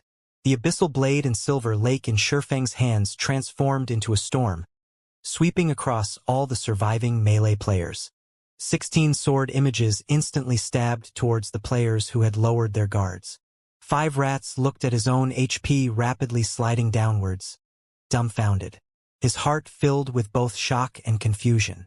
Wasn't the mysterious swordsman in front of him supposed to be dead? So, why was the mysterious swordsman still able to attack him? Moreover, the mysterious swordsman's speed was so great that not even 5 rats himself was able to react. 2 swords, 16 sword images. Just what sort of speed was this? However, the more shocking matter to 5 rats was the mysterious swordsman's damage. Even 5 rats, whose damage and defense were the highest amongst the players present, had received over -300 points of damage from each sword image, with the highest damage reaching over -500 points. 5 rats' HP was only a measly 840 points, and even under a state of full HP, he would still be instantly killed. You are Yifeng? Ironsword Lion glared at Yifeng as he died, both his eyes turning incomparably crimson. His eyes were full of both shock and unwillingness. He truly did not think that he would actually be killed by Yifeng once again. The reason he felt that the mysterious swordsman was Yifeng was that he was extremely familiar with this move. He had been killed by this move twice before, and it would be hard for him to forget it even if he wanted to. Originally, he could have become an influential figure in Red Leaf Town, catching up to the influence of a third-rate guild. In the end, however, he was turned into a mess by Yifeng. He had even lost his most precious pass to Blackwing City. After he placed a bounty on Yifeng and his teammates, he in turn had a bounty placed upon him by Yifeng, becoming the laughingstock of the entire White River City. Originally, he thought that he would be able to give Yifeng a crushing defeat with a high bounty. In the end, however, a large majority of his guild members were crushed and ended up leaving the guild. The original member count of Martial Union in Red Leaf Town was quickly reduced from the original 100+ members down to less than 10 players. Martial Union then became the laughingstock of the players in Red Leaf Town. Now, they had prepared to surround Yifeng, but the results had still turned out as such. Again and again, Ironsword Lion had tried to deal with Yifeng. Yet, every single time he ended up with failure. Ironsword Lion even believed that Yifeng was the bane of his life. Otherwise, how could he explain his continuous series of failures? Now that Yifeng had killed him for the 3rd time, Ironsword Lion's confidence had been thoroughly shattered. The first time, he used the excuse that he was ambushed by Yifeng, being killed in just 2 moves. The second time, he used the excuse of not having a full understanding of Yifeng's strength, being insta-killed in just 1 move. Now it was the 3rd time. Yifeng did not even use a skill this time, yet Ironsword Lion was still instantly killed in just 2 attacks. A deep fear had been instilled into Ironsword Lion. Every time he met with Yifeng, he could feel that the gap between himself and Yifeng was growing wider and wider. Up until this instance, he did not even possess the qualifications to go against Yifeng. It was just like how absolute heaven had killed him many times over in the past. Although he frantically tried to take revenge, in the end, he would still choose to compromise. Be it absolute heaven or Yifeng, both were existences that he could no longer afford to provoke. When the players from Martial Union heard Ironsword Lion's dying words, Each and every one of them was greatly shocked. Being able to kill 5 players within an instant, with branch leaders like Ironsword Lion and 5 Rats included amongst them, this strength was simply too frightening. So he is Yi Feng? It was the first time Unstable Devastation personally met Yi Feng. Although he tried identifying Yi Feng's information, the results he obtained actually displayed it as unknown, giving him a slight shock. Aside from Yi Feng's HP bar, there was nothing else Unstable Devastation could see. However, the dark black equipment Yi Feng was wearing was undoubtedly an equipment set. Also, due to the hooded cape Yi Feng was wearing, Unstable Devastation was unable to get a clear image of his appearance. Yi Feng held a sword of unidentifiable quality in one hand, and a treasured sword that gave off a light blue glow in the other. The treasured sword was at least secret silver ranked. Judging from Yi Feng's performance in the battle before, Yi Feng was much stronger than what Ironsword Lion had stated. If Yi Feng was already so powerful right now, he would definitely become unstoppable in the future. If Unstable Devastation were to meet Yi Feng before, he definitely would not have provoked Yi Feng no matter what.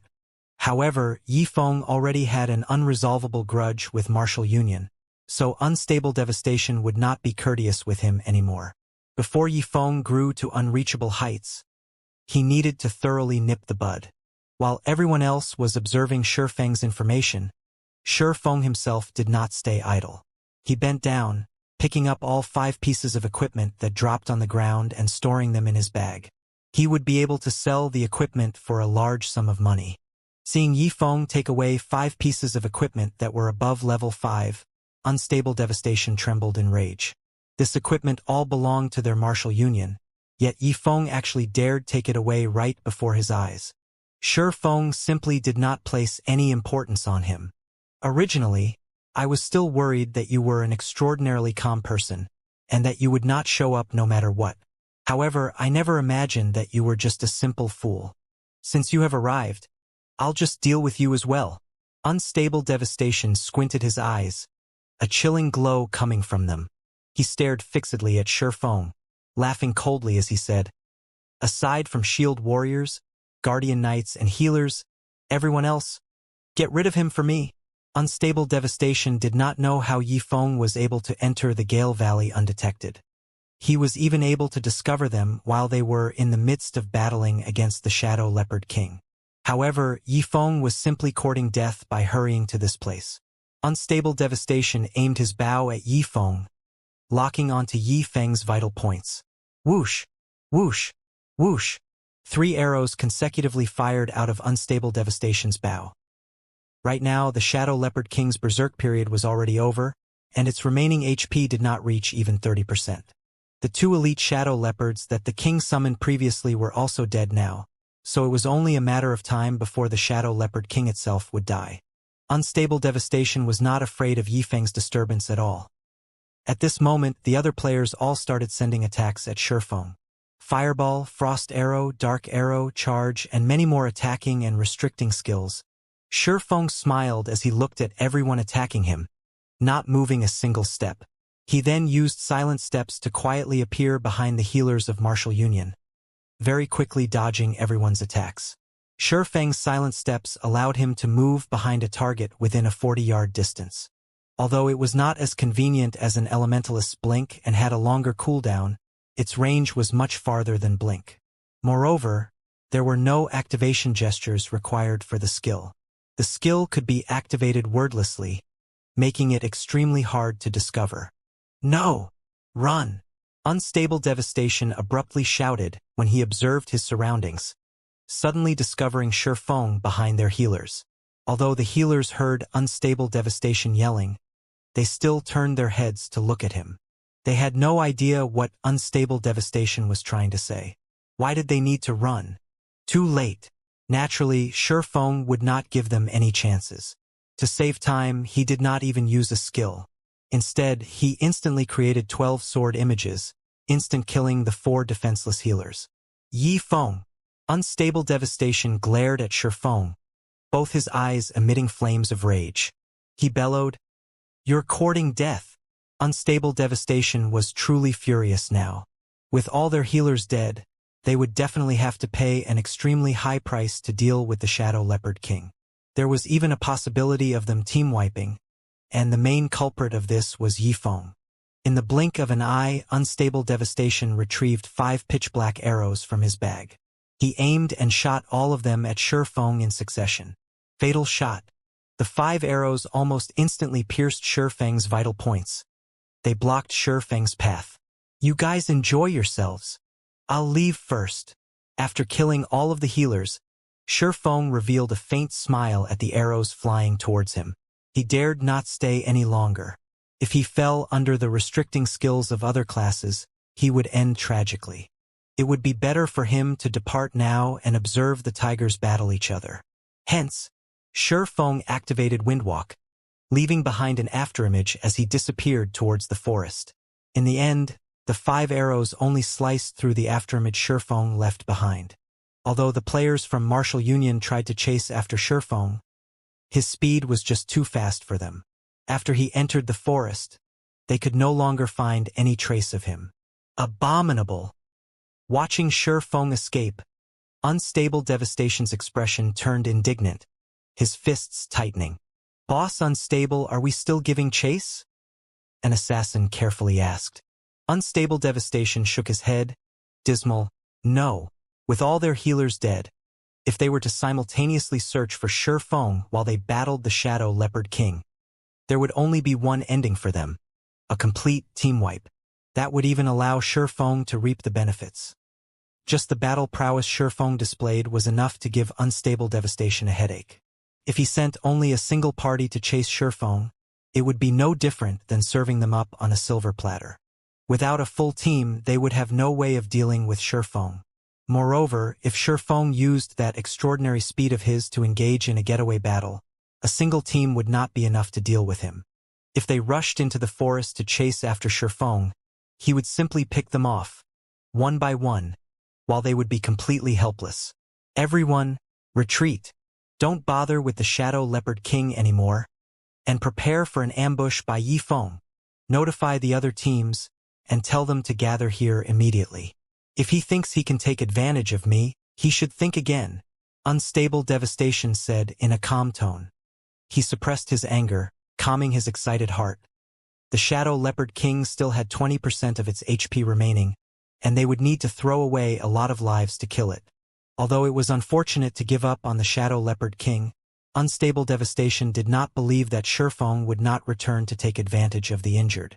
Not only could he get rid of them this way, but he could also obtain the loot from the Shadow Leopard King. Killing 2 birds with 1 stone, who wouldn't go for such a good deal? Thinking up to this point, Unstable Devastation decided to give up on the Shadow Leopard King. Instead of letting Shifeng gain an advantage, he would rather give up. That way, neither side would gain anything. Right now, the Shadow Leopard King still had 20% of its HP remaining. Even if Shifeng wanted to kill it, it would be impossible. If he tried, they might benefit from it. Not only would they get to kill Yifeng, but Yifeng would also have reduced the Shadow Leopard King's HP even further. If Shifeng did not intend to deal with the Shadow Leopard King, that too would be fine. As long as their other forces arrive, the Shadow Leopard King would still belong to Martial Union. At that time, Shifeng could only watch from the side. With Unstable Devastation's command, the members of Martial Union could only helplessly retreat, giving up a good chance to kill the Shadow Leopard King. However, before the players from Martial Union could properly retreat, the Shadow Leopard King suddenly let out a fierce roar. It summoned forth 2 elite Shadow Leopards once more to chase after them. As Martial Union's players retreated and the Shadow Leopards pursued them, they discovered a peculiar matter. The Shadow Leopard King did not seem to intend to give up the chase whatsoever. It had killed many other players and even decimated most of a shield warrior's HP. "Boss Unstable, the Shadow Leopard King is faster than us, and it is still chasing after us. If this continues, it will wipe us out sooner or later. What do we do now?" An elementalist beside Unstable Devastation asked worriedly. "I can see that. I don't need you to remind me," Unstable Devastation said in a huff. Unstable Devastation suffered a massive headache over the incessant pursuit by the Shadow Leopard King. If he had known earlier, he would have chosen to kill the Shadow Leopard King instead. He truly did not think that this Shadow Leopard King would bear a grudge, refusing to give up. They could not escape even if they wanted to now. Moreover, more members were dying in the chase than in the fight. Notify the other teams to hurry. We'll delay the Shadow Leopard King while we move toward the meeting point and look out for ambushes. Helpless about the situation, Unstable Devastation could only think of this plan. Meanwhile, hidden within the forest, Shifeng witnessed this scene with perfect clarity. Although Unstable Devastation's decision was an intelligent one, he could not outdo Shifeng. Shifeng had long since known that the Shadow Leopard King would ceaselessly chase after martial union. Otherwise, he would not have chosen to depart. He was merely awaiting the perfect chance to take action. After God's domain evolved, the range of monsters' activity had also greatly increased. For chieftain-ranked monsters such as the Shadow Leopard King, its range of activity might even encompass a large half of the entire Gale Valley. Unless everyone from Martial Union left the Gale Valley, or they entered the core area of the Gale Valley, the Shadow Leopard King would not let them get away. As time slowly passed, the number of players the Shadow Leopard King killed grew higher and higher. However, it only had 10% HP remaining now. Meanwhile, Martial Union's previous 50-man team had only 16 players remaining. One could not help but admit that the losses they suffered were incomparably bitter. Are they still not here? Unstable Devastation paid attention to the surrounding movements as he attacked the Shadow Leopard King, his heart filled with wariness for Shifeng's ambush.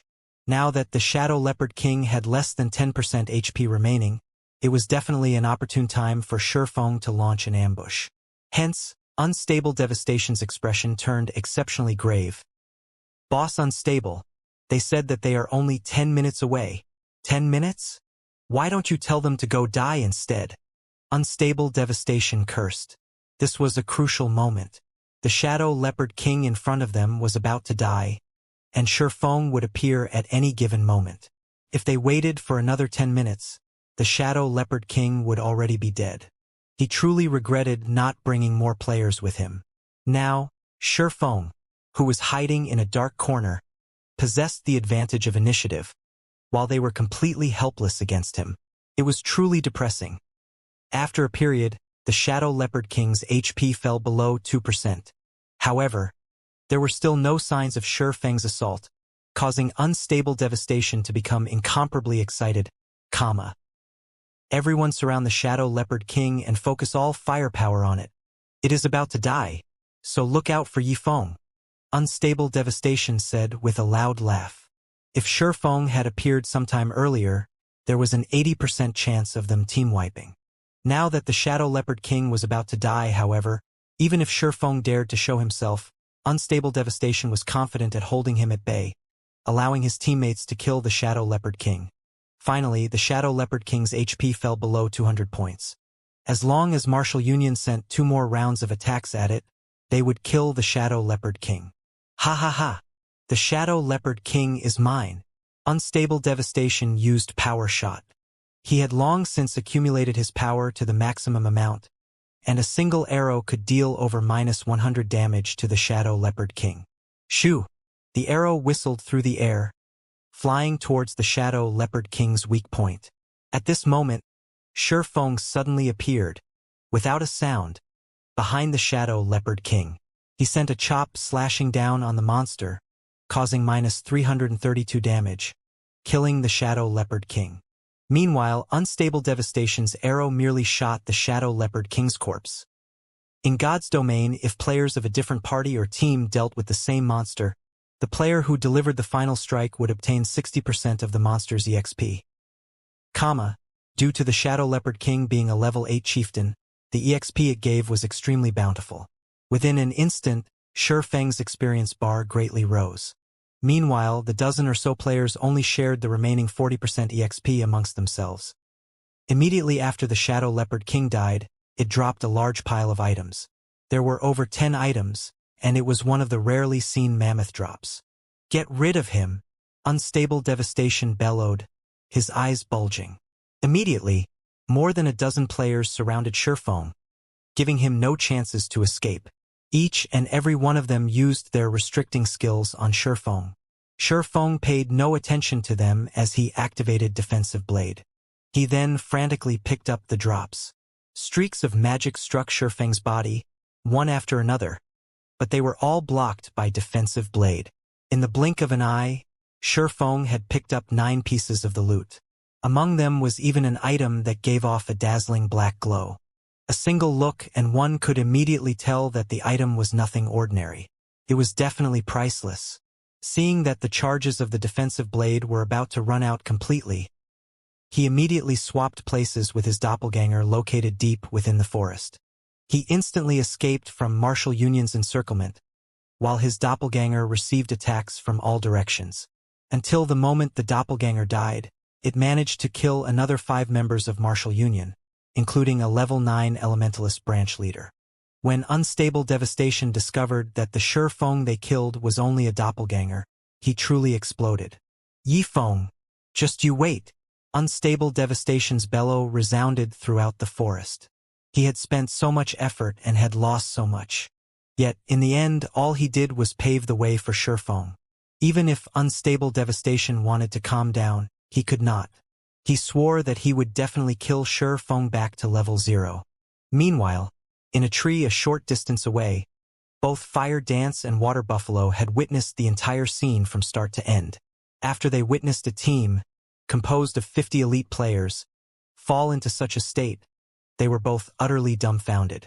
Only now did Fire Dance and Water Buffalo know that there was actually such a battle style in God's domain. While Fire Dance and Water Buffalo were both inwardly shocked, a deep voice came from behind them. "Why haven't you guys left yet?" The voice startled them both.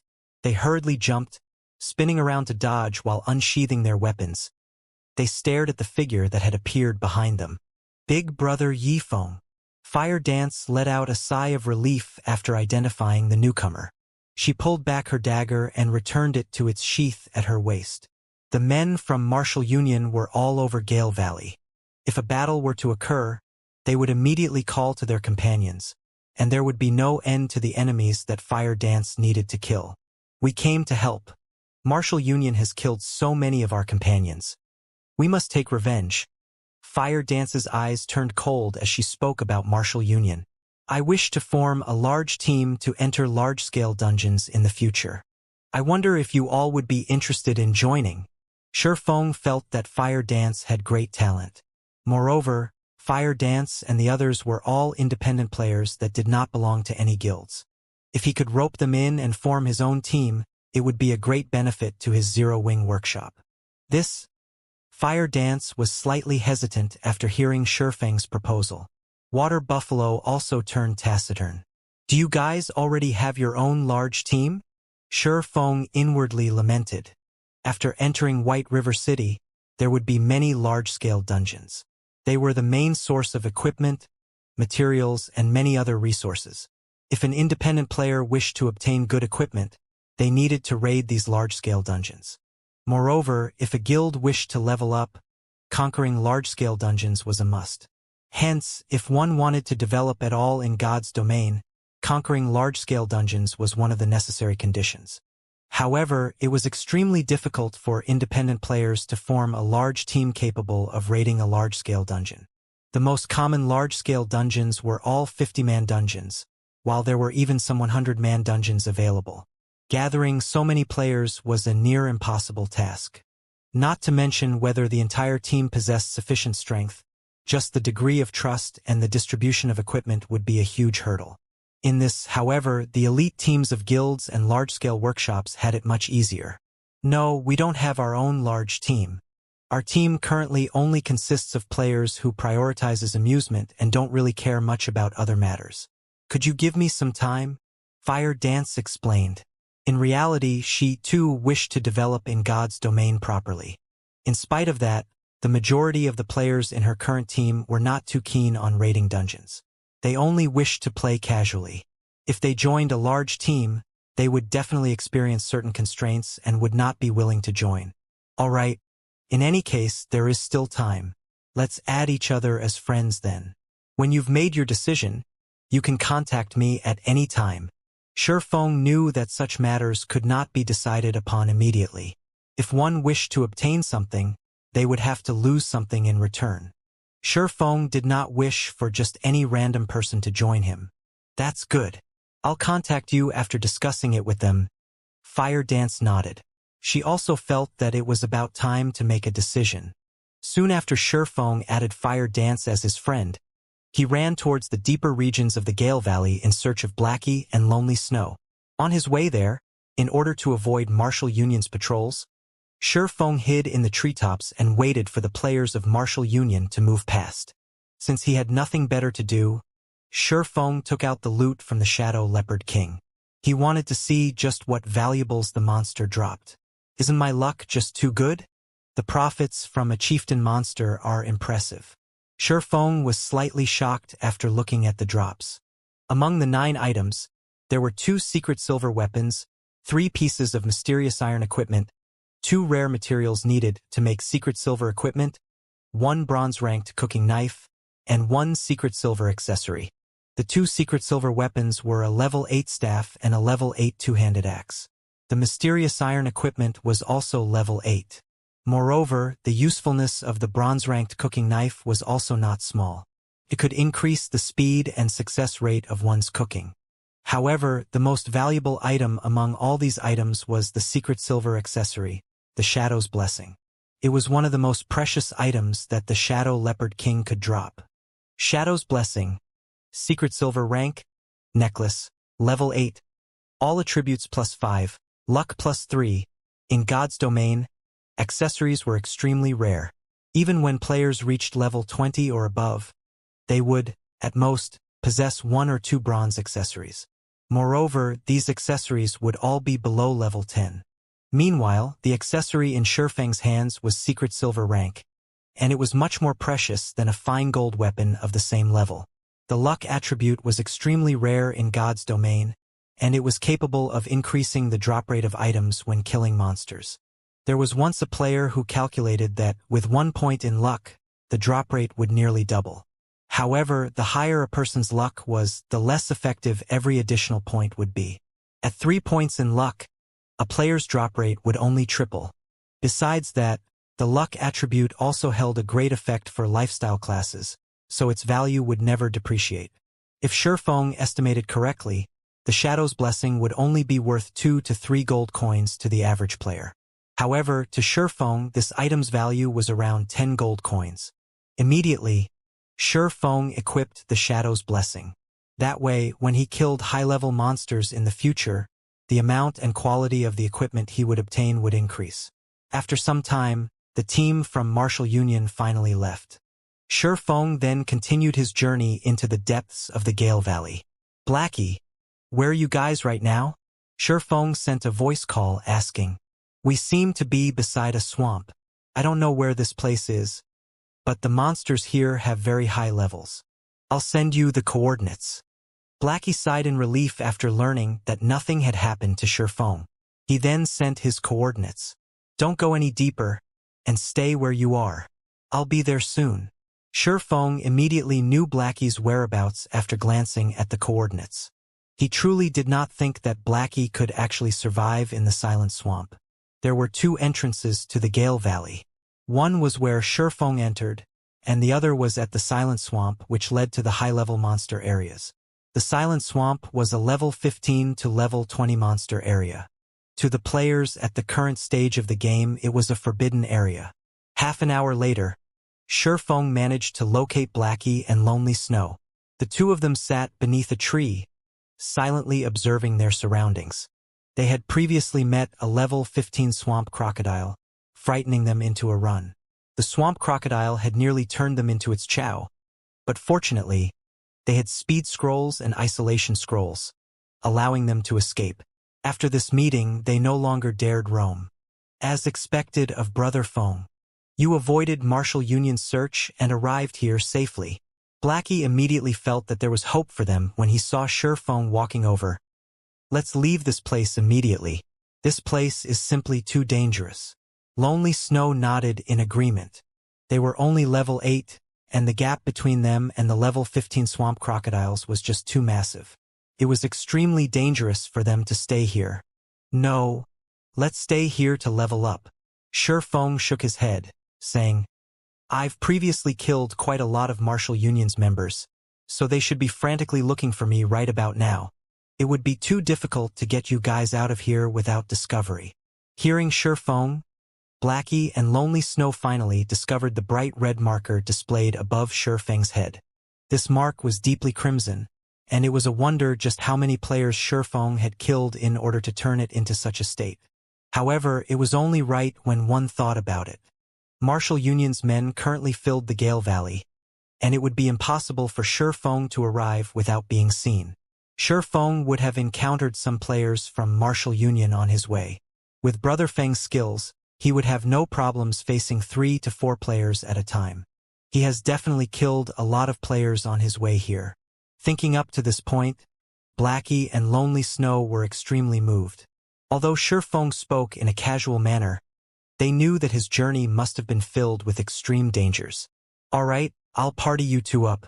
You guys should change into this equipment first. Saying so, Shifeng passed the staff and two-handed axe, dropped by the Shadow Leopard King, over to Blackie and Lonely Snow. When the two of them received the weapons, they were shocked. Level 8 secret silver weapons were the most top-tier weapons currently available. Though they did not understand just how Shifeng managed to obtain them, they did not attempt to look into it too deeply. They knew that some questions were not meant to be asked, and such a situation would be beneficial to both parties. After partying up, Blackie was immediately startled when he looked at Shifeng's level. He asked, voice trembling, Brother Feng, you're level 10 already? They reached level 8 after continuously grinding monsters and leveling up in Gale Valley. Even if their levels were not the highest amongst all the players throughout God's domain, they were still considered close to the top. However, after not meeting for only a few days, Shifeng had left them behind by 2 levels. Such a leveling speed was simply frightening. In regards to Blackie's and Lonely Snow's shock, Shifeng merely nodded in reply. Brother Feng, your leveling speed is just too fast. The highest leveled player I've previously met was only level 9. Right now, there might not be another who has reached level 10 in the entire White River City. Moreover, since there has not been any information on the official website stating that a player has reached level 10 and entered a city, this means that there are no players who have reached level 10 at all. Brother Feng, now that you've level 10, you are definitely the top player in all of Starmoon Kingdom. Blackie was incomparably excited. Only high-leveled players would know how hard it was to go from level 8 to level 9, not to mention rising from level 9 to level 10. The difference in EXP required was at least several times higher. Right now, Shifeng was far ahead of everyone else. If the players from Martial Union found out about this, their intestines would turn green with regret. Every gamer knew that once you got ahead, you stayed ahead. The small gap during the initial period of the game would only grow wider later on.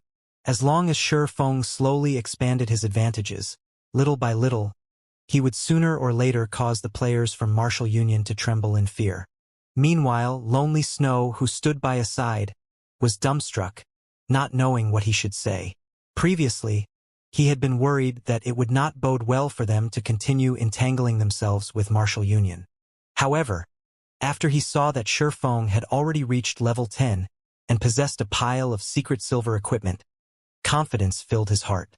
If this continued, he could, sooner or later, step on Martial Union, becoming a future tyrant of White River City. Alright, quickly swap out your equipment. We'll look for a place to level up.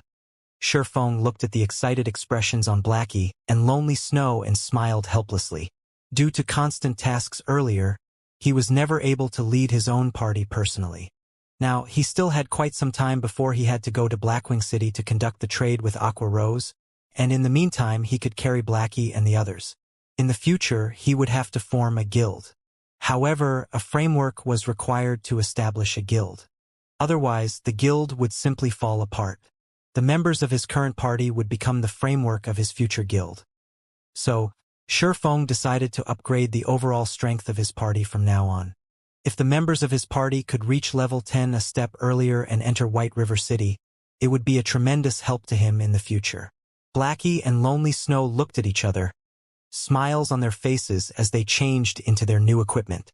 Previously, the two of them wore level 5 to level 6 bronze equipment, mixed in with a few pieces of mysterious iron equipment. Now, however, the majority of their equipment consisted of level 8 mysterious iron equipment, matched with a few pieces of level 8 secret silver equipment. Their strengths greatly increased with this. If they met Martial Union now, they would not end up in such a sorry state. Brother Fong, if we are going to level up here, what will happen to Cola and the others? They say that they're under constant surveillance and going out into the fields to level up is extremely dangerous. Blackie worriedly asked. Relax. I've already told them to do something more meaningful in town. We'll call them over after Martial Union leaves the Gale Valley. At that time, you two might even have a fright when you meet them, Shifeng said with a smile. Seeing Shifeng's mysterious smile, curiosity swarmed both Blackie and Lonely Snow about the task Shifeng had given Cola and the others. Just what sort of quest could it be to shock them? All right, let's level up then. Shifeng wordlessly smiled at the two's puzzled expressions. In actuality, having Martial Union focus on Cola and the others was not a bad thing at all. Before, while they had been busy leveling up, Shifeng stopped them from completing the quest. Now that they couldn't out and level up, they could give the quest a try. If Cola and the others could truly complete it, he would be able to carry out his plan with much less effort and more confidence. Although the Silent Swamp was a level 15 to level 20 monster area, the outer edge of the swamp was only a level 15 monster area, while the inner regions were level 16 to level 18 monster areas. Level 20 monsters would only appear in the core region of the swamp. With the Abyssal Blade, Shifeng could reduce the level suppression by 5 levels, making the outer region a perfect fit. Let's go there and take a look. Looking at the system's map, Shifeng pointed to the bubbling black pool of water in the distance. Although Blackie and Lonely Snow did not voice out about it, they were overcome with worry. After all, level 15 monsters owned this place. Even if they received an upgrade to their equipment and could challenge level 10 common monsters without much of a problem, level 15 monsters would still annihilate them. Just as Shifeng and the others set foot beside the black-colored pool, a mass of bubbles broke out across the surface. A pair of black, shiny eyes surfaced from the pool, staring at Shifeng's party from a distance. Brother Feng, I don't think this place is safe. Look, a large pair of eyes are watching us from over there. Blackie looked at the fist-sized eyeballs, anxiety gripping his heart. He definitely did not think that the monster hidden in the water was common.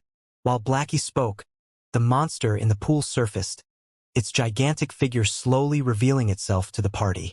Steel-skinned hippo, elite rank, level 15, HP 6, 000/6, 000. Brother Feng, let's leave. That's a level 15 elite. If it chases us, we'll suffer the consequences. Blackie panicked as he watched the steel-skinned hippo closing in on them. Naturally, Shifeng knew that Blackie and Lonely Snow could not contend with a level 15 monster, not to mention an elite. However, Shifeng had his own strategies for dealing with monsters with special weaknesses, and the steel-skinned hippo belonged to this category. After the evolution of God's domain, everything in the game became more realistic. The weaknesses of these hippo-type monsters also increased as a result. As long as players could find a way to deal with said weaknesses, these monsters would be very easy to deal with. Shortly after the steel-skinned hippo revealed itself, another group of swamp hippos surfaced in the black-colored pool. There were over 20 of these swamp hippos. Swamp hippo, common rank, level 15, HP 2, 000/2, 000. Watching these hippos leave the pool so overbearingly, rushing towards them, Shifeng took out an isolation scroll from his bag. He then softly said, "You guys use an isolation scroll as well." Hearing Shifeng's order, Blackie and Lonely Snow immediately took out their own isolation scrolls. The isolation scroll was only effective against monsters up to level 15.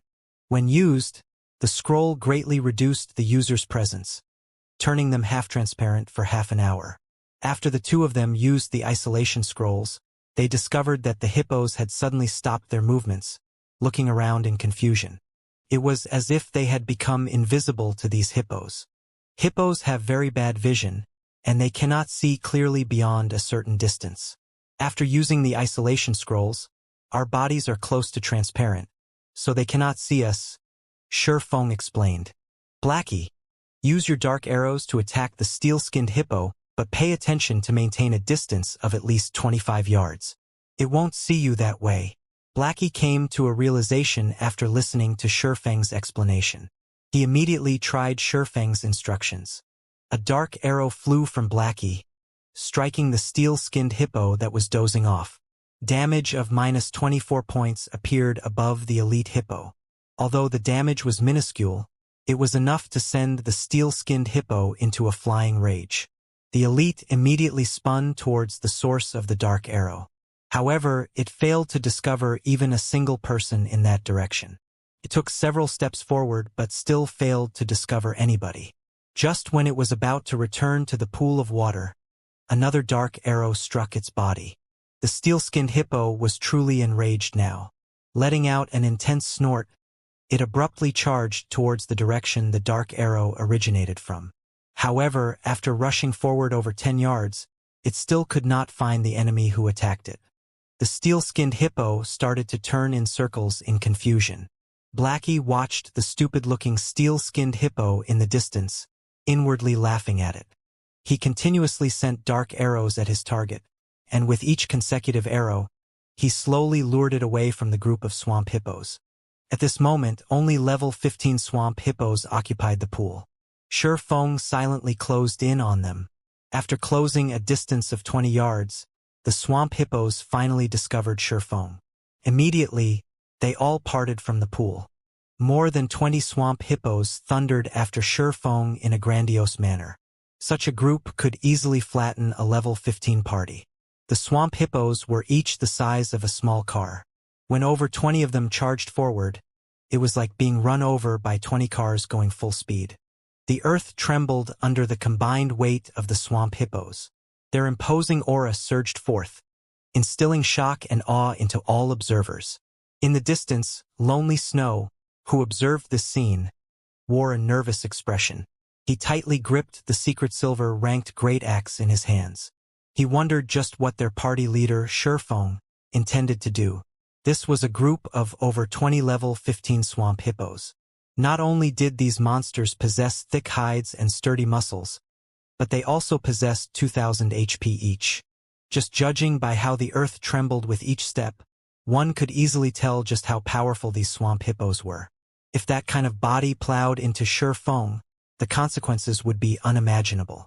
However, Feng remained extraordinarily calm as he silently awaited the arrival of the swamp hippos. 15 yards, 10 yards, 5 yards. Just as the swamp hippos were right before him, Feng finally took action. As Feng raised the pitch-black abyssal blade, it released a chilling glow. Green arcs of electricity abruptly appeared on the blade, producing crackling sounds. Feng then slashed down, the abyssal blade pointing at the incoming swamp hippos. Thundering flash, 3 electric arcs chained towards the swamp hippos, one after another. When the swamp hippos leading the charge noticed these arcs of electricity moving towards them, their bodies instinctively trembled. Though they tried to halt their feet to dodge these electric arcs, the swamp hippos at the back crashed into them. As a result, none of them managed to dodge the incoming attack. In the end, they received all 3 hits.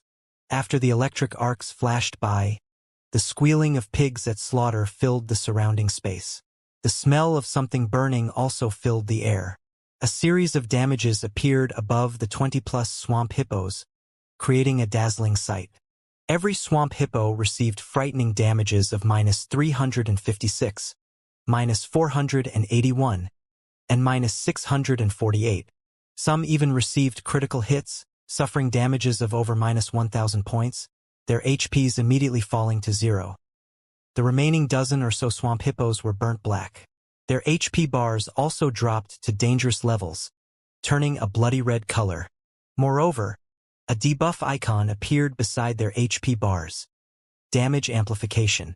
All damage received increased by 20% for 20 seconds.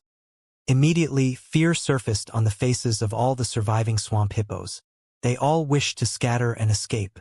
Shurfeng gave them no chance whatsoever. With a sudden leap, Shurfeng jumped into the airspace above these swamp hippos. He raised the silver lake, the sword giving off a faint blue glow as it carried with it the power of thunder and fire. Shurfeng loosed a thunder flame explosion in the midst of the swamp hippos, thunder and fire exploding outwards, devouring every single swamp hippo. With the damage amplification effect, this attack of Shurfeng's caused over -900 damage on the swamp hippo, instantly killing every single one of them. The gigantic figures of the 20+ swamp hippos fell to the ground with a loud boom, shaking and trembling the earth. The scene was similar over 20 small cars descending from the air, heavily smashing into the ground. When the bodies of the swamp hippos collided with the ground, the resulting impact generated gusts of wind that spread to the surroundings, causing the leaves and branches of the nearby trees to snap and float in midair. Lonely Snow, watching this scene from a distance, was completely dumbfounded. Be it the visual or physical sensation, both impacted him greatly. Shurfeng caused over -1000 damage to the level 15 swamp hippos, ending their lives in just 2 moves. Just how high of an attack power was required to achieve such a feat? If Shurfeng fought against average players, wouldn't he kill one with every strike? Lonely Snow even started to suspect that he and Shurfeng were not playing the same god's domain. The difference in strength between them was no longer just several stages. It was practically the difference between the sky and the earth. Lonely, you pick up the loot. I'll go help Blackie, Shurfeng instructed before turning to chase after the steel-skinned hippo. Lonely Snow nodded in reply, though an absent-minded expression remained on his face. He thought that he had hallucinated before, but after giving his eyes a rub, the pile of swamp hippo corpses still remained. Plenty of items and coins blanketed the ground surrounding them. He now knew that this was not a dream, but reality. When Lonely Snow looked at the system notifications and his experience bar, he was once more given a shock. System: Level 15 swamp hippo killed. Level difference of 7. EXP obtained increased by 700%. Obtained 1650 EXP. System: Level 15 swamp hippo killed. Level difference of 7. EXP obtained increased by 700%. Obtained 1650 EXP. System: Level 15 swamp hippo killed. Level difference of 7. EXP obtained increased by 700%. Obtained 1650 EXP. After a series of notifications displayed, Lonely Snow's experience bar greatly increased, reaching 69% of level 8. The amount of EXP he obtained was truly frightening. Previously, even when faced with level 8 monsters, they needed to kill each one while being extremely cautious and prudent. Moreover, every kill only yielded each member of the party several tens of EXP. After spending over an hour repeating the same process, they would see their experience bars increase by a sizable portion. On the other hand, Shurfeng casually killed off a large group of level 15 swamp hippos with only a few moves. Even after splitting the EXP obtained amongst the 3 of them, Lonely Snow's experience bar still increased by a sizable chunk. Only now did Lonely Snow understand how Shurfeng managed to level up so quickly. In this regard, Lonely Snow became even more respectful towards Shurfeng. There was even a hint of fanaticism in his eyes. If he followed someone as strong as Shurfeng, his future would be limitless. Even if he could not become Shurfeng's equal, as long as he continued struggling forward, he could still become a true expert one day. On the other side, Blackie was still toying around with the steel-skinned hippo, continuously decreasing the elite hippo's HP. However, not only did the steel-skinned hippo had a very high recovery rate, but its HP was also very high. It would recover a lot of HP every 5 seconds. Moreover, Blackie's attacks could only inflict a tiny amount of damage. If he wanted to grind away the steel-skinned hippo's life completely, he would need at least 20 minutes. And yet, instead of tiring, Blackie grew even more excited. Dark arrows flew from his hand, one after another, each arrow bringing Blackie even more joy. The reason Blackie reacted this way was that challenging monsters of a higher level in God's domain was extremely difficult. Meanwhile, he was currently bypassing 7 levels to challenge a level 15 elite monster. If he spoke of this feat in the future, he would enjoy supreme glory. It was this sense of achievement that became the largest motivation for Blackie. "Blackie, use Evil Whip," Shifeng said in the party chat after hurrying over. "Okay." Seeing Shifeng arrive, Blackie knew that it was time to deal with the steel-skinned hippo. As Blackie's chanting came to an end, 9 black barbed vines sprung up and bound the steel-skinned hippo's 4 limbs, restricting its speed. However, the steel-skinned hippo's strength was just too high. In the blink of an eye, one of the vines snapped, while the remaining 8 were only a small matter. At this moment, Shifeng used Wind Blade, rapidly arriving behind the steel-skinned hippo. Instantly, 3 sword strikes landed on the steel-skinned hippo's body, the collision producing glittering sparks. Seeing that the attacks from his swords had only dealt -22 damage each to the steel-skinned hippo, Shifeng was slightly speechless. It was as expected of the steel-skinned hippo. Its physical defense was truly frightening. It also possessed its innate steel skin, reducing all physical damage it received by 70%. If even Shifeng could only cause slightly over 20 damage to the steel-skinned hippo, a normal physical damage dealer would most likely cause 2 or 3 damage. This rate of damage certainly could not contend with the steel-skinned hippo's regeneration speed. Shifeng's attacks had yet to end.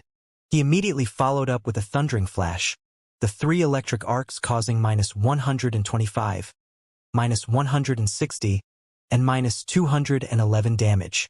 The steel-skinned hippo was instantly enraged, spun around, charging at Shifeng. However, with the thorny vines restricting it, the steel-skinned hippo's turning speed was slowed. This situation gave Shifeng the chance to evade its charge easily. Shifeng continued with a series of attacks on the steel-skinned hippo, using one skill after another. However, the damages his attacks managed to cause were generally very low. "Ayo!"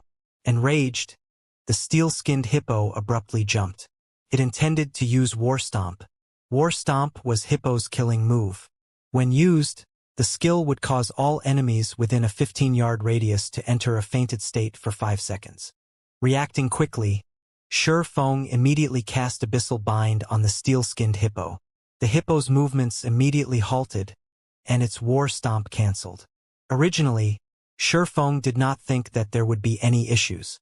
However, a chilling sensation pervaded his entire body, preventing him from moving a muscle. All of his skills were unusable. "This is the Tier 1 magic, Death's Lock." Shifeng was astonished. With his many years of experience, he immediately knew what sort of attack struck him. This was definitely not a move of the steel-skinned hippo. "Not bad. This is something that I specifically prepared just for you. You can be at ease and be on your way." A black figure suddenly appeared behind Shifeng. This figure was precisely the Absolute Heaven, the expert assassin Shifeng had met before. In the same moment Absolute Heaven revealed himself. The silver dagger in his hand sunk into Shifeng's back. Absolute Heaven's ambush instantly caused -357 damage. A single ambush instantly devoured 1/4 of Shifeng's HP. Blackie, who stood at a distance, was dumbfounded by this scene. He did not understand why an assassin suddenly appeared here and attacked Shifeng. Although he wished to help Shifeng, time was needed to cast his spells. Moreover, all his restricting skills were already in use on the steel-skinned hippo. He could only helplessly watch as the scene unfolded. The only thing Blackie could do now was to chant and attack with his dark arrows. Such high damage! Watching his HP abruptly decrease by a large portion, Shifeng was inwardly shocked. Previously, when Shifeng faced the level 9 Berserker, 5 Rats, the maximum damage Shifeng received was only slightly over -100 damage. Yet, one of Absolute Heaven's ambushes caused over -300 damage. Compared to 5 Rats, Absolute Heaven's attack power was much stronger. Assassins had very fast attack speeds, so generally, their attack damage could not compete with that of a Berserker's. However, they could complement their low attack damage with the number of attacks they could dish out. To say nothing of Absolute Heaven's attack damage, which far exceeded that of the Berserker 5 rats. If an assassin could deal the same amount of damage as a Berserker with each attack, their total output would be at least double or triple that of a Berserker's. In the case of Absolute Heaven, his total output would be 3 to 4 times that of 5 rats. Although Shifeng was shocked, Absolute Heaven was similarly shocked. When he had used his ambush on an MT who possessed a complete bronze set equipment and was the same level, the attack stole at least 2/3 of the MT's HP. Now, however, he only managed to remove 1/4 of Shifeng's HP. Compared to those well-equipped MTs, Shifeng's defense and HP far exceeded them. Die! Absolute Heaven's hands twisted, a streak of silver swiping across Shifeng's neck. Simultaneously, his other dagger stabbed into Shifeng's back once more. Garrote! Backstab! Although Absolute Heaven was shocked, an assassin's explosive power did not lie in just the first strike, but a burst of continuous skills. From the moment Shifeng appeared in the Gale Valley to the moment Shifeng began kill-stealing the Shadow Leopard King, he had constantly trailed after Shifeng. He had silently waited for the best moment to attack Shifeng. He knew that Shifeng was extremely powerful, so he needed to wait for the moment when Shifeng was the most vulnerable. Only when Shifeng did not possess any skills would he have a chance at getting rid of him. However, he never found the perfect time to strike. However, his patience had finally paid off. While battling the steel-skinned hippo, Shifeng finally revealed a weak point. However, in order to guard against the unexpected, he unhesitatingly decided to use the Death's Lock scroll he had bought at an extremely high price. He bought this scroll precisely for this sort of situation. Death's Lock disables all skills of the target, temporarily preventing the target from using any skills. Target's movement will also be disabled. Duration of 6 seconds. Although Shifeng had high defense and HP, a 6-second burst was enough to kill Shifeng. In such close quarters, Shifeng could clearly feel the 2 incoming daggers. If he received the burst of Absolute Heaven's attacks, he would definitely die. At the moment of life and death, Shifeng activated Phantom Kill, immediately swapping positions with his doppelganger. The Death's Lock could only seal the skills a player had learned. However, it would not affect the skills attached to equipment. Just after swapping positions, Absolute Heaven's 2 daggers immediately sliced into the doppelganger's body. Bleeding damage of -212 points and a skill damage of -257 points appeared above the doppelganger's head. Absolute Heaven continued with a flurry of attacks. The 2 daggers in his hands assaulted the doppelganger, and 10 streaks of silver light stabbed the doppelganger's vital points. The series of normal attacks coupled with an assassinate and the poison damage on his daggers instantly decimated the doppelganger's HP. A doppelganger? Originally, Absolute Heaven drowned in ecstasy at the thought of having killed Shifeng. However, he did not expect that, after all of his effort, what he had killed was only a doppelganger. Absolute Heaven's expression turned grim. He squinted his eyes as he observed his surroundings. Very quickly, he discovered Shifeng a distance away. Behind him, he immediately spun, charging towards Shifeng. The Death's Lock had a duration of 6 seconds. Right now, there were 4 seconds remaining. So how could he so easily allow Shifeng to break free from the Death's Lock that he had spent a fortune on? Just as Absolute Heaven arrived before Shifeng, a dark arrow came flying at him. Garbage. I don't have time to deal with you right now. Absolute Heaven ignored Blackie's dark arrow. His dagger aimed straight for Shifeng. Regarding Shifeng's teammates, Absolute Heaven did not place any importance on them at all. As long as he dealt with Shifeng, killing Blackie would be a simple task. Boom! The dark arrow exploded on Absolute Heaven's body. Damage of -221 points appeared above Absolute Heaven's head, removing 1/4 of his HP. Why is this garbage's damage so high? Absolute Heaven's brows slightly wrinkled, inwardly shocked. Absolute Heaven had not the slightest knowledge that the staff in Blackie's hands was actually a level 8 secret silver ranked staff. Moreover, Blackie wore a few pieces of level 7 and level 8 mysterious iron equipment. He also used the mysterious iron accessory, the interpreter's pendant, that Shifeng had given him. Blackie's magical damage had long since reached the apex. If it were not for Absolute Heaven's equipment being of excellent quality, he might have lost more than half of his HP from just one of Blackie's dark arrows. However, Blackie's high magical damage could not stop Absolute Heaven. Absolute Heaven still accurately slid his daggers into Shifeng's vital points. The moment Absolute Heaven's dagger was about to stab Shifeng, Shifeng used silent steps, instantly appearing behind Blackie. Crap! Seeing Shifeng vanish before him, rage and dismay filled the assassin. Shifeng was clearly unable to use any of his learned skills, yet he still possessed so many skills to avoid the ambush. There were over 25 yards between Absolute Heaven and Blackie. If Absolute Heaven ran towards Blackie, he would waste a lot of time. The seal on Shifeng would definitely dissipate, and it would become incomparably harder for him to kill Shifeng. Brother Feng, you're too awesome. You still managed to escape under such conditions, Blackie said with a smile. Watching the previous exchange, shock overwhelmed Blackie. The assassin's speed was impressive. If Shifeng had reacted a bit slower, he would definitely have lost his life. Blackie couldn't help but break out in cold sweat as he had watched the scene unfold. However, now that the distance between them was sizable, that assassin would be at his wit's end. Stop fooling around and be more careful. That assassin is not someone simple, Shifeng warned as Blackie still seemed to be in a joking mood. Got it. Leave it to me. The cooldown on my skills have already finished, Blackie confidently said.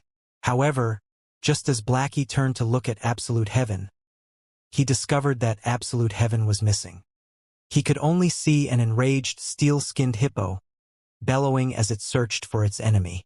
Brother Feng, that person's gone missing. Did he just choose to run away since he failed his ambush? Blackie said with a laugh. Just as Blackie turned to look at Shifeng, his expression immediately turned grim. The assassin from before stood right behind Shifeng. Causing me so much trouble. You guys should be proud of yourselves. Absolute Heaven sneered, his hand holding some flash powder. He tossed the powder at Blackie. Blackie instantly shrieked as both his eyes lost their vision, causing Blackie to lose his battle prowess. After restricting Blackie, Absolute Heaven's dagger immediately stabbed Shifeng. Shifeng did not think that Absolute Heaven could actually learn a high-tier skill like Shadow Steps. Assassin's Shadow Steps allowed them to instantly appear behind an enemy and increase the damage of their next attack by 15%. However, Shifeng still could not move. Moreover, he did not have any skills left to avoid Absolute Heaven's attack. He could only grit his teeth as he activated the Silver Moon set equipment's second set effect, the Tier 2 Life Shield. The Tier 2 Life Shield would absorb 60% of the damage Shifeng received, up to a maximum of -500 points. Could delay Absolute Heaven for some time. When Absolute Heaven saw the Life Shield appear on Shifeng, he was momentarily speechless. He did not understand just how Shifeng came to possess so many life-saving skills, using them one after another. However, a single life shield was still not enough to extinguish his determination to kill Shifeng. Immediately, Absolute Heaven brandished his daggers, sending a flurry of attacks at Shifeng like a fierce gale. He used normal attacks coupled with assassinate, backstab, and many other damaging skills. Pong! Shifeng's life shield quickly shattered and disappeared. Shifeng had less than 500 HP remaining. Die! Absolute Heaven excitedly shouted. Immediately, he placed all 5 skill points that he had held onto into his finishing skill, Eviscerate. With all his might, he prepared to use his most powerful damaging skill. Soon after, Absolute Heaven's dagger swiveled, accurately sailing towards Shifeng's back. Finishing skill, Eviscerate. A plume of blue flame suddenly appeared above Shifeng's palm. Absolute Heaven suddenly convulsed in shock when he saw the clear blue flame floating above Shifeng's palm. Although this flame looked minuscule, the heat it gave off was extraordinarily hot. Within an instant, he could already feel his mouth drying up. However, since the arrow was knocked, he had no choice but to let it loose. Within an instant, the ice-blue devil flame covered Shifeng's entire body, turning him into a man on fire. The ice-cold dagger suddenly stabbed into Shifeng's back. You can move already? Absolute Heaven was greatly shocked. To a top-tier expert like himself, he had a very precise grasp on time. At worst, there was only an error of 0.1 seconds. Absolute Heaven clearly felt that the 6-second duration for the Death's Lock had yet to pass. Yet, Shi Feng was still able to use Defensive Blade to block his finishing move, Eviscerate. Didn't you have a fun time beating me up just now? Shi Feng revealed a faint smile, coldly saying, "It's my turn now." Wielding the Abyssal Blade, which was covered by a layer of clear blue flames, Shi Feng used Chop, and the Abyssal Blade transformed into a blazing streak of light as it struck towards Absolute Heaven. "You have less than 500 HP remaining right now. Do you think you can defeat me?" Absolute Heaven sneered, retaliating. The instant the two weapons collided, a trace of shock immediately appeared on Absolute Heaven's frosty expression. It was as if the opponent he was facing against right now was not Shi Feng, but a humongous bear. Shi Feng's strength had thoroughly numbed his arm, and he was forced to retreat several steps before stabilizing his body. How can he have such great strength? When Absolute Heaven had exchanged moves with Shi Feng the previous time, Shi Feng's strength was not yet quite so terrifying. However, now that he had changed and upgraded most of his equipment, increasing his attributes by a large leap, he not only surpassed Shi Feng, but the gap between them had somehow grown even wider. Now that he had failed at ambushing Shi Feng, it was already impossible for him to kill Shi Feng in a direct confrontation. He could only patiently wait for his next chance. After forcing Absolute Heaven into a retreat, Shi Feng quickly took out a basic regeneration potion and drank it. Very quickly, Shi Feng's HP recovered more than 700 points. "Absolute Heaven, it seems you only amount to this much. You failed to kill me in both of your ambushes, so now it's my turn to get revenge. Don't even think of getting away from me today." Shi Feng revealed a calm smile as he looked at Absolute Heaven, who was currently filled with killing intent. He could not help but admire and admit that Absolute Heaven's assassination abilities were very powerful. Not only did Absolute Heaven manage to persevere and track Shi Feng to this place, he had even managed to set up an ambush the instant Shi Feng relaxed his guard during his battle against the steel-skinned hippo. As a result, Absolute Heaven nearly managed to kill him. Unfortunately, Absolute Heaven did not know that the ice-blue devil flame had strengthened Shi Feng's body, slightly reducing the duration of the Death's Lock on him. Otherwise, he would truly be finished. Now that he was back to normal, he used the ice-blue devil flame to aid him. A 20% increase in damage was no laughing matter. "What a joke. You've only managed to live this time due to luck. I will definitely kill you the next time we meet. As for you wanting to keep me here, you couldn't do it the last time, and you similarly won't be able to do it this time." Absolute Heaven felt that Shi Feng was simply too conceited, daring to declare that he could kill him. The rage in his heart burned from Shi Feng's words. He inwardly vowed to form a more thorough plan to utterly vanquish Shi Feng the next time. "Brother Feng, I'll help." At that moment, Blackie's vision was finally restored. He angrily glared at Absolute Heaven, prepared to use his evil whip. Shi Feng waved his hand, saying with a laugh, "No need. Against him, I alone am enough. Brother Feng, he is an assassin. He definitely has a lot of life-saving skills. His speed is also very fast. If he manages to escape, what should we do if he comes back to ambush us again?" Blackie had seen before an assassin's myriad of escaping skills. If not properly countered, one would be completely helpless against an assassin. "Relax, he can't get away." "All right then." Since Shi Feng insisted, Blackie could only resolve himself to watch. The reason why Shi Feng voiced out those words was to agitate and provoke Absolute Heaven. When dealing with experts like Absolute Heaven, it was not easy to kill them. Dealing with such experts, one first needed to attack them emotionally, provoking them and sending their state of mind into a mess, before looking for a chink or weak point. "Brat, you sure have a big mouth. I want to see just how you intend to block my path," Absolute Heaven said with a sneer, rage clouding over his expression. "We'll know once we try." Shi Feng revealed a calm smile. He activated Wind Blade, his body piercing towards Absolute Heaven. Originally, Shifeng's speed was already very fast. Now, with Wind Blade activated, Shifeng's speed was on a whole nother level. He arrived in front of Absolute Heaven within an instant, 6 sword images immediately stabbing towards Absolute Heaven's vital points. So fast! Absolute Heaven was awe-shocked, hurriedly using his daggers to block the attacks. Pong! Pong! Pong! With the added power from the Ice Blue Devil Flame, Shifeng's attacks were not something that Absolute Heaven could easily block. Immediately, Absolute Heaven was in a disadvantageous position. He desperately blocked and dodged Shifeng's attacks, and he was forced into a retreat with every consecutive attack. After exchanging several moves without using any skills, Absolute Heaven was struck once by Shifeng. As a result, Absolute Heaven lost over 300 HP within an instant. Damn! Originally, Absolute Heaven only intended to exchange a few moves with Shifeng, grinding away Shifeng's arrogance. Never would he have imagined that he would instead be forced into a constant retreat.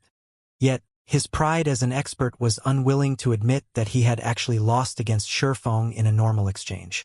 Seeing as the flaming sword was about to hit him, Absolute Heaven gritted his teeth, using the skill block to defend against this attack. If he was to receive another attack from that flaming sword, then he would very well lose his life. Not good, time to leave. The gap between our attributes and attack power is just too wide. After coming to grips with Shifeng, he clearly understood the gap between the two of them. It was especially true for that clear blue flame. Every time his equipment came into contact with it, their durability would continuously fall. Though his secret silver ranked dagger was better off, only losing a little durability with each clash, the armor he obtained with much difficulty was only of mysterious iron rank. Just a single stab from Shifeng's sword had reduced over a quarter of the armor's total durability. If this situation were to continue, then his equipment would all soon turn to waste. Without the attributes provided by his equipment, he would definitely die under Shifeng's swords. Hence, he immediately turned and ran. You can't escape. Shifeng gave Absolute Heaven no chances at all, activating Windwalk immediately. As fast as a ghost, Shifeng caught up with Absolute Heaven in the blink of an eye. He then let loose his most powerful strength, creating 16 sword images in the blink of an eye. The sword images fully surrounded Absolute Heaven, the flames released by them looking as if they intended to devour Absolute Heaven. Absolute Heaven was greatly shocked. There was no way at all for him to stop so many sword images. He then hurriedly activated Wind Steps, using the 1-second invincibility to block all the incoming attacks. With his speed greatly increased, he immediately entered stealth mode. I said, you cannot get away. Shifeng immediately leaped up, the silver lake in his hand releasing the power of fire and thunder towards Absolute Heaven's path of advancement. Absolute Heaven knew that this move of Shifeng's was immensely powerful. He immediately used Vanish, the 1 second of invincibility allowing him to avoid the damage and fainted effect of the Thunder Flame explosion. After successfully blocking the Thunder Flame explosion, Absolute Heaven no longer possessed any life-saving skills in his arsenal. Just like last time, he was prepared to leap up into the trees, shaking off Shifeng's pursuit. At this moment, he suddenly discovered that he was unable to jump, nor move. Unknown as to when it happened, both his legs had been frozen solid, and even his figure was revealed. I've already said that you cannot escape. Shifeng was extremely satisfied with the effect of the Frost Grenade. Once again, he sent a burst of 16 sword images stabbing at Absolute Heaven. This time, Absolute Heaven could only go all out, desperately stopping the incoming attacks with his daggers. 2 swords, 4 swords, 6 swords. By the time Absolute Heaven blocked the 11th sword, he was no longer able to keep up with the remaining sword images. He could only helplessly watch as the sword images stabbed into him, damages of over -300 points, and even -400 points, appearing above his head, one after another. Moreover, the durability of the equipment on his body fell madly. By the time Absolute Heaven's HP reached 0, the equipment on his body was all turned to scrape. Absolute Heaven suffered an incomparable heartache, gnashing his teeth. All these equipment were gathered by him one by one, after spending a large amount of time. Yet they were all destroyed now. The only thing he could rejoice about was that the 2 secret silver-ranked daggers, which were as precious as his own life, were not destroyed. Soon after, Absolute Heaven's dead body fell to the ground, an expression of unwillingness displayed on his face. "I've already said that you won't get away. Your weapon, I'll gratefully accept." Shifeng looked towards the silver-colored dagger that Absolute Heaven dropped with a smile. Picking it up, Absolute Heaven disappeared with the wind after he died. Shifeng toyed around with the dagger Absolute Heaven dropped. The edge of the blade seemed capable of slicing air apart. A dagger with such a degree of sharpness was definitely a rarely seen item. Blade of Assassination? Shifeng took a look at the dagger's introduction, discovering that the weapon was actually an exclusive item for assassins. Blade of Assassination, dagger, secret silver rank, level 8, attack power plus 51, strength plus 5, agility plus 12, attack speed plus 2, durability 35/60, additional passive skill dash, sharp edge. Attacks have a 15% chance to cause an armor break effect, reducing target's defense by 50% for 10 seconds. Non-stackable. Class restriction. Assassin with such a high attack power and agility, it was no wonder Absolute Heaven was able to deal such massive damage to Shifeng. This Blade of Assassination was an assassination weapon completely made to increase the user's attack power and speed. It was definitely a favored weapon for the agility-type assassins. Based on Shifeng's estimations, the Blade of Assassination was worth at least 1 gold coin. With this death, Absolute Heaven will probably need a very long time before he can recover. Shifeng looked at the Blade of Assassination, a smile plastered on his face. Previously, Shifeng still felt apprehensive towards Absolute Heaven constantly following him around and abruptly ambushing him. Now that Shifeng used the Ice Blue Devil Flame to give Absolute Heaven a thorough beating, not only did Absolute Heaven lose a level, all the equipment on his body was destroyed as well. Absolute Heaven had even dropped his Blade of Assassination after dying. It would be a long time before it would be possible for Absolute Heaven to come looking for trouble again. Brother Feng, you're just too awesome. You were like the incarnation of the fire god just now. Just looking from afar, I could already feel myself being burned. I didn't think that Swordsman would have such a skill. If I had known about it earlier on, I would have chosen to play as a swordsman as well. If I were to use this skill to pick up chicks in the future, I would definitely catch one with every hook I send.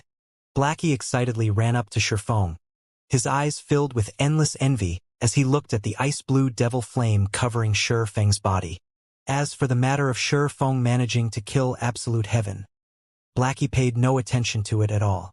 In Blackie's eyes, although Absolute Heaven was indeed an expert, he was still just an elite player of martial union. Shifeng being able to kill him was all too normal. On the other hand, the elegant-looking clear blue flame surrounding Shifeng was the truly shocking matter. Hearing Blackie describing the ice blue devil flame as a tool to pick up girls, Shifeng became speechless. He did not understand just what was going through Blackie's mind every day. This flame isn't a swordsman's skill. It is a mysterious flame, and it can increase a player's attack damage, Shifeng explained. Mysterious flame? Blackie's face filled with confusion. Although Blackie did not know what a mysterious flame was, but hearing that it was able to increase a player's attack damage confirmed it was definitely an extremely precious item. Seeing that Shifeng possessed such an item, instead of becoming envious, his heart filled with joy. With the mysterious flame, Shifeng could become even stronger than before. When the time comes, let's see who still dared to bully them. At this moment, Lonely Snow also hurried over after finishing picking up the loot from the swamp hippos. When he saw that Shifeng's entire body was covered in flames, giving off a scorching hot temperature, and that Shifeng was even able to control these brilliantly beautiful clear blue flames, he too became incomparably shocked. He nearly regarded Shifeng as a hidden class. However, after listening to Blackie's explanation, Lonely Snow as well understood just how precious and powerful was the Ice Blue Devil Flame. The Ice Blue Devil Flame was definitely one of Shifeng's secrets. If others were to find out about the secret, there would definitely be tons of players wanting to obtain the ice blue devil flame. Moreover, Shurfeng being willing to share this secret with them showed just how much he trusted them. Just this piece of trust alone was enough to let Lonely Snow feel that it was worth striving for Shurfeng. Let's not chat for now. We should get rid of the steel-skinned hippo and quickly leave this place. After Absolute Heaven revives, he might tell the other players from Martial Union to come here and surround us. Shurfeng no longer continued to explain, turning around and charging towards the steel-skinned hippo. Blackie knew that they could not stay in this place for too long as well. He started chanting incantations, aiding Shurfeng in attacking and restricting the steel-skinned hippo. Although the steel-skinned hippo had high HP and defense, with its short vision range, it was destined to become an easy kill for Shurfeng. What Shurfeng needed to do now was to charge up and go all out at dealing damage. After bursting out all of his skills, he would then turn to escape. Meanwhile, Blackie would desperately attack from a distance. And as long as Shurfeng finished using all of his skills, Blackie would use Evil Whip to restrict the steel-skinned hippo. Lonely Snow would then use Charge and Break before escaping as well. After Shurfeng was more than 25 yards away from the steel-skinned hippo, the steel-skinned hippo would lose its target, dumbly rushing about. When the cooldown for Shurfeng's skills ended, he would then continue with another round of bombardment, repeating the cycle all over again. This time, Shurfeng did not keep his strength hidden away. He immediately used the Ice Blue Devil Flame, increasing his damage output by 20%. Simultaneously, the power of Ice-type and Fire-type skills was increased by 40%. With such an increase, Shurfeng's damage against the steel-skinned hippo instantly soared. Even his normal attacks could deal around 50 to 60 damage now. As for Thunder Flame Explosion, the skill could cause over 400 damage to the steel-skinned hippo. Even if the steel-skinned hippo had high HP, it still frantically decreased under the fierce onslaught. Several minutes later, the steel-skinned hippo let out a blood-curdling shriek as its body fell to the ground with a boom. It dropped 4 items and gave a large amount of EXP after it died. Amongst the 4 items, 2 of them were level 15 bronze equipment, while the remaining items were a tier 1 strength gemstone and a bronze-ranked leatherworking material. The effects of the Shadow's Blessing was fully displayed here. Otherwise, aside from giving out a lot of EXP, a level 15 elite would at most give out a piece of equipment and some materials only. Let's go somewhere else to kill swamp hippos. After killing the steel-skinned hippo, Shurfeng brought Blackie and Lonely Snow to another grinding spot. The Silent Swamp was extremely large in size. Its size was at least 2 to 3 times that of the Gale Valley. Meanwhile, the habitat of the swamp hippos took up 1/10 of the entire Silent Swamp. Moreover, they were scattered throughout the entire Silent Swamp. With the 1 to 200 members of Martial Union, it would be hard-pressed for them to locate Shurfeng's party successfully. Moreover, Shurfeng was very familiar with the Silent Swamp. He had once lived at this place for over 20 days in his previous life, so he knew which locations had the highest number of swamp hippos and also the locations with the fastest respawn rates. Shurfeng also knew the spawn locations for the elite monsters in Silent Swamp. However, with the strength of their party of 3 right now, the only elite monster they could deal with was the steel-skinned hippo, as the other elite monsters did not possess any clear weaknesses. If they were to go against these elite monsters, they would have to risk their lives doing so. Leveling up at this place is just too awesome.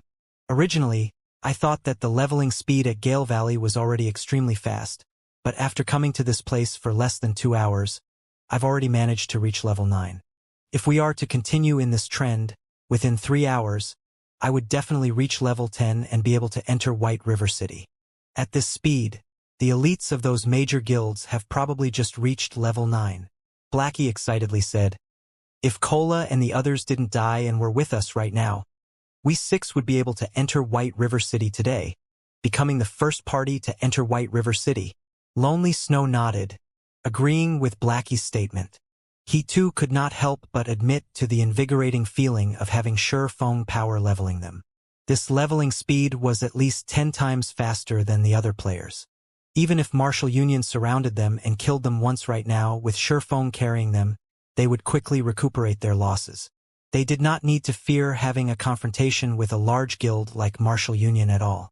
Red Leaf Town, slums. Absolute Heaven was currently drinking away his sorrows in the enchanted bar. When the others saw Absolute Heaven, they all obediently distanced themselves to a corner, not daring to go near him at all. The reason was due to the waves of killing intent radiating off of Absolute Heaven. There was nobody who was willing to come into contact with that aura.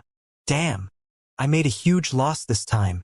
Sooner or later, I will definitely have my revenge. Though Absolute Heaven did not feel heartache over the loss of his levels, it was a different story for the equipment he lost. It was especially true for the Blade of Assassination. As long as he put some time into it, he could easily catch up in terms of EXP. However, it was a different story for equipment. It was especially true for top-tier equipment. Those top-tier equipment were only obtainable through killing monsters or doing high-level quests. They were not something that could be obtained within a short amount of time. The opportunity was also needed to obtain them. Just what is that clear blue flame?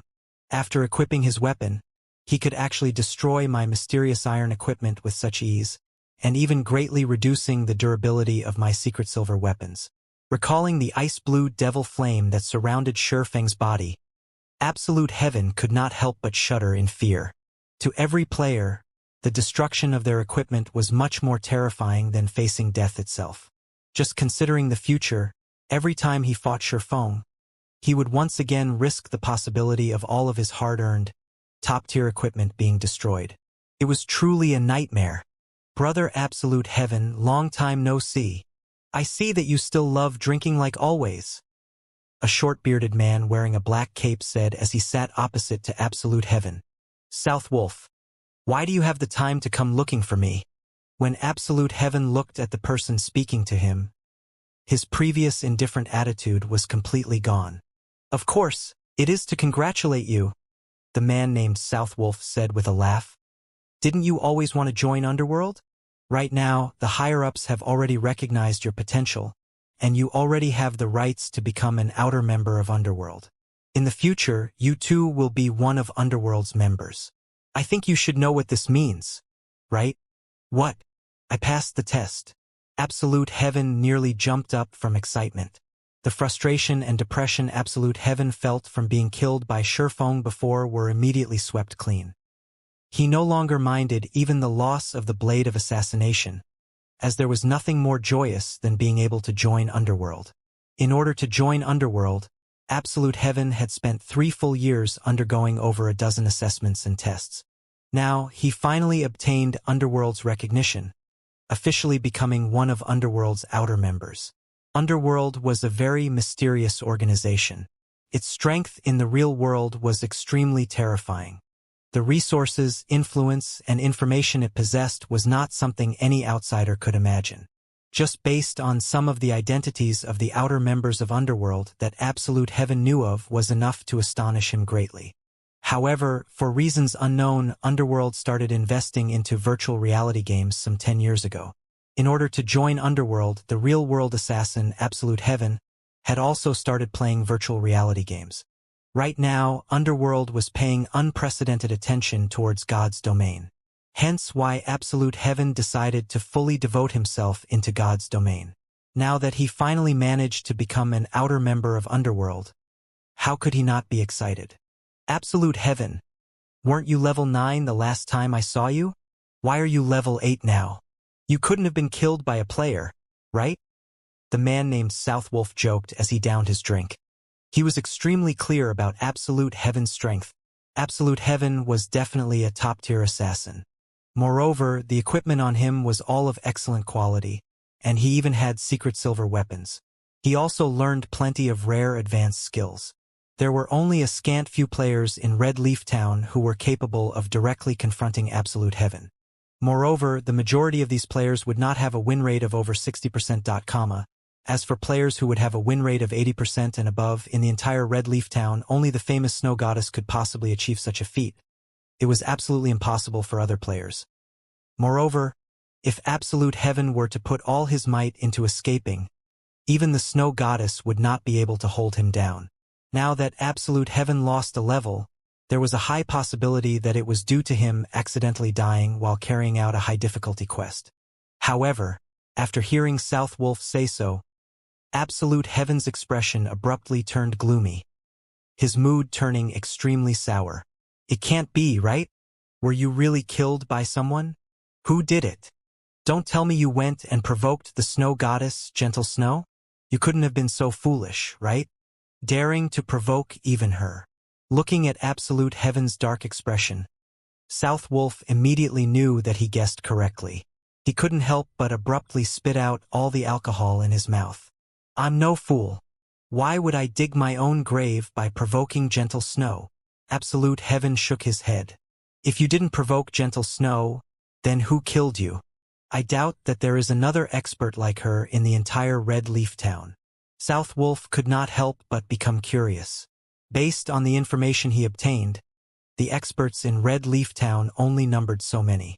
If it wasn't a top-tier expert like Gentle Snow, could there possibly be another top-tier expert appearing in Red Leaf Town without him knowing? South Wolf's curiosity deeply pierced Absolute Heaven's pride. He tightly gripped his fist to the point where blood almost came out. He had spent such a long time planning and preparing so many measures. Originally, he had a 100% possibility to kill Shurfeng. However, the rate at which Shurfeng increased his strength had far surpassed Absolute Heaven's estimations. Looking at Absolute Heaven's silence, South Wolf could not help but let loose a smile. He was now even more interested in the expert that managed to kill Absolute Heaven. Absolute Heaven, you know what my job entails, right? Now that such an expert has appeared in Red Leaf Town, I need to know just who that person is. South Wolf looked at Absolute Heaven, asking in a low tone. Absolute Heaven's expression turned sullen. He did not wish to tell anybody of this embarrassing matter at all, not to mention telling it to the South Wolf before him. Absolute Heaven had maintained a no-loss record for 3 whole years. Yet, today that record was ripped apart by the unknown Shurfeng. Moreover, today was even the big day where he got to join Underworld. With such an incident happening, it would definitely affect his standing in Underworld in the future. Ha! I can understand how you are feeling right now. You've managed to join Underworld after much difficulty, yet you were immediately met with such an incident. It would definitely have a huge impact on your mood. However, this is my job. If you do not cooperate as an outer member, you might even be expelled from the organization. You should think clearly about your decision, South Wolf said strictly. Absolute Heaven was extremely aggravated. However, he could not retaliate against South Wolf's words at all. He could only forcefully suppress the burning rage in his heart, saying in a low tone, "The person's a swordsman called Yifeng. Swordsman Yifeng? Isn't that the Yifeng that cleared the hell mode of the Dark Moon graveyard together with Gentle Snow?" South Wolf entered into deep thought. I've seen his battle recording before, and I've also analyzed his strength. He is indeed an expert, but it is only up to a normal standard. He has no qualifications to join Underworld at all. Now that he has actually managed to kill you, however, it would seem that he has previously hidden quite a lot of his strength. What hidden strength?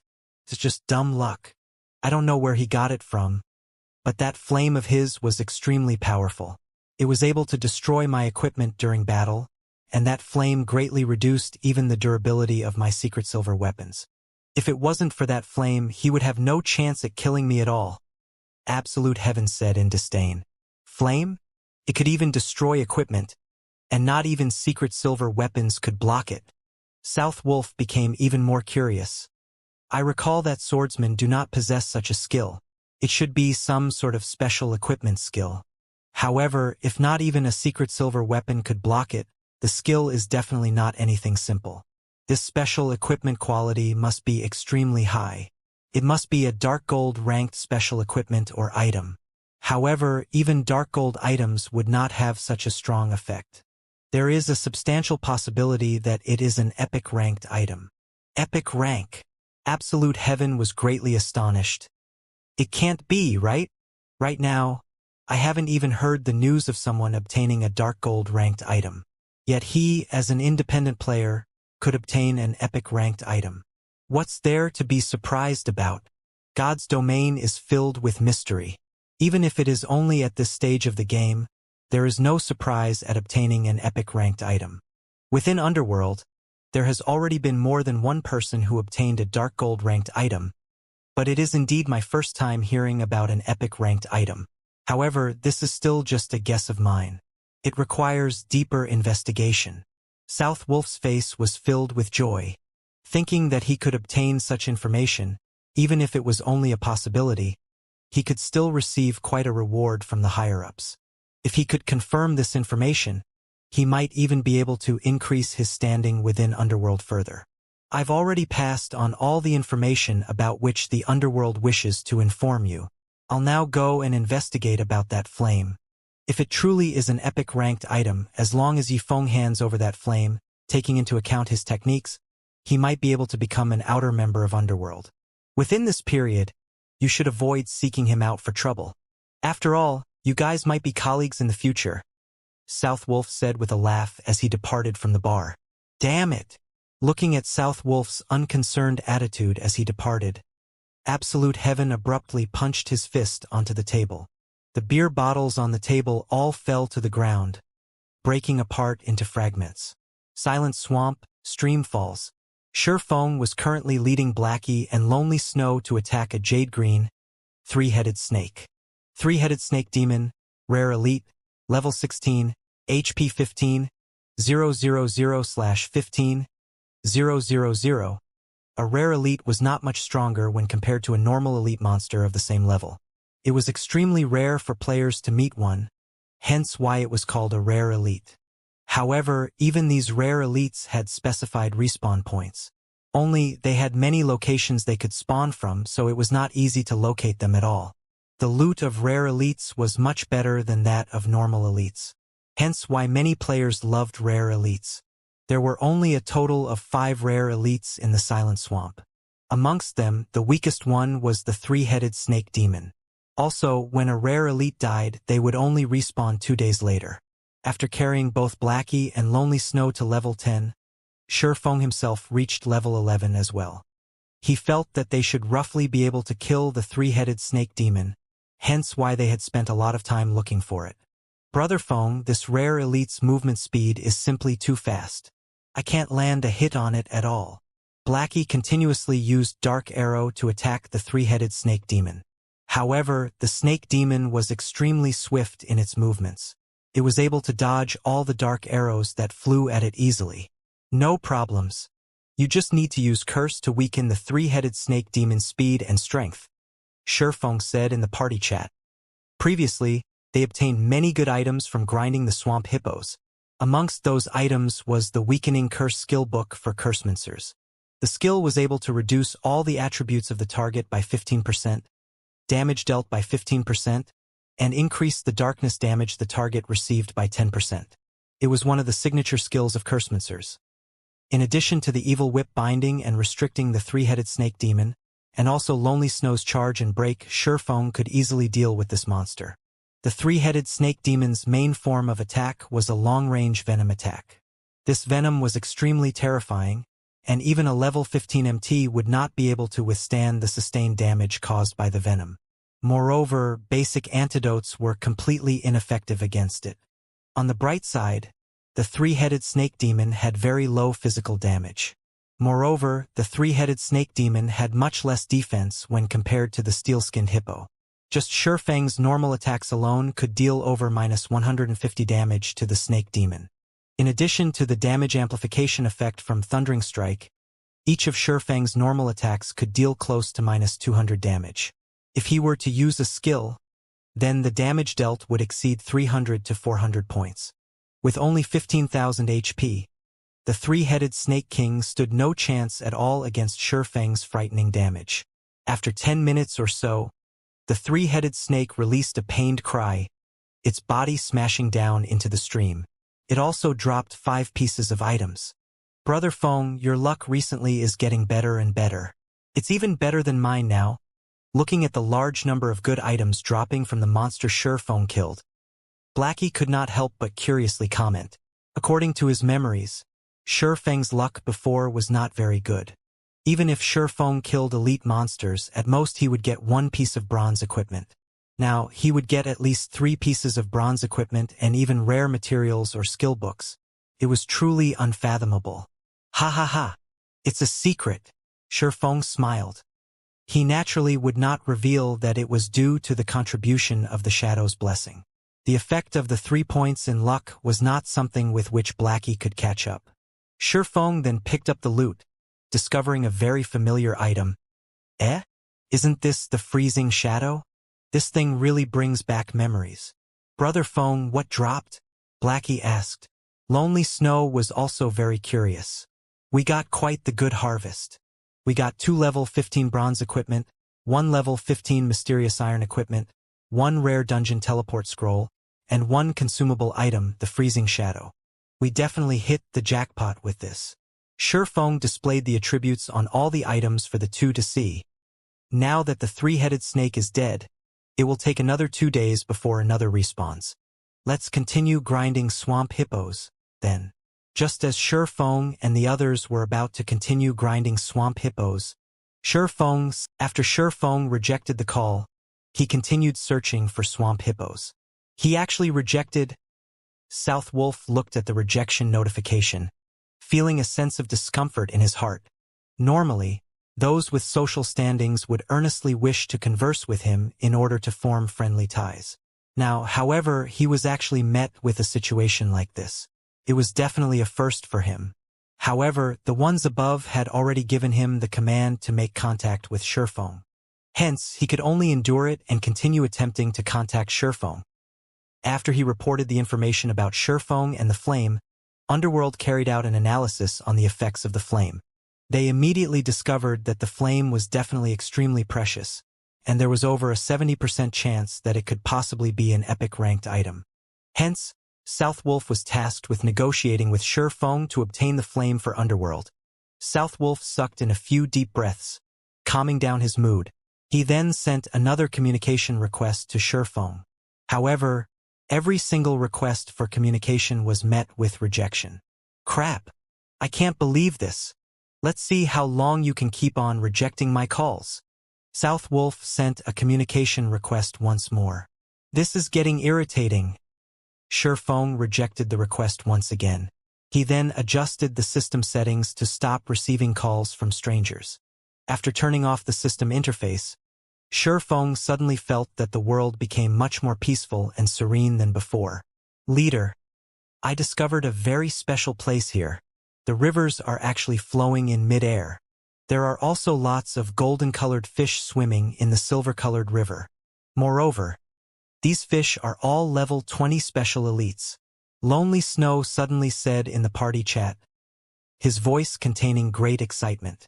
A group of level 20 special elite fish? Isn't this too much of an exaggeration? Lonely Snow, are you sure you saw right?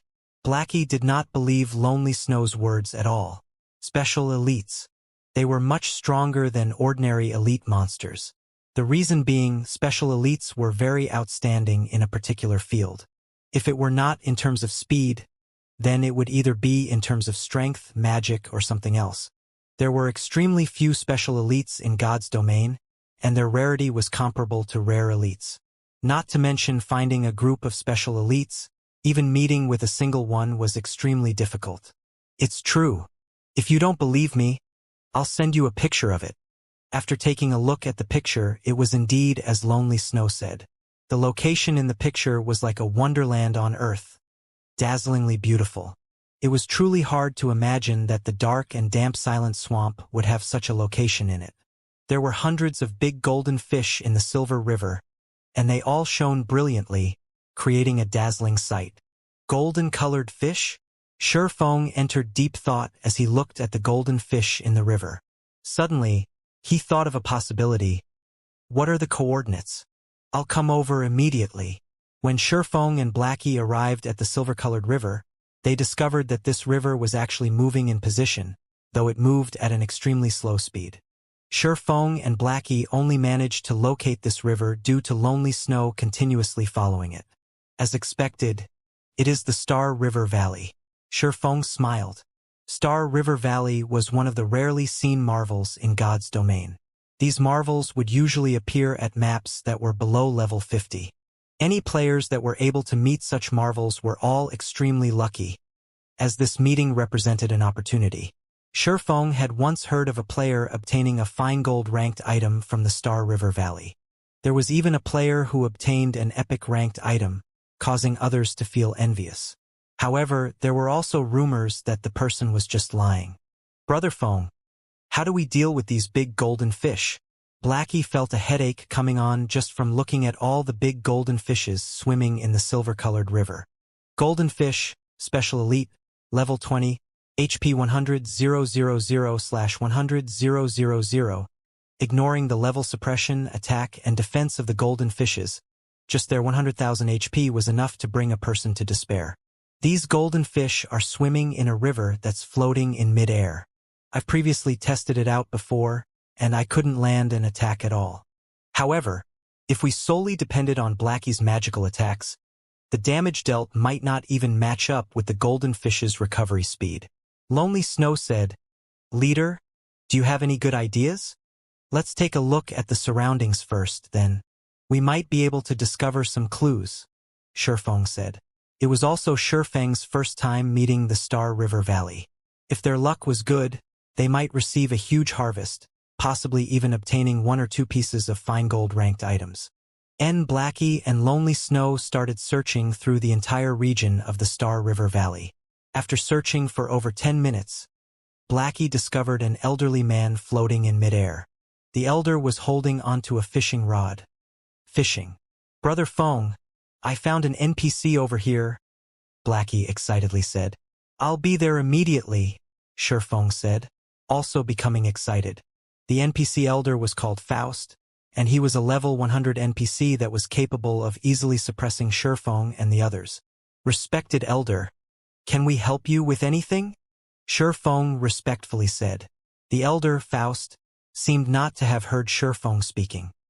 His eyelids remained shut as he quietly fished. "He can't be deaf, right?" Blackie said. "He can't be a deaf person, right? I'm guessing that his hearing is impaired. After all, that NPC setting is that of an old man, so his hearing should have deteriorated. He should be able to hear us if we speak louder." Lonely Snow shook his head.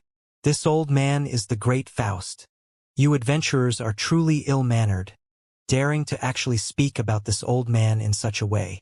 This old man is going to give you two a punishment." Faust abruptly opened his eyes. Floating in midair, he looked at both Blackie and Lonely Snow as he spoke in a furious tone. "Holy crap! This NPC doesn't react to praises, but immediately reacts when we talk bad about him?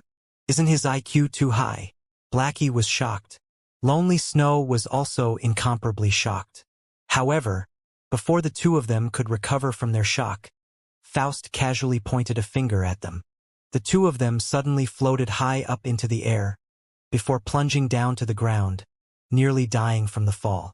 After teaching the two a lesson, Faust started fishing once again. "You two?" Shifeng laughed as he spoke in the party chat. "The NPCs in God's domain possess extremely high intelligence.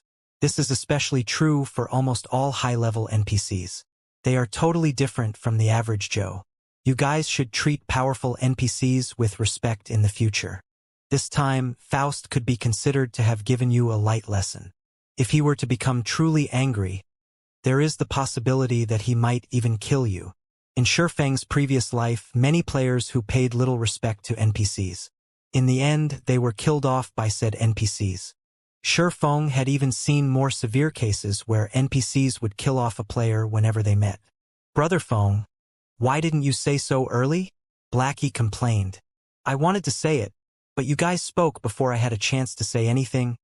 Shifeng shrugged, shoving away the blame. D. Just as Shifeng was about to reveal his strategy, the system's message notification constantly rang out. One after another, the message notifications created a symphony of beeps. Shifeng became speechless. Just where did so many messages come from? Why is it South Wolf again? Shifeng did not think that this person called South Wolf would be so persistent. The person had actually sent several hundred messages over. He was truly insane. "Do you dare accept a voice call? Do you know who I am? Are you reading this? I know you're reading this. There is a big opportunity awaiting you right now. You best contact me immediately. Looking at these messages, speaking from a certain perspective, this person called South Wolf was indeed a very awesome person. Shifeng was extremely curious about why this person was trying to look for him. He also could not continue involving himself with this person, so he readjusted the system settings to allow calls from strangers again. Very quickly, South Wolf's communication request arrived. Who are you? If you have something to say, then say it quickly. I'm very busy, Shifeng said in an annoyed tone after picking up the call. Do you know who I... Shifeng's words nearly caused South Wolf to lose it. However, in the end, he still endured it. After all, this was a task handed down to him from above, so he needed to carry out the job properly. If it were any other person who dared speak to him in such a way, they would definitely face a tragic end. If you have nothing to say, then I'm hanging up, Shifeng said. South Wolf furiously said, Why would I look for you if I have nothing to say? Then speak of it quickly. I'm very busy, Shifeng said, annoyed. There was a huge opportunity right before his eyes. So where would he find the time to bicker with a stranger? South Wolf nearly burst out in rage once again at Shifeng's words. A loose expert like Shifeng dared to speak to him in such a way. However, after giving it some thought, South Wolf realized that Shifeng only dared to speak to him in such a way due to not knowing his real identity. I need to calm down. Calm down. South Wolf consoled himself, saying, As long as he knows my identity, he will definitely be shocked witless. I am the spokesperson for Underworld. I assume that you have never heard of the name of Underworld, right? That's because Underworld is a gigantic hidden organization. If a person does not reach a certain degree of standard, they will have no qualifications for knowing about our existence at all. As for the strength of Underworld, I can tell you about it right now. Even if it is an assassination expert like Absolute Heaven, after striving for 3 years, only now did he manage to obtain the qualifications to become an outer member of Underworld. Until now, he was just an existence at the very bottom. What?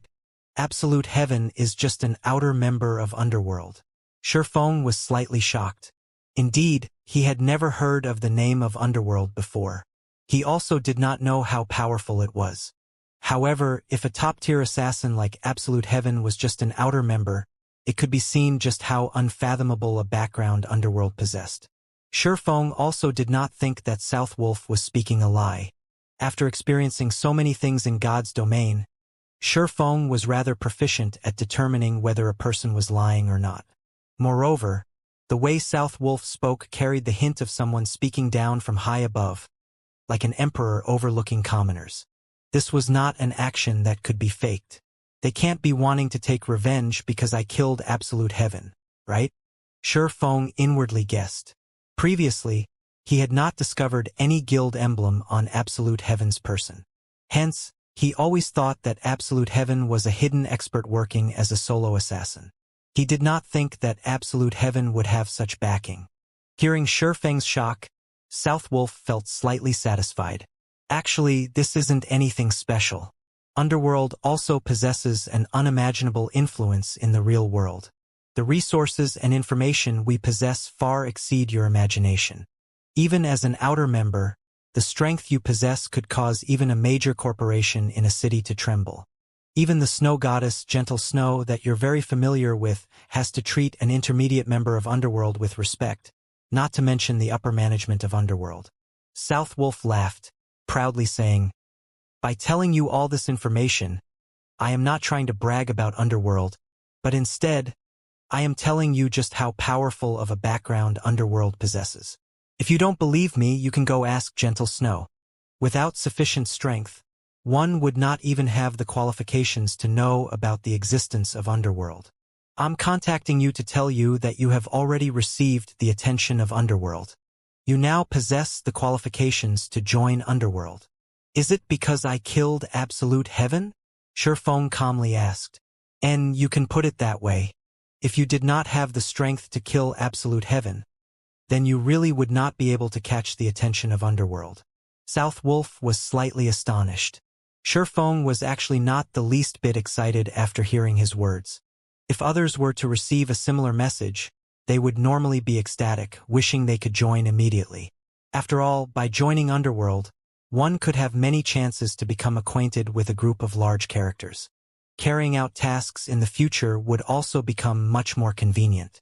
The information Underworld possessed far exceeded what one could imagine, and it would have an unimaginable benefit towards one's future development. So you're saying, as long as I agree, I can become an outer member of Underworld immediately? Shi Feng had long since weathered through plenty of storms. He was no longer that immature youth in his early 20s. Hence, he reacted extremely calmly. In Shi Feng's previous life, as the guild leader of Shadow, he had never heard of the existence of Underworld. However, Shi Feng did not find it strange either. After all, Shadow was only a second-rate guild. In the eyes of first-rate guilds, they were but an ant on the road, not worthy to be mentioned at all. You can put it that way as well. However, it would not be easy if you wish to join Underworld. Right now, you only possess the qualifications to join. Moreover, in Underworld we have always believed that, if you wish to obtain something, then you need to pay an equivalent price for it. Only when you can afford the price to join Underworld would you be able to officially become an outer member. Can you tell me what sort of price I need to pay? The price to join Underworld is a considerable amount. Even Absolute Heaven spent 3 years to join. However, you are extremely lucky. From my previous investigations, I discovered that there is a certain flame in your possession that is able to greatly increase your attack and destructive power. As long as you hand over that flame and pay a monthly membership fee of 10 gold coins, you will officially become an outer member of Underworld. I see. Realization struck Shi Feng. The organization Underworld was similar to a grand chamber of commerce in real life. If one wanted to join the organization, then they needed to pay the membership fee. However, not just anybody possessed the qualifications to join the organization. Within the organization, members would be able to form platforms for mutual assistance, information sharing, and resource sharing. With this, members would be able to obtain many more business opportunities to develop their own enterprises further. Since you understand, when are you prepared to pay the price? I can't stay too long in Red Leaf Town. I still have many other things that I need to do, South Wolf said with a laugh. As long as he could obtain the epic ranked flame in Shi Feng's hands, coupling it with several years of accumulated contributions, he would be able to officially become an intermediate member of Underworld. At that time, he would be able to call the wind and rain as he pleased. Sorry, but I refuse to join. You should look for someone else, Shi Feng said in a stern tone. After his experience with Shadow, he no longer wished to join someone else's organization. Moreover, he did not need to join someone else's organization. With his advantage as a reincarnated person, he had knowledge of tons of information of which others were unaware. He also knew the trends in which the future would develop toward. If Underworld was seeking him out to cooperate as equals, then he could put some consideration into the matter. However, for him to become a member of Underworld, it would only be a different form of slaving off for someone else. Fortunately, he did not possess such a hobby. Right now, he could already start establishing a large workshop. The goal of establishing a large guild was also within close sight, so he truly did not see any need to join Underworld. The most valuable thing one could obtain within Underworld was information about God's domain. In the eyes of others, although such information was extremely precious, to Shi Feng it was common knowledge. The reason he spoke so much was simply to find out more about Underworld. What did you say? South Wolf thought he had heard incorrectly. After speaking for such a long time, Shi Feng had simply rejected him. I'm not interested in joining Underworld. You should look for someone else, Shi Feng reiterated once more. After speaking so much, in the end, you are just toying with me? South Wolf angrily said, Do you know what kind of consequences your actions will bring? It is you who contacted me first. Now that I don't wish to join Underworld, are you going to threaten me to join? Shi Feng sneered. Since you dare to toy around with us, Underworld, you naturally have to pay the price. Hand over the flame, and I'll consider it as if this matter never happened. Otherwise, prepare to suffer Underworld's wrath. South Wolf threatened in a cold tone. Ha ha ha! You finally revealed your fox's tail. Since the beginning, your goal has always been the flame, right? You found out from absolute heaven that my flame is not anything simple, so you wish to have it for yourselves now, is it? Shurfeng calmly said, I only have one sentence to say to you. If you guys have the ability, then come. South Wolf fell silent at Shurfeng's calm reply. He clearly informed Shurfeng of Underworld's background and its frightening might. Yet, Shurfeng still resolutely chose to oppose Underworld, refusing to hand over the flame. This was the first time South Wolf encountered such a case. If you think that, just by being acquainted with and backing of a gentle snow, Underworld will not dare target you, you couldn't be more wrong. South Wolf sneered. Even the currently famous Ouroboros does not dare possess enmity against Underworld, not to mention a measly first vice leader. I'll give you one last chance to hand over the flame. That way you can still play in God's domain comfortably. Otherwise, there will be no place to accommodate you in all of God's domain. It looks like you really don't understand human words. Or is there a problem with your intelligence? Shurfeng laughed disdainfully. You wish to take something that belongs to me with just a few words? Do you think that your family runs God's domain or something? I'll tell you one more time. If you have the ability, then come. I'm eager to see just what you can do to me. If it were his last life, Shurfeng might have yielded. However, it was a different story altogether now. In this life, he possessed both the capital and confidence to challenge a gigantic existence like Underworld. After reincarnating, Shurfeng's goal in life was to complete the dream he never accomplished in his previous life, establishing his own virtual empire. On this path, he was destined to make enemies of the many major powers of God's domain. If he lowered his head to Underworld now, how could he challenge the tyrants of God's domain in the future? How could he compete over the resources, territory, equipment, and such in God's domain?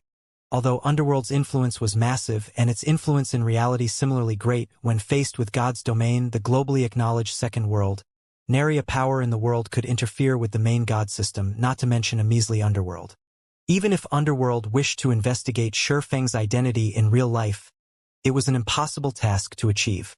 After over 100 years of operation and improvements, the privacy of players in virtual reality games was nigh perfect. It was also impossible to uncover a person's identity through virtual trades. Very good. Since it seems that you have truly steeled your heart to oppose Underworld, you better make your preparations to enter hell. South Wolf was so angry he smiled. He truly did not think that there would be a person who did not fear death. Shurfeng was but a single independent player, and he only dared speak those conceited words because he did not know the terror of Underworld at all. In South Wolf's view, Shurfeng was just an arrogant and presumptuous fool who did not know fear. Underworld's main influence covered 2 empires and several kingdoms, Starmoon Kingdom included. As long as he reported this matter to the higher-ups, within a few days, an independent player like Shurfeng would no longer remain mingling in God's domain. At that time, Shurfeng would have no choice but to offer up that epic ranked flame. Hell, is it? I've enjoyed its atmosphere plenty of times before, and entering yours won't make any difference. Shurfeng shrugged, smiling insolently as he spoke. Shurfeng now possessed the ice blue devil flame. With his current battle prowess, he did not fear any player in the least. If they wished to gang up on him, he would use guerrilla warfare to deal with them. His leveling speed was extremely rapid, so he could afford to face off against them. He did not believe that there was any guild or power that could afford to waste that much manpower and resources to continuously battle him in Red Leaf Town. After speaking his piece, Shurfeng disconnected the call. Brother Feng, what happened? Blackie could feel Shurfeng's rage from the conversation he just had. Nothing much. It was just someone trying to rob me. Shurfeng shook his head, casually describing Underworld as a bandit. We're better off thinking of a way to get information off of that elderly NPC. Okay. Blackie nodded, agreeing. Although Shurfeng spoke lightly, Blackie knew that the matter was not as simple as Shurfeng described. Blackie inwardly hated himself for not being any help to Shurfeng. If he could become more powerful, he might be of help to Shurfeng in the future. In actuality, Blackie was not alone in this train of thought. Lonely Snow also detected the abnormality in Shurfeng's tone, and he similarly hated himself for being so weak and helpless. I must work harder to improve my technique and strength. At the very least, I can't remain as dead weight to Brother Feng. Suddenly, the two of them held an eager desire to increase their own strength. Meanwhile, after Shi Feng hung up on him, South Wolf immediately contacted the upper echelons of Underworld. South Wolf, how is the matter regarding the epic ranked item coming along? Young Master Feng, I've already tried my best, but that brat Yi Feng still refused. He also looked down on Underworld, telling us to come at him if we have the ability. Ha ha ha. He's truly an interesting fellow. It is no wonder Snow is paying attention to him. I haven't met such an arrogant person for a very long time now. Since he has rejected my good intentions, let him disappear from God's domain. I'll give you the authority to mobilize all of Underworld in White River City. So quickly fetch me that item. Yes, this subordinate will definitely succeed. After the call ended, South Wolf released a sigh of relief. Listening to that person's tone, they were definitely angry. Otherwise, that person would not have given him the authority to mobilize the full strength of Underworld in White River City just to deal with a single Yi Feng. Yi Feng, let's see how long you continue acting freely. Very soon, I'll show what kind of place hell really is. Just thinking of Shi Feng was enough to cause South Wolf's belly to fill with rage.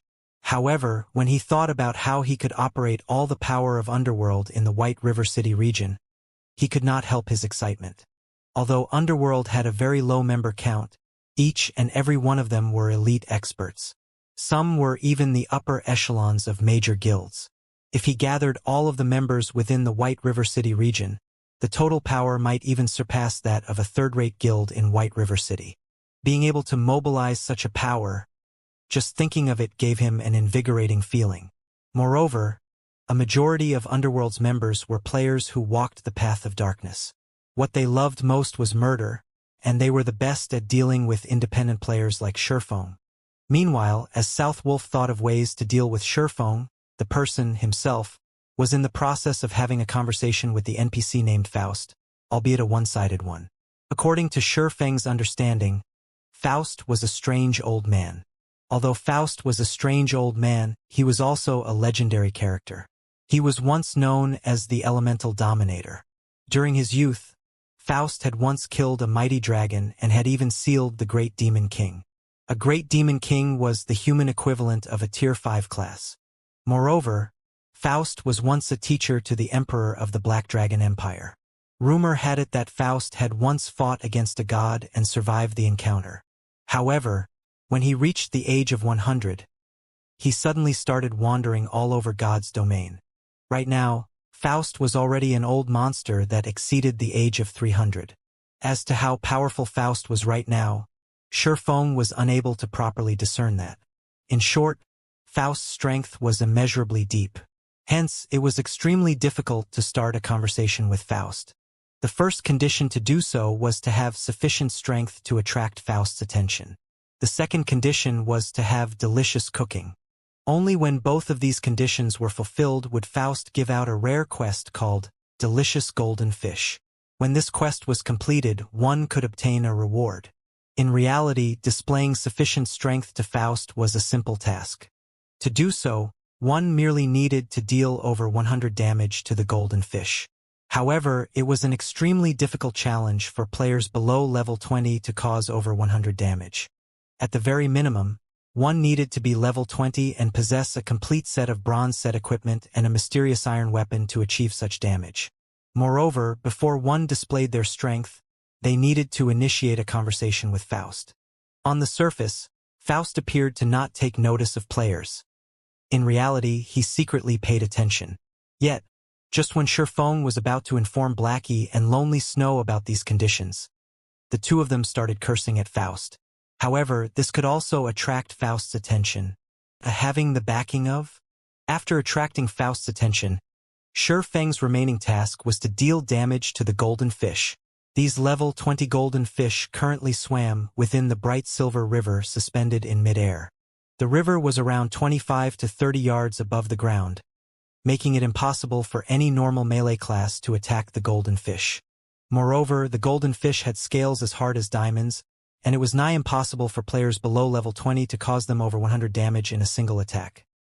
The golden fish possessed a very high magic resistance as well, reducing the magic damage they received by 40%. Also, the golden fish swam at exceptionally fast speeds in the Silver River, making them extremely hard to hit. As a result, there were many players who gained nothing despite having found the Star River Valley. One thing that greatly differed God's Domain from other virtual reality games was that, in God's Domain, there were many of fortuitous encounters available out in the field. These encounters could allow a player to soar to fame and power overnight, and Shifeng had seen many such examples before. However, even though there were plenty of fortuitous encounters available in God's Domain, encountering one did not necessarily guarantee any harvests. Whether one could obtain anything from such an encounter depended on one's abilities. Blackie, Lonely, you two take this. Shifeng took 2 basic frost grenades from his bag, passing them to the two. Previously, to obtain the Ice Blue Devil Flame, he used a lot of the frost grenades he stocked up. Right now, there were less than 20 remaining, and they were not enough to deal with all the golden fish in the Silver River. Wah! Aren't these frost grenades effects too powerful? These are godly tools for PK and grinding. If we could use them without limit, then our leveling speed would be absolutely heaven-defying, Blackie said, shocked, after taking a look at the frost grenades introduction. Just imagine if they used these frost grenades to grind on groups of level 30 monsters. They might even level up once every minute. At that time, what would martial union amount to them? Just the level suppression alone would be enough to oppress them to death. It would be fantastic if we could get more of these. In the future, if pikers surround us, we wouldn't even have to use a single skill to deal with them. Just by throwing a dozen or so of these frost grenades, they would definitely fall dead. However, with effects as good as these, I'm guessing that these items should be extremely rare and precious. Lonely Snow lamented. Indeed. Not to mention using them for grinding and PK, just having a few of these tools of massacre as lifesavers would be good enough. The longer Blackie looked at the frost grenade in his hand, the more he could not bear to part with it. With this item in hand, he could use it to save his life at the most crucial of moments. Shifeng only revealed a smile at the two's reactions. He took out another frost grenade for himself, turning to look at the golden fish in the suspended river, saying, "Stop chatting. In a moment, I'll count down to 3, and we'll all throw our frost grenades at the golden fish together." Blackie and Lonely Snow looked at the frost grenades in their hands, reluctance filling their eyes. Brother Feng, using the frost grenades to deal with these golden fish is just too wasteful. The golden fish have 100,000 HP each. The 200 damage from these frost grenades will not make any difference. Moreover, these items can be used at a crucial moment to save our lives. Using them right now is simply a waste. That's right, leader. Blackie and Lonely Snow both tried to persuade Shifeng. His actions right now were simply that of a wastrel. Shifeng was dumbfounded and speechless at the two's persuasion. Previously, he had used these frost grenades to grind to level 9. Just use them with ease. I still have plenty of them in my possession. Later, I'll give every member of the party 30 of these frost grenades, Shifeng said with a laugh. Blackie and Lonely Snow were immediately shocked, even thinking that they had heard wrong. A frost grenade was such a precious item. Yet, Shifeng planned to give each of them 30 in the future? This was simply madness. In the future, if they met those bastards from Martial Union with the frost grenades in hand, couldn't they utterly massacre them? With Shifeng's assurance, the two of them followed Shifeng's instructions, throwing their frost grenades at the golden fish suspended in midair. Boom! The frost grenades exploded in the midst of the Silver River. Even though the golden fish were adept at dodging, the explosion radius of the frost grenades was extremely wide. Some of the golden fish that did not manage to escape immediately froze solid, damages of over -100 points appearing above their heads. Faust, sitting suspended in midair, stroked his white beard. He nodded his head, saying, "Not bad. It seems that you guys have some ability to actually cause some damage to these golden fish." Esteemed Lord Faust, We are only here to catch some golden fish to cook. We hope that our brutish actions did not disturb you. Shifeng acted courteously as he said, "Oh, I didn't think that you guys would be interested in cooking these golden fish." When Faust heard the word cook, a flash immediately appeared in his eyes. "Since you guys wish to catch the golden fish, I wonder if you can help me catch some live ones as well? My strength is too strong, and I will simply kill these golden fish if I am not careful. This dilemma has left me with no choice but to slowly fish here." "This?" Shifeng said with a hesitant expression. "Relax. I won't mistreat you all. As long as you can obtain a satisfactory amount of golden fish for me, I can trade some items for them. How about it?" Faust casually waved his hand, and immediately, tens of items with pleasing appearances appeared and floated in midair. Every single one of these tens of items was extremely valuable. Moreover, beside the item's introduction, the amount of golden fish required to trade for the item was displayed as well. "Brother Feng, look, that's a level 15 secret silver ranked staff.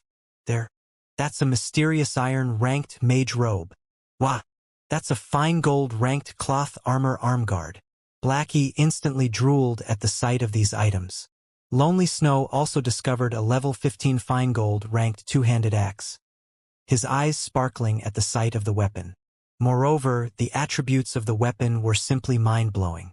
If he equipped that weapon, his attack power would instantly soar by several times.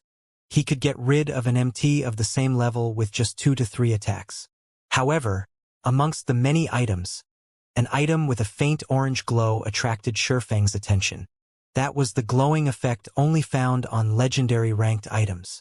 A legendary ranked item? Shifeng was shocked. Previously, he had only heard of players obtaining an epic item at most from the Star River Valley. Shifeng had even doubted the reliability of the information. Now, however, it seemed that the information was indeed true. The rarity of a legendary item was several tens of times greater than that of an epic item. If a legendary item were already present among the rewards, it would not be strange for there to be an epic item as well. In Shifeng's previous life, even after he reached level 200 and became a top-tier sword king, he did not possess a single legendary ranked item. To Shifeng, a legendary ranked item was but a fleeting dream. Only the extremely few Tier 4 Apex experts would possess 1 or 2 legendary items. It was obvious just how rare a legendary item was. Meanwhile, these players who possessed 1 or 2 legendary items, even if they were only at the peak of Tier 4, their battle prowess would not be any weaker than a Tier 5 player that did not possess any legendary items. It was apparent just how much of an improvement a legendary item provided to a player's strength. Shifeng did not think that, in this life, he would bear witness to a legendary ranked item. This situation was no different than a dream. It was not just Shifeng who discovered the legendary ranked item. Even Blackie and Lonely Snow noticed it, as the orange glow that the item gave off was simply too eye-catching. "Brother Feng, I'm not dreaming, right? That's a legendary ranked item, right?" Blackie pinched his own cheeks, saying. Meanwhile, Lonely Snow was speechless from excitement. He kept clapping Blackie's shoulders as he pointed towards the legendary item. "You guys are not hallucinating. That is indeed a legendary ranked item. It is also something that I chanced upon. However, this item is useless to me. Although it is possible to obtain this item if you want it, it won't be so easy." Faust stroked his beard as he said with self-satisfaction. He felt extremely satisfied by the shocked expressions of Shifeng and the others. At this time, Shifeng had calmed down. Although a legendary item was right before his eyes, obtaining it was an entirely different matter. As for snatching the item away from Faust, that would be no different than suicide. They could only follow the rules to obtain it. Shifeng then clicked to look at the legendary item's introduction. Heavenly Dragon's Sacred Breath. Fragmented legendary rank. Fragmented legendary rank? Shifeng was slightly surprised, but he still felt that it was reasonable. In Shifeng's previous life, the statistics showed that, after operating for over 10 years, there were no more than 3,000 legendary ranked items discovered in God's domain. Right now, however, God's domain had only recently started operation. So, How would it be possible for a legendary item to appear here so easily? Just a fragment alone was already a miracle in and of itself. Blackie and Lonely Snow were dumbfounded after seeing that the item was only fragmented legendary rank. They got all excited over something that was completely different from what they imagined. As a result, their fiery, passionate hearts instantly cooled. Isn't this just a scam? Didn't you say that it was a legendary item? Why is it only a fragment? Blackie complained to Faust. It was no wonder the strange old man was so generous as to take out a legendary ranked item. In reality, it was only a fragment. It was not even close to a legendary item at all. You little brats, aren't you being too greedy here? Do you think that legendary ranked items are like cabbages? Do you think you can just find one in any random place? Faust, flabbergasted, scolded. Moreover, do you think that you brats can successfully obtain it? You're better off looking for something else. I'm not trying to belittle you all, but with your current abilities, it is an absolutely impossible goal. Don't waste your energy on such thoughts. I will cast a spell to strengthen you all, give you the ability to float in midair, and deal increased damage to the golden fish. As long as you severely injure the golden fish for a short time, the golden fish will enter a crippled state and won't be able to move. At that time, use these magical nets to catch them. Following which, Faust took out 3 golden-colored, magical nets, handing them over to Shurfeng's group. He then chanted some incantations, providing Shurfeng's group with over a dozen buffs, greatly increasing the three's attributes. Their attributes multiplied by almost 3 to 4 folds, and at the same time they could ignore up to 15 levels. Who says we won't obtain? With such powerful attributes, the heavenly dragon's breath will definitely be ours. Looking at his increased attributes, Blackie's confidence instantly grew by over 100-fold. Lonely Snow nodded in agreement as well. He could not help but wish he could begin his assault on the golden fish immediately. Regarding Shurfeng's strength, the two of them held an almost blind faith in it. Shurfeng had simply shown them too many miracles. His battle techniques were even matchless. Ha ha ha! Young folk being so confident is a good thing indeed. However, you should first look at the exchange quantities. Faust stroked his white beard as he laughed. He did not mind Blackie's words at all. The three of them immediately checked the exchange quantities. Level 15 bronze ranked item and level 20 bronze ranked item required 1 to 2 golden fish. Level 15 mysterious iron ranked item and level 20 mysterious iron ranked item required 3 to 5 golden fish. Level 15 secret silver ranked item and level 20 secret silver ranked item required 10 to 15 golden fish. Level 15 fine gold ranked item and level 20 fine gold ranked item required 30 to 50 golden fish. Level 15 dark gold ranked item and level 20 dark gold ranked item required 100 to 200 golden fish. Fragmented legendary ranked item required 1,000 golden fish. There were a lot of golden fish in the entire Silver River. At a single glance, one could tell that there were several thousand golden fish in the river. Blackie and Lonely Snow could not help but smile. Here I thought you required some astronomical amount. Isn't it just 1,000 golden fish? We'll quickly gather them up for you. Blackie laughed. Shurfeng also felt that it would not be difficult for them to obtain 1,000 golden fish. Only it would require a lot of time to do so. However, to obtain a fragmented legendary rank item, even spending several days would be worth it. Just as Shurfeng and the other two were about to take action. Before you all start, I need to give you a small reminder. The Star River Valley will not remain in the Silent Swamp for too long. At most, it will disappear from the Silent Swamp in 4 to 5 hours. I too will disappear with it. If you do not hand the golden fish to me before that happens, you won't receive any rewards. Faust revealed a slight smile as he spoke. System, rare quest, delicious golden fish accepted. Within the allocated amount of time, catch as many golden fish as you can and hand them over to Faust. The more you catch, the better the rewards will be. Although there was a time limit, Blackie and Lonely Snow still brimmed with confidence. Even if they could not obtain other equipment, it would be enough if they obtained the heavenly dragon's breath. 4 to 5 hours, is it? Shurfeng looked at Faust's smiling figure, inwardly feeling that the matter was not as simple as it appeared. Otherwise, why would Faust be so generous as to show off a fragmented legendary rank item for exchange? However, time was of the essence. The three of them immediately started catching the golden fish. At this moment, Shi Feng's communication notification rang up again. The call's requester was Gentle Snow. Miss Snow, I truly have to thank you for your support last time. Otherwise, those internet trolls would have painted me as a scammer, Shi Feng jokingly said. In his heart, Gentle Snow was definitely someone worth his friendship, and all her care and aid towards him had clearly proven this matter. At least you still have a good heart, Gentle Snow laughed sweetly. More importantly, I'm contacting you this time just to ask you about a single matter. What happened? Shi Feng inwardly felt that Gentle Snow behaved somewhat strangely today.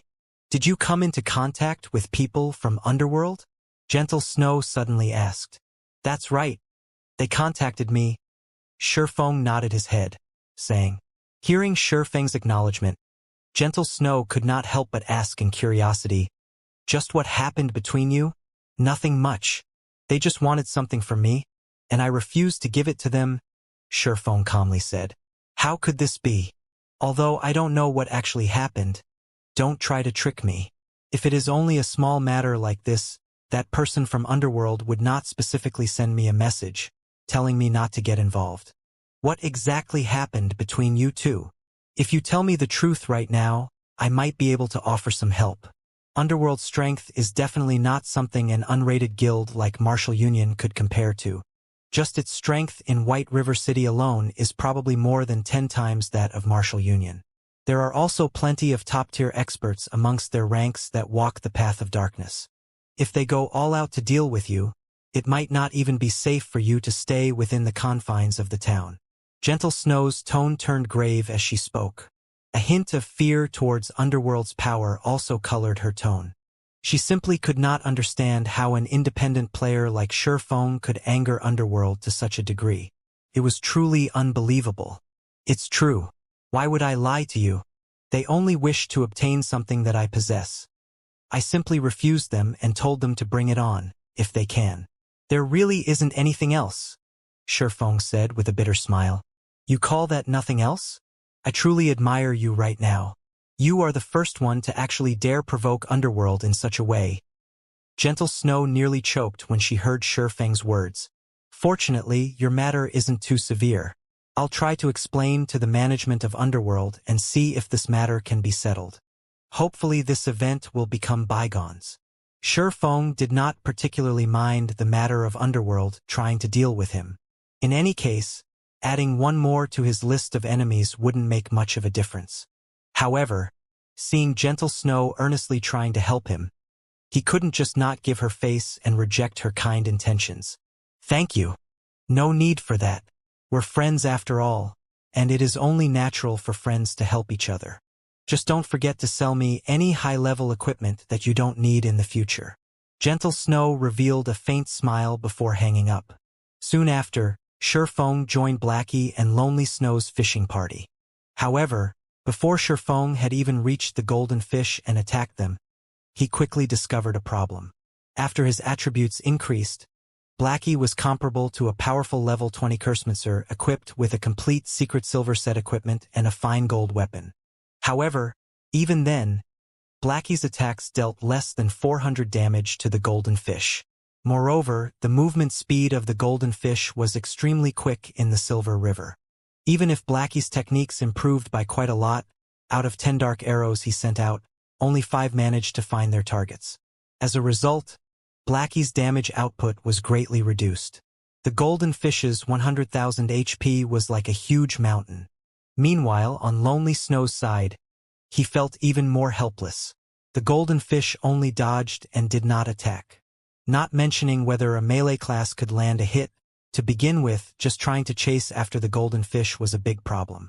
In addition, the golden fish's physical defense was simply too high. Lonely Snow's normal attacks only dealt around 200 damage, and his overall damage output could not even compare to Blackie's. To strike a golden fish down to critical health, the two of them, with their strengths combined, needed to spend over 4 minutes concentrating their attacks. The total quest duration was only around 4 to 5 hours. At this rate, they could only catch around 70 golden fish within 5 hours. They would not even hit 1/10 of the required 1,000 golden fish. After spending a long amount of time, Blackie and Lonely Snow finally managed to catch a golden fish. At this moment, they both realized that they had greatly underestimated the difficulty of the challenge. Not to mention a fragmented legendary ranked item, even a dark gold ranked item was a fanciful delusion. This old man has already said that your strengths are just too weak. Stop thinking about the heavenly dragon's breath and be more realistic. Otherwise, you all might not get anything in the end. Faust, who floated in the air, smiled. In reality, Faust only teased Shurfeng's group for fun by taking out the fragmented legendary rank item. In God's domain, even a fragmented legendary rank item was an incomparably precious item. Its value was over 10 times that of an epic ranked item. If one were lucky, one might even restore the legendary fragment into a true legendary ranked item. So, who would be willing to give it away? This was why Faust had set such an unreasonable and unattainable amount for exchange. That damned old man. He is clearly just toying with us. Blackie cursed in the party chat. Leader, what do we do now? Should we just give up on the fragmented legendary and dark gold ranked items and just go for a fine gold ranked item? Lonely Snow had already given up on an unattainable item. Shurfeng shook his head, saying, "You guys focus on catching the golden fish. I'll try by myself." It was impossible for Shurfeng to give up on the fragmented legendary rank item. Who knew when he would have another chance to meet with a fragmented legendary ranked item? Moreover, the difficulty of obtaining one at that time would definitely be much higher than now. If he couldn't even obtain a fragmented legendary ranked item, how could he secure a legendary ranked item in the future? Soon after, with his attributes now greatly increased, Shurfeng rushed towards a golden fish that currently swam in the Silver River. Chop! A black light slashed at the golden fish's soft-sided abdomen. He struck the golden fish before it could even react, a damage of over -1,400 points appearing above its head. Immediately after, Shurfeng sent a normal slash at the golden fish, causing over -800 damage, following which Shurfeng brandished the silver lake in his hand. 3 electric arcs wove across 8 golden fish.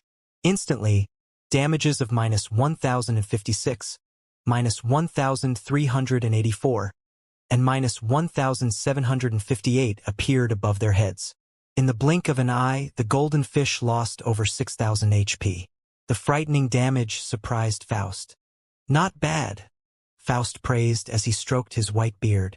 However, he still did not hold a thread of belief that Shurfeng could procure the heavenly dragon's breath. On the other hand, there was a large possibility for him to secure a dark gold ranked item. Brother Feng, leader. Looking at the damage Shurfeng had caused, Blackie and Lonely Snow forgot to continue attacking the golden fish as their eyes filled with fanaticism and excitement. With such frightening damage, there might really be a hope of completing the quest. "Don't just stare at me. Continue your attacks," Shurfeng said in the party chat, his hands not halting their actions as he spoke. Shurfeng's intense attacks quickly caused the golden fish's HP to fall at flying speeds. In the end, Shurfeng had only spent about 100 seconds to capture a golden fish, using around 2/5 of Blackie and Lonely Snow's time. As expected, it's still not enough. Shurfeng wrinkled his brows. At this rate, even if Shurfeng continuously attacked and captured the golden fish without stop, he would, at most, capture 170 to 190 golden fish. There would still be an immense gap from the targeted 1,000 golden fish. Ha ha ha! Young man, you have truly given me a shock. However, I've already said this before, you all should not try to obtain the fragmented legendary ranked item. With all 3 of you combined, it would be good enough to trade for 1 or 2 dark gold ranked items. Faust laughed with confidence. Naturally, Shurfeng did not give up at Faust's words. Suddenly, a clear blue flame appeared floating above Shurfeng's palm. This flame was the ice blue devil flame. The ice blue devil flame wrapped around Shurfeng's entire body, increasing Shurfeng's damage by 20%. "I've truly underestimated you. You can even control a mysterious flame. When Faust saw the ice-blue devil flame, he was once more given a shock. Looking at the mysterious flame's power, it should be a Tier 2 mysterious flame. Mastering a Tier 2 mysterious flame at such a young age, you are truly not a simple fellow. Unfortunately, it is still not enough. With the support of the ice-blue devil flame, Shifeng's damage soared once more. He then attacked zealously, filling the sky with sword images. Now, his normal slashes alone could deal over 1,000 damage, while his chop dealt over -1,700 damage. The most frightening was the thunder flame explosion, dealing over -3,000 damage. In the end, Shifeng only spent around 1 minute to successfully catch a golden fish. Moreover, Thundering Flash, Earth Splitter, and Thunder Flame Explosion also dealt some damage to the other golden fish. Only the cooldowns for these skills were too long. In addition to the golden fish constantly swimming about, never staying in a single place, the effects of these AoE skills were extremely limited. Continuing at this pace, Shifeng could catch somewhere over 300 golden fish in 5 hours. However, it was still a great distance from 1,000. Am I really not able to attain the fragmented legendary ranked item? Shifeng felt very reluctant. No matter what was said, a fragmented legendary ranked item was simply too rare. Finding one now was only due to heaven-defying luck. Ha ha ha! Don't be discouraged, young man. You have already performed quite well. If you all can capture 400 golden fish, I can trade you an epic ranked item. Consider it as a reward for your efforts. Faust smiled, consoling. It had been very long since he had seen a youth with such a fighting spirit. However, with Shifeng and the others' current standards, there was not a great likelihood they could earn even an epic ranked item. That damned old man. He only knows how to toy with us. Even if we have a full 5 hours right now, our chances of catching 400 golden fish are less than 40%. Blackie cursed in the party chat. Having learned his lesson, he no longer cursed out directly. My attack power is still too low. My attack speed is also too slow. I need an increase to my damage and speed. Shifeng entered deep thought as he tried to think of a way to increase his abilities. If he used the intermediate frost grenades, with all 3 of them bombarding a wide area of the Silver River, they might capture over 400 golden fish. The problem was, however, that he simply did not have that many intermediate frost grenades. Moreover, each intermediate frost grenade cost 10 silver coins. A single intermediate frost grenade could deal around -500 damage to the golden fish. Then, killing a golden fish would require 200 intermediate frost grenades, which would cost up to 20 gold coins. Taking into account the effective area of the frost grenades, every 200 frost grenades would kill around 20 golden fish, making the value of each golden fish the equivalent of 1 gold coin. Meanwhile, 1,000 golden fish would equal to 1,000 gold coins. Although purchasing a fragmented legendary ranked item for 1,000 gold coins was no different than daylight robbery, to begin with, Shifeng did not possess nearly that much money. Hence, this method was not feasible. What should I do? How can I increase my attack power? Shifeng flipped through his bag. He managed to think of over a dozen methods, but not one of them were feasible. At this moment, Shifeng discovered the level 10 fine gold ranked greatsword that he collected from the Sun Temple. This greatsword was something he had prepared for the Abyssal Blade's level up. He had completely forgotten about it due to being too busy. Now that he collected 10 silver dawns, he could level up the Abyssal Blade. That's right. If I can raise the Abyssal Blade to level 10, its attributes will massively increase. Maybe it would be possible at that time. Inspiration struck Shifeng. There would be a checkpoint for weapons at every 10 levels, and there would be a big improvement when these checkpoints were reached. Right now, the level 5 Abyssal Blade could rival a level 10 Secret Silver weapon. If it devoured a fine gold weapon and 10 Secret Silver weapons, it would undergo an impressive growth. Let's start devouring, then. Shifeng immediately chose to level up the Abyssal Blade, starting the devouring process. At a glance, the Kabulu wilderness was comprised mainly of silt and gravel. There were also plenty of abandoned pastures and farmland. From time to time, sounds of crows cawing reverberated throughout the land. Level 10 monsters, such as white tusk boars, large bisons and vultures, roamed this land, and they were all extremely ferocious. At this stage of the game, a level 10 monster area was an extremely dangerous place for players. However, in a certain pasture in the Kabulu wilderness, a 20-man team currently grinded on white-tusk boars. We're almost finished clearing out the monsters over here.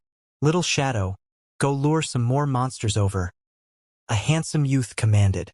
This youth wore a set of golden armor and wielded a great sword. Yes. The level 9 assassin called Little Shadow very respectfully answered. He then turned to lure more monsters.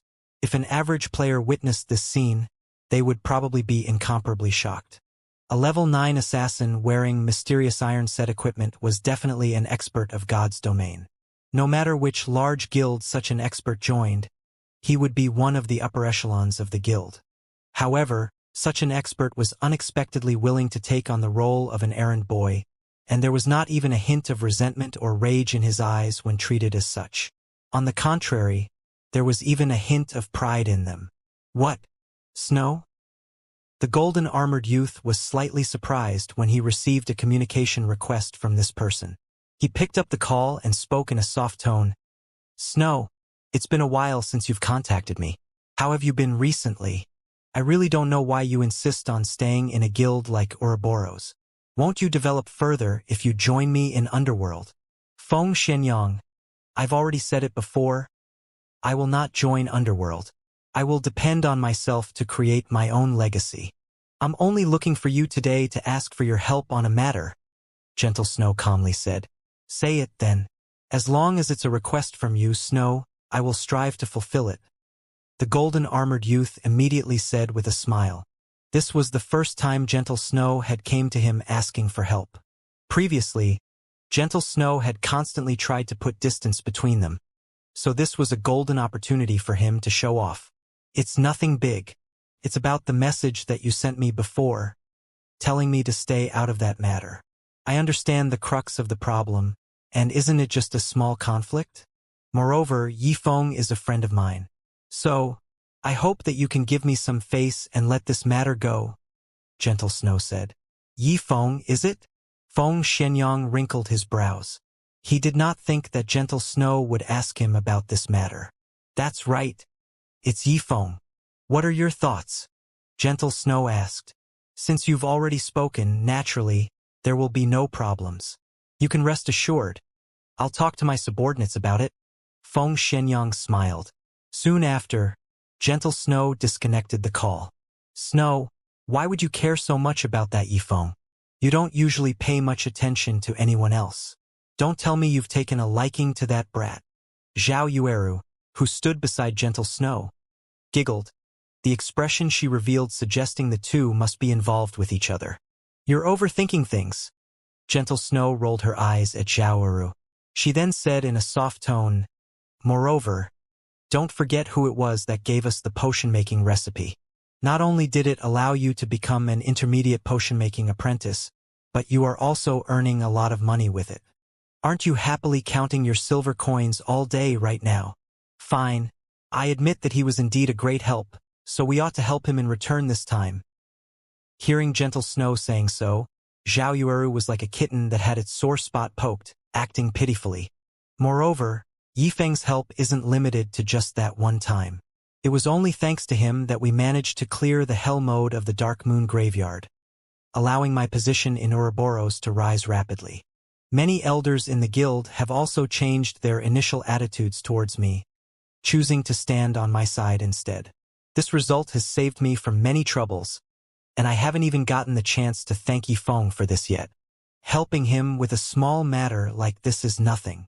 Gentle Snow then continued, if Underworld still doesn't give up and still wishes to deal with Yifeng, I can only use that move. However, since Feng Shenyang has already agreed, there should be no problems. On the other side, after Feng Shenyang ended the call, his face paled with anger. Feng Shenyang could not understand just what sort of relationship Gentle Snow had with that Yifeng for her to actually speak up for him. Feng Shenyang had been trying to woo Gentle Snow for so long, yet she had paid him no attention from the start. Right now, Underworld was just teaching Yifeng a lesson. Yet gentle snow immediately came calling. The degree of care that she gave Yifeng was abnormally high. It had even reached a degree that caused Feng Xianyang jealousy. Feng Xianyang had both money and power. He was also incomparably handsome. He was hundreds of times better than that Yifeng in every way. Yet, gentle snow chose to pay attention to Yifeng instead. There must be a problem here. However, Feng Xianyang was extremely clear about gentle snow's daily lifestyle. There was no chance that a minor character like Yifeng could meet her in real life. The only possibility was in God's domain. There must be something that he had here that led to gentle snow treating him so well. If Yifeng remained in God's domain, the two of them might have a deeper development. The more Feng Xianyang thought about it, the more plausible it seemed. Feng Xianyang's eyes gleamed with a cold glint. He had no intentions of watching his years of effort go to waste. I absolutely cannot let that Yifeng remain in God's domain. He would not tolerate Yifeng's continued contact with gentle snow. He needed to get rid of Yifeng immediately. Only with Yifeng gone would there be no possibility of any development occurring between him and gentle snow. Young Master Feng, do you have any commands? South Wolf respectfully asked. I want you to break apart the relationship between Yifeng and gentle snow. Think of a way to turn them against each other. Then make Yifeng disappear from God's domain. However, you cannot let others know that Underworld is involved in this matter. Do you understand? Feng Xianyang coldly said. Understood. This subordinate will carry out your orders. However, I hope that young Master Feng can allot me some more helpers. That way, I can do things more easily. Southwolf smiled as he spoke. Fine. I'll send a party from the Underworld Guards to assist you. However, you have to carry things out more beautifully, Feng Xianyang said. Hearing the name Underworld Guards, Southwolf was shocked into a jump. He simply did not know how Yifeng had provoked young Master Feng to unleash the Underworld Guards, the core strength of Underworld. Moreover, it was not tasking just an individual but a full party. Young Master Feng, rest assured. This subordinate will carry out your orders without fail, Southwolf assured. Star River Valley. The abyssal blade in Shifeng's hand suddenly emitted pitch-black flames. These black flames instantly wrapped around the fine gold-ranked greatsword and the 10 silver dawns. The flames radiated a scorchingly hot temperature as they melted these weapons. The temperature of the black flames was on an entirely different level compared to the ice-blue devil flame. In the blink of an eye, even the fine gold-ranked greatsword melted into a lump of metal, the abyssal blade continuously absorbing the essence of the weapon. After the devouring process completed, the abyssal blade flared with a gigantic black flame. The black flame was like a living being, transforming into a black dragon. The size of the dragon was like a great mountain with the height of around 200 to 300 meters, and pitch-black scales that were even harder than steel covered its entire body. Soon after, the black dragon released a heaven-shaking roar, instantly scattering the dark clouds in the sky. The roar of the dragon shocked the entire Star River Valley, and even the golden fish in the Silver River were shocked still, not moving at all. Magic weapon! Faust, who floated in mid-air, instantly knew what was happening when he saw the black dragon's appearance from the abyssal blade. His constantly calm expression before even showed signs of shock right now. How is this possible? A young fellow like you actually controls a magic weapon and haven't felt its curse yet. The appearance of the black dragon instantly sent Blackie and Lonely Snow into shock. Just standing on the ground and feeling the roar that rang through the skies was enough to cause one to tremble with fear. As for the flames surrounding the black dragon, the temperature it radiated increased the temperature throughout Star River Valley by more than 10 degrees. The black dragon had thoroughly frightened them stiff. The black dragon glanced at its surroundings, its sight stopping on Faust momentarily before shifting to Shifeng. It isn't trying to kill me, right? This was the first time Shifeng had personally witnessed a dragon. In God's domain, dragons were the symbol of power and destruction. It was obvious just how terrifying dragons were. Not to mention, the dragon before him right now was a king amongst dragons, the Black Dragon King. Young man, relax.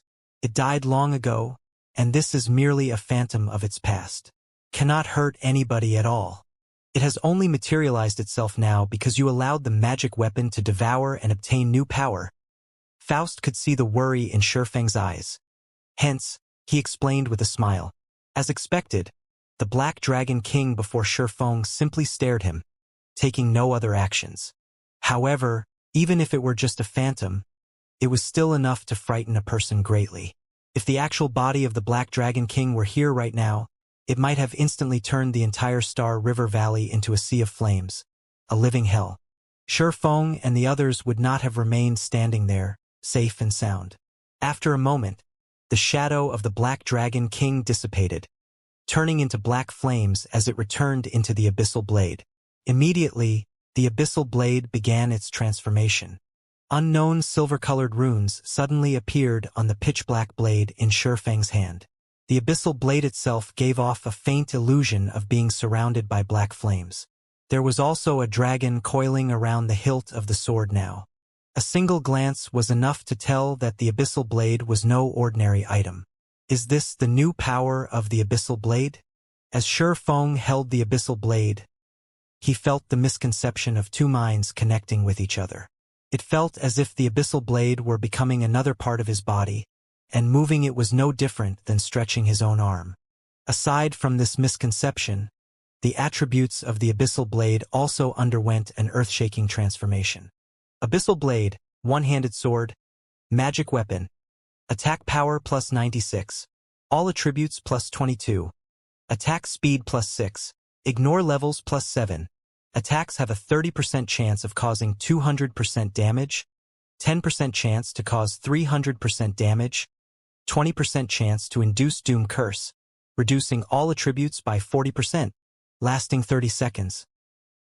If wielder belongs to any swordsman job, all skill levels plus 3. Increase free ability points received by 2 points for every increase in level. Equipment level 10. Can be leveled up. Devour 10 level 15 mysterious iron equipment and 1 level 15 secret silver equipment to level up to level 15. Can be evolved unknown. Additional skill 1. Phantom Kill. Instantly creates a doppelganger. You can control this doppelganger. Doppelganger will have 50% of original body's attributes and all skills. At the same time, doppelganger and the original body can be swapped. Duration of 40 seconds. Cooldown, 5 minutes. Additional skill 2. Abyssal Bind. Binds enemies and prevents movement, reducing defense by 100%. Duration of 3 seconds. Cooldown 1 minute. Additional skill 3. 9 Dragon Slash. Instantly create 9 phantoms of the abyssal blade for the wielder's use. Each phantom sword is capable of dealing up to 30% damage. Duration of 28 seconds. Cooldown 5 minutes. Additional skill 4. Dark Violent Dance. 40% of the total damage dealt spreads in a cone-shaped area towards targets within a distance of 12 yards for 30 seconds. Cooldown 1 minute. The abyssal blade was personally created by Master Smith Alice's using the Black Dragon King's fangs as material. It is one of 36 famed swords, and it is ranked 31st. However, this sword has been cursed by the Black Dragon King. Aside from providing the wielder with immense strength, there will be a backlash every period of time. However, after being remodeled by Jack using a star crystal, the strength of the backlash has been greatly reduced. If the wielder is unable to suppress the backlash, the wielder will receive the curse of the Black Dragon King, permanently reducing all attributes by 50%. Unable to be dropped. Unable to be traded. It looks like, if the abyssal blade devours better quality weapons, the resulting improvements are also greater. Shifeng was extremely satisfied by the abyssal blade's improvements. Right now, the abyssal blade's attack power has reached the standard of a level 10 dark gold ranked two-handed weapon, not to mention its frightening attributes. Just the chances of causing a double damage critical hit increasing to 30% was a frightening improvement, not to mention the chances of inflicting the Doom Curse increasing to 20%. As long as the target was cursed, all their attributes would be reduced by 40%. It was a fatal power. Let's test out the new power. Shifeng tightened his grip on the abyssal blade as he looked towards the thousands of golden fish swimming in the silver river. The heavenly dragon's breath will definitely be mine. Young man, you are still better off giving up. Although you have greatly increased your weapon's prowess, it is still impossible for you to obtain the fragmented legendary ranked item, Faust said with a smile. It was not that he looked down on Shi Feng. Rather, he was extremely clear about the difficulty of the challenge he had set. If Shi Feng reached level 20 right now and possessed a complete set of level 20 fine gold set equipment, in addition to a level 20 magic weapon, he would then have a chance of completing this quest. However, it was clear that Shi Feng had yet to reach such a standard. Moreover, he was still far from achieving it. On the other hand, there was a great possibility that he could earn an epic ranked item now. What if I used this? Shi Feng suddenly took out the freezing shadow he previously obtained. Freezing shadow, dart-type consumable item. Usage count, 10,000/10,000, causes 120% frost damage towards a target. Only effective towards enemies that are level 30 and below. No cooldown. At a glance, even Blackie and Lonely Shadow, who were familiar with Shi Feng, might not understand this item. The freezing shadow darts could only attack a single target at a time. Compared to using a skill to cause damage, it was much weaker, so how could it possibly reach the target of 1,000 golden fish? Faust could not help but shake his head, silent as he turned back to his fishing. Blackie, Lonely Snow, come over here and help me capture the golden fish. Shi Feng flew up to the Silver River as he spoke to his companions. Although the two did not know what Shi Feng was trying to do, they still chose to trust him unconditionally. Let's start, then. After the two of them made their preparations to capture the golden fish with the magical net, Shi Feng also finished his own preparations. Immediately after Shi Feng activated the ice blue devil flame, he rushed towards the group of fish with the abyssal blade in one hand and the freezing shadow in the other. Shi Feng then slashed the abyssal blade towards the spot with the highest concentration of golden fish. Thundering flash. Instantly, 3 electric arcs weaved across over 20 golden fish, inflicting frightening damages of -1846, -2389, and -3201. There were also some golden fish that received critical hits, doubling the damage they received to -3692, -4778, and -6402. There were even some that felt the doom curse upon them, immediately reducing their attributes by 40% and their maximum HP to 60,000 points. Earth Splitter. Thunder Flame Explosion. After the 3 massive AoE skills, every golden fish Shi Feng struck lost at least 20,000 HP. The ones that received critical strikes lost over 30,000 HP, while those that received the Doom Curse instantly lost close to half of their HP. Seeing these damages, Blackie and Lonely Snow were both dumbfounded. They even thought that they were dreaming. Scatter and Go. Dark Violent Dance. After using the 3 massive AoE skills, he wielded the freezing shadow as he activated the Dark Violent Dance. Show! Show! Show! Instantly, more than 10 freezing shadow darts pierced the golden fish inflicted with the Doom Curse. Every dart caused over -1,700 damage. Simultaneously, the damage spread effect of the Dark Violent Dance caused over -600 damage to each of the surrounding golden fish. In the blink of an eye, over 100 golden fish had their HP reduced. Unlike the frost grenades, the freezing shadows did not have a cooldown. The number of darts a player could toss out within a fixed period of time depended solely on their attack speed. Due to the attribute improvement of the Abyssal Blade, Shi Feng's attack speed had become much faster. In addition to Faust's buff, Shi Feng could easily throw out 20 freezing shadow darts simultaneously. However, in an attempt to pursue stability and accuracy, Shi Feng limited the number of darts he tossed out to 12 at a time. Due to Shi Feng's unrestrained damaging, the HP of the golden fish afflicted by the Doom Curse madly reduced. Very quickly, the 60,000 HP of these golden fish fell to a critical level, forcing them into a crippled state. Lonely, I'm not dreaming, right? Blackie slapped Lonely Snow's shoulders, his finger pointing towards the group of crippled golden fish. Lonely Snow's gaze turned sluggish as he shook his head in a daze. Compared to the rapid decrease of the golden fish's HP, Lonely Snow was more shocked by Shurfeng's techniques. He only managed to see the countless shadows left behind by Shurfeng's hands. Before Lonely Snow could even get a clear view of Shurfeng's hands, more than 10 freezing shadow darts already flew out. Such speed could practically rival an assault rifle. Aside from Shurfeng's frightening speed, his accuracy also caused others to submit. Every dart he shot out had accurately landed on the golden fish afflicted with the doom curse. Moreover, they even landed on the softer side abdomens of the golden fish.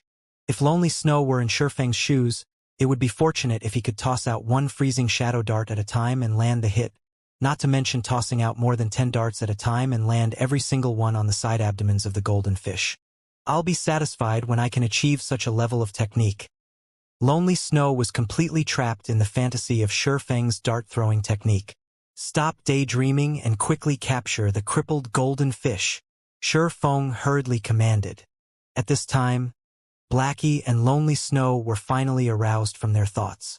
They immediately used the magical nets to capture the crippled golden fish. 1 fish, 2 fish, 3 fish. Shurfeng only spent a short 30 seconds to force 3 golden fish into a crippled state. Shurfeng's violent speed had shocked even Faust himself, and he could not help but feel a slight ache in his heart.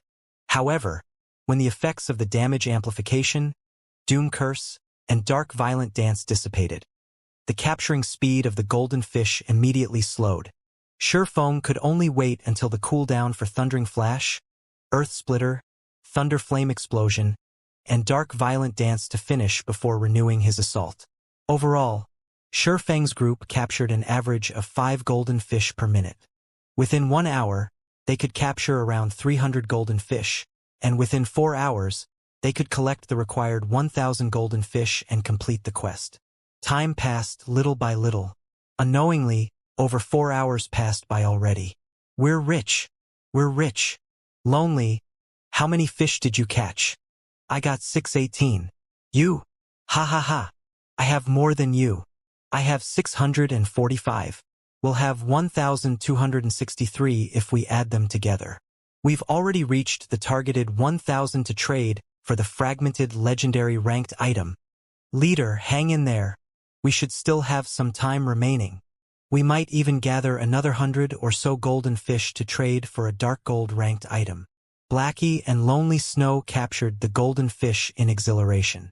As they watched the number of golden fish continuously grow in their bags, they could not suppress even a smile of their faces. The only misfortune in this situation was that Shurfeng could not raise his skill proficiency by attacking these golden fish. He also did not obtain a single point of experience from his efforts. If he killed this many level 20 special elites in a normal situation, the 3 of them would have long since risen by 2 or 3 levels. However, Shurfeng did not feel much from this. It was only Blackie and Lonely Snow who did not know of the rarity of a fragmented legendary ranked item. They might not get another chance to secure one for a very long time. To obtain the fragmented legendary ranked item, the Heavenly Dragon's Breath, right now, even spending 1 to 2 days would be worth it, not to mention spending only several hours. Shurfeng's strength would soar if they possessed a fragmented legendary ranked item. As long as he equipped it, even when faced with apex experts, he would still suppress them with overwhelming strength. In God's domain, there were none willing to follow a weakling. Players would only revere the strong. If Shurfeng wanted to establish his own virtual empire, he first needed to empower himself. Only then could attract others to follow him. During the early stages of God's domain, players like Shurfeng, who had yet to start up their own workshops, had 0 chances of competing against the various large guilds. In God's domain, there were plenty of high-leveled field bosses that dropped valuable loot. There were even some that would drop dark gold ranked items. If lucky, players might even encounter a High Lord ranked monster. Although High Lord ranked monsters were incomparably powerful, they possessed a small chance to drop an epic ranked item. As for the usefulness of an epic ranked item to a guild, that was obvious. Not only could it increase a player's personal strength, allowing them to kill even more powerful monsters, they would also attract plenty of famous players to join the guild, further increasing the guild's overall prowess. In regards to dealing with high-level monsters or high lord ranked monsters, Large guilds could simply use numbers to overwhelm them. Although they would have to pay a heavy price, everything would be worth it if they could obtain top-tier equipment. Meanwhile, small guilds and workshops did not have such capabilities, and such a situation would allow the large guilds to have a much easier time procuring top-tier equipment. As more time passed, the gap between the two would continue to grow larger and larger, and soon the small guilds would have no chance to compare to large guilds at all.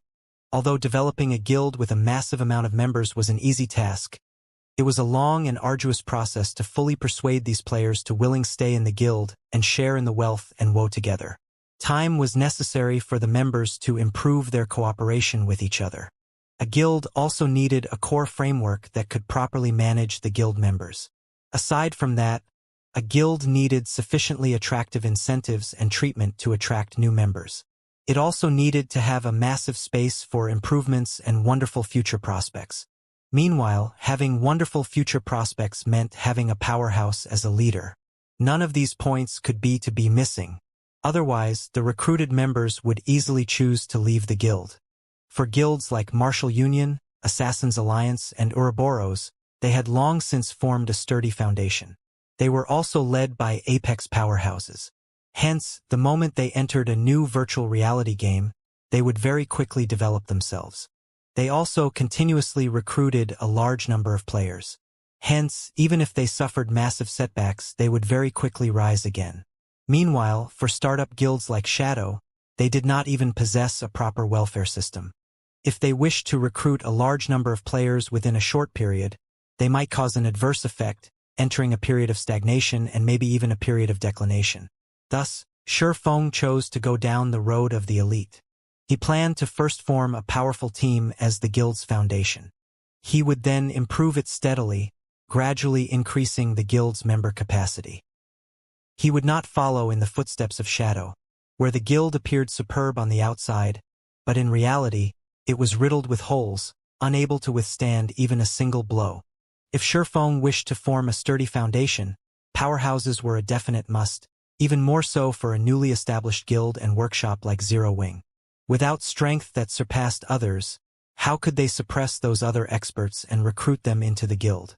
Only with great strength would Zero Wing show others the possibilities of advancement in their guild. Meanwhile, the fragmented legendary ranked item was unquestionably a great source of strength for Shi Feng. Time is almost up. I should start the final spurt, then. After battling at full power for over 4 hours, Shi Feng was drenched in sweat. Be it mentally or physically, he was exhausted near to collapsing. If it were not for the attraction of the fragmented legendary ranked item, he would have long since fainted into a deep sleep. Soon after, Shi Feng took out all the frost grenades he had in his possession and all of the Tier 1 magic scrolls he had. He then distributed them to Blackie and Lonely Snow. These items are very precious. We'll use them together. Absolutely do not waste them, Shi Feng sternly said in the party chat. Brother Feng, rest assured. I'm a cursemancer, so it will not be a problem for me to release these Tier 1 magic scrolls. Leave it to me. Blackie and Lonely Snow could also feel the weight of these items. Not mentioning the frost grenades, just the value of such a large quantity of Tier 1 magic scrolls was immeasurable. If any accidents occurred, their losses would be abnormally huge. Attack that group of golden fish with me? Shi Feng tossed out an intermediate frost grenade, solidifying a group of golden fish in place. He then used Thundering Flash, inflicting a damage amplification effect and the Doom Curse on them. Soon after, he unfurled a Fire-type Tier 1 magic scroll, blasting an attack at the group of golden fish. Blackie and Lonely Snow also tossed out their frost grenades at the same time, freezing all the golden fish. They then followed up by using the Tier 1 magic scrolls, immediately starting violent bombardment. A series of explosions resounded throughout the Silver River, giving rise to layers upon layers of waves. The shocking damages caused the HP of the group of golden fish to roll downwards frantically. Compared to Shi Feng's initial burst, this burst was much more powerful. Watching this, Faust could not help but wipe away the cold sweat that formed on his forehead. Are these young lads trying to snatch even my family inheritance away? The power of Tier 1 magic scrolls far surpassed the capabilities of the magic of players at this stage of the game. The might of fire-type and ice-type magics that Shifeng wielded was especially frightening. A Tier 1 AoE scroll, Flame Explosion, instantly caused over -6,000 damage to the golden fish, while another Tier 1 AoE scroll, Cold Wind Blowing, caused over -5,000 damage. With all three members of Shifeng's group attacking simultaneously, the golden fish had nowhere to hide. Due to being frozen by the frost grenades, the golden fish were unable to move at all. Tier 1 magic scrolls bombarded them with magical attacks, one after another, rapidly reducing the golden fish's HP and sending them into a crippled state. After an all-out burst lasting more than 10 minutes, Shifeng completely exhausted all of the attack-type Tier 1 magic scrolls he obtained from the Moonlight Forest. They had also fully depleted the frost grenades he bought from the Blackwing City. If totaled, the value of all of the items used was at least 20 gold coins. This loss could bankrupt a normal guild. However, their harvest during these 10 minutes or so was bountiful. They captured a total of 247 golden fish during this time, increasing their total accumulated number to 1510 golden fish, far exceeding Shifeng's initial estimation. They had perfectly achieved the quest's targeted number. Brother Feng, here's the golden fish I collected. Here's mine as well. Blackie and Lonely Snow excitedly handed over all the golden fish they captured to Shifeng. Anticipation filled their eyes as they waited for Shifeng to trade for the heavenly dragon's breath. They wanted to see just how powerful the attributes of fragmented legendary ranked item were. Just as Shifeng received all the golden fish, hesitation appeared on his face. Originally, his goal from the beginning had been the heavenly dragon's breath. Now, however, he had an additional 500 or so golden fish in his possession, far exceeding his initial estimates. He did not know just what sort of items he should trade for with these extras. Brother Feng, what's wrong? Blackie curiously asked as he noticed Shifeng's thoughtful expression. Nothing much. I want to ask you guys for your opinions. Right now, we have over 500 extra golden fish, so we can gain plenty more items with them. If we trade them for dark gold equipment, we can get 2 to 3 pieces. If we convert them to level 15 fine gold equipment, we have enough for more than 10 pieces. If we trade them for secret silver ranked items, we can outfit the entire party with them, greatly increasing the party's strength. However, we can also exchange 500 golden fish for an epic ranked item, Shifeng said. When everyone reaches level 15, the entire party can be fully equipped with level 15 secret silver equipment. Blackie trembled with excitement just from the thought of it. Although they still needed some time before they reached level 15, and by the time they reached that level, the scarcity of equipment would have decreased. An entire party fully geared with secret silver equipment was not a feat that even a first-rate guild could achieve. Even the elites amongst the elites of these first-rate guilds would, at most, have 1 to 2 pieces of secret silver equipment. Moreover, the equipment would be level 10, not level 15. Possibly, only those very few Apex experts that reached level 15 could gather a full set of secret silver equipment. However, it would still be impossible for them to gather a complete set of level 15 secret silver equipment. This meant that the moment all the members of the Zero Wing party reached level 15, they would instantly soar to become an Apex party in God's domain. None of the elite parties of the major guilds would be their equal. We could surpass all the elite parties of first-rate guilds and become the topmost level 15 elite party in God's domain? Lonely Snow grew excited as well. What do you guys think? Shifeng asked. Blackie and Lonely Snow entered deep thought. This was an extremely grave matter, as it was a problem related to the future development of the Zero Wing workshop. After the three of them gave the matter some thought, Blackie suddenly said, Brother Feng, my suggestion is to trade for the epic ranked item. Although it would be awesome for our party fully equipped secret silver equipment the moment we reached level 15, it isn't exactly impossible for us to get more secret silver equipment in the future. Meanwhile, an epic ranked item is definitely something we won't encounter again. We also don't know when we'll get another chance like this.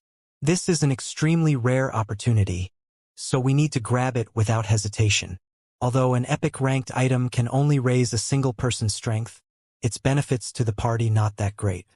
However, with a single powerhouse in the party, we will have a much easier time obtaining secret silver ranked items. On the other hand, even if we had a party fully geared with secret silver equipment, we won't obtain even a single epic ranked item. When considering the future, level 15 secret silver equipment will sooner or later be worthless. However, it is a different matter for an epic ranked item. It can bring us longer-lasting benefits. I also agree. To a large guild, the improvements brought about by an epic ranked item might not compare to over 100 pieces of secret silver ranked items. However, these large guilds are still willing to use hundreds of secret silver ranked items to trade for just a single epic ranked item. The reason being, although having 100 or more secret silver ranked items could temporarily increase our strength, what about the future? Leader, I think we should exchange for an epic ranked item instead. Blackie and Lonely Snow exchanged looks with each other. They had both given Shi Feng their most earnest opinions. They both believed that, once Shi Feng grew stronger, by the time they reached level 15, he could outfit them with a pile of good equipment. So, why should they carry out an action that was the equivalent of killing the chicken to get the egg? I get it. I'll take a look and see whether or not the epic ranked items available for trade will be of any help to us in the future. If they are useless, then I'll exchange for a dozen or so fine gold ranked items. Shi Feng nodded his head. In reality, Shi Feng had thought of this matter as well. However, he couldn't be too selfish either. Compared to a fragmented legendary ranked item, an epic ranked item was not as important. Hence, when trading for other items, he needed to consider everyone else's opinions. After all, this was a result that was only possible through everyone's joint efforts. Young adventurer, here is the list of items. Have a look and simply tell me whichever items you wish to trade, Faust said with a stiff expression. He truly did not expect the young fellow before him to be so powerful. To actually obtain the heavenly dragon's breath that he had treasured for so many years, he had not been willing to sell it in the past, even when someone offered 30,000 gold coins. Yet, today he was trading it away for only 1,000 golden fish. Shi Feng looked at the list of items, discovering that there were 3 additional epic ranked items available for trade. There was a necklace called Heart of Light, a longbow called Starchaser, and a staff called Mavis's Guard. As for the dark gold ranked items and fine gold ranked items, there were a ton of them available. Almost every kind of item was available. However, the item that aroused the most attention was still the fragmented legendary ranked item, the Heavenly Dragon's Breath. It was needless to be mentioned that the Heavenly Dragon's Breath had to be purchased. As for the remaining 3 epic ranked items, one of them was a longbow, a weapon for rangers, and it was useless to their current party. Hence, only the necklace and staff remained as options. However, when Shi Feng looked at both the attributes of these items, he was instantly speechless. He could not decide which item would bring the greatest personal improvement to his party. Which one should I choose? Shi Feng's gaze kept switching between the 2 epic ranked items before him, indecisive. Faust only revealed a smile at this sight. What he loved watching the most was the distressed appearance of young people. After hesitating for a long time, Shi Feng suddenly recalled a name in his memories from long ago. This name had once resounded throughout God's domain. However, after going through the ravages of time, this name slowly became unknown and forgotten. Esteemed Lord Faust, I wish to exchange for the Heavenly Dragon's Breath, Mavis's Guard, and this level 15 secret silver ranked ring, the Ring of Glory, Shi Feng said. How do you know about this matter? Listening to the items that Shi Feng wanted to exchange, Faust was instantly dumbfounded. He fixedly stared at Shi Feng, asking in disbelief, Great, the gamble paid off. It really is a treasure left behind by that great existence. Shi Feng inwardly felt immense excitement. However, he did not reveal it on his face, maintaining a calm outward expression. To Faust's shock and questioning, Shi Feng did not give out an answer. He only revealed a mysterious smile at Faust. Esteemed Lord Faust, I wonder if I can purchase these items? Shi Feng asked once more. Ha! Maybe this too is fate, Faust sighed. He then said, since you've already made your choice, you have to use this strength properly. The total is 1,510 golden fish for all 3 items. Esteemed Lord Faust, here are 1,510 golden fish.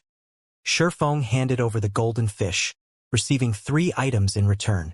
He had made a huge profit from this trade. Actually, Shifeng did not think that his luck would be so heaven-defying after his reincarnation. In Shifeng's previous life, 6 years after God's domain began, Shadow accidentally discovered a level 150 lost ruin. Moreover, to fully explore the lost ruin, they had sacrificed a disastrous amount of resources. However, they did not obtain anything significant from this exploration, only managing to find a golden book on a goddess statue. There was nothing special about this book. It was simply a book made of pure gold, so it did not rot easily. Recorded in the book was a segment about a long-forgotten history. Meanwhile, one of the phrases within the book contained the name Mavis. During that ancient era, Mavis was likened to a god, and she was referred to as the god of light. Compared to the strange old man, Faust, Mavis was much stronger. Aside from that, Shifeng had not a clue about who Mavis was. Even so, an item left behind by a legendary existence much stronger than Faust would not be an ordinary item. Meanwhile, Blackie and Lonely Snow stood silently in confusion as they watched Shifeng. They did not understand why Shifeng was so joyful. However, listening to Faust's words, they faintly felt that they had gained a great advantage from the trade. Young man, seeing that fate has allowed us to meet, let me give you a warning. The magic weapon in your hand is extremely terrifying. Sealed within the magic weapon is the curse of the Black Dragon King, which even I will not face. This curse is extremely formidable, and even if the lucky stone suppresses it, sooner or later, you will have to face it. Faust's caution was grim. He then continued, saying, while you allow your magic weapon to absorb more power, you also strengthen the curse suppressed within the weapon. Remember that a magic weapon is a double-edged sword. If you wish to obtain extraordinary strength, your will must be extraordinary as well. Otherwise, strength will, soon or later, devour you whole. Maybe this is also fate. Although the heavenly dragon's breath is only a fragmented item, it could still, more or less, aid you in resisting your magic weapon's backlash. If you can fully restore the heavenly dragon's breath, it will bring you unimaginable benefits. Strive harder, young man. Finished speaking, Faust's body vanished, while the entire Star River Valley gradually faded from existence as well. System: Rare Quest Delicious Golden Fish, completed. Rewarding 300,000 EXP. Reputation in White River City +10. Shifeng instantly rose to level 12, a golden glow enveloping his body. Immediately after, a golden glow also coated Blackie and Lonely Snow, both of them reaching level 11. This quest is too awesome. It instantly gave me 150,000 EXP, Blackie said, entranced. Lonely Snow also nodded, saying with a smile, I also received 140,000 EXP. With this, our Zero-Wing party dominates the top 3 positions of White River City. If others know of this, our Zero-Wing workshop will become famous. We might be more than famous. Those other players from major guilds might even be dumbfounded. Those bastards from Martial Union would regret becoming enemies with us. The next time we meet them, I will teach them a good lesson. Confidence about the future filled Blackie's heart. Now that his level was so high, and his equipment was excellent, even if he encountered several experts from Martial Union, he could still kill them all. While Blackie fantasized, the Star River Valley had completely disappeared. Only the dark silent swamp and dying forest remained around them. Brother Feng, that strange old man looked so shocked just now. Just what did you obtain from him? Blackie curiously asked. Nothing much. I got the fragmented legendary ranked item, the Heavenly Dragon's Breath, an epic ranked staff, Mavis's Guard, and a secret silver ranked ring, the Ring of Glory. Shifeng shared the information of the items with the other 2. Heavenly Dragon's Breath, ring, fragmented legendary rank. Equipment requirement: Strength 200, Agility 200, Intelligence 120, Strength plus 40%, agility plus 40%, intelligence plus 30%, endurance plus 30%, movement speed plus 20%, attack speed plus 30%, ignore levels plus 10, all item level requirements reduced by 10 levels. Additional skill 1, Dragon's Authority. Suppress all enemies in the surroundings with the might of the Heavenly Dragon, inflicting the fear status onto enemies within a 30-yard distance, reducing their attack power by 20%, attack speed by 20%, and movement speed by 20% for 1 minute. Cooldown 3 minutes. Additional skill 2, Dragon Breath. Inflicts 6x damage in a 30 by 5-yard line in front of you. There is a 20% chance to induce the fainted state for 2 seconds. Cooldown 5 minutes. Additional skill 3, Heavenly Dragon's Power. Allows the user to temporarily possess the power of the Heavenly Dragon, increasing HP by 300%, strength by 100%, and defense by 300%, and grants immunity to all controlling effects for 2 minutes. Cooldown 3 hours. The Dragon Slayer Mechacer once owned the Heavenly Dragon's Breath. It was originally a legendary ranked item possessing the suppressed strength of the dragon tribe. Due to damage resulting from a war between gods, its might has greatly decreased. However, the Heavenly Dragon's Breath possesses an incomparably strong magic power and possesses the potential to restore itself. Its past glory may be restored with 3 magic stars and 1 dragon's heart. Current restoration, 0/4. Mavis's Guard, Staff, Epic Rank, Level 1 Level 60. Equipment requirement, Intelligence 80. Attributes adjust according to user's level. Magic damage plus 20%, maximum mana plus 20%, mana consumption -10%, ignore levels plus 10. All magic type skills plus 2 levels. All item level requirements reduced by 10 levels. Additional passive skill, Spear of Light. There is a 15% chance to trigger this skill when attacking, launching a Spear of Light at the target and causing 200% magic damage. Additional skill 1, Guardian of Light. Grants a target immunity to all magic damage, reduces physical damage by 80%, and recovers 5% HP every second for 20 seconds. Cooldown 20 minutes. Additional skill 2, Stars of Light. Deals 500% magic damage to targets within a 5-yard radius, or deals 300% magic damage to targets within a 20-yard radius. The damage scales up by 10% every second for 15 seconds. Cooldown 30 minutes. Mavis's Guard was once a staff blessed by the god of light, Mavis. Possesses incomparably powerful magic. However, due to the limited materials used to make the staff, it is unable to display its full might.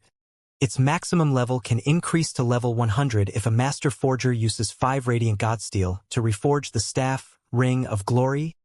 Ring, secret silver rank, level 15. Equipment requirement, Intelligence 40, Intelligence plus 24, Vitality plus 15, Endurance plus 10, Strength plus 8, Agility plus 8. Increases damage of all light-type magic by 15%. These are a fragmented legendary ranked item and an epic rank item? Aren't they too OP? Blackie and Lonely Snow's eyes nearly popped out of their sockets when they saw the attributes of the 3 items. Previously, they thought that the attributes of a secret silver weapon were already powerful. Only now, after seeing these attributes, did they understand that no matter how strong you were, there would always be someone stronger than you. In the face of fragmented legendary ranked items and epic ranked items, secret silver ranked items were simply trash.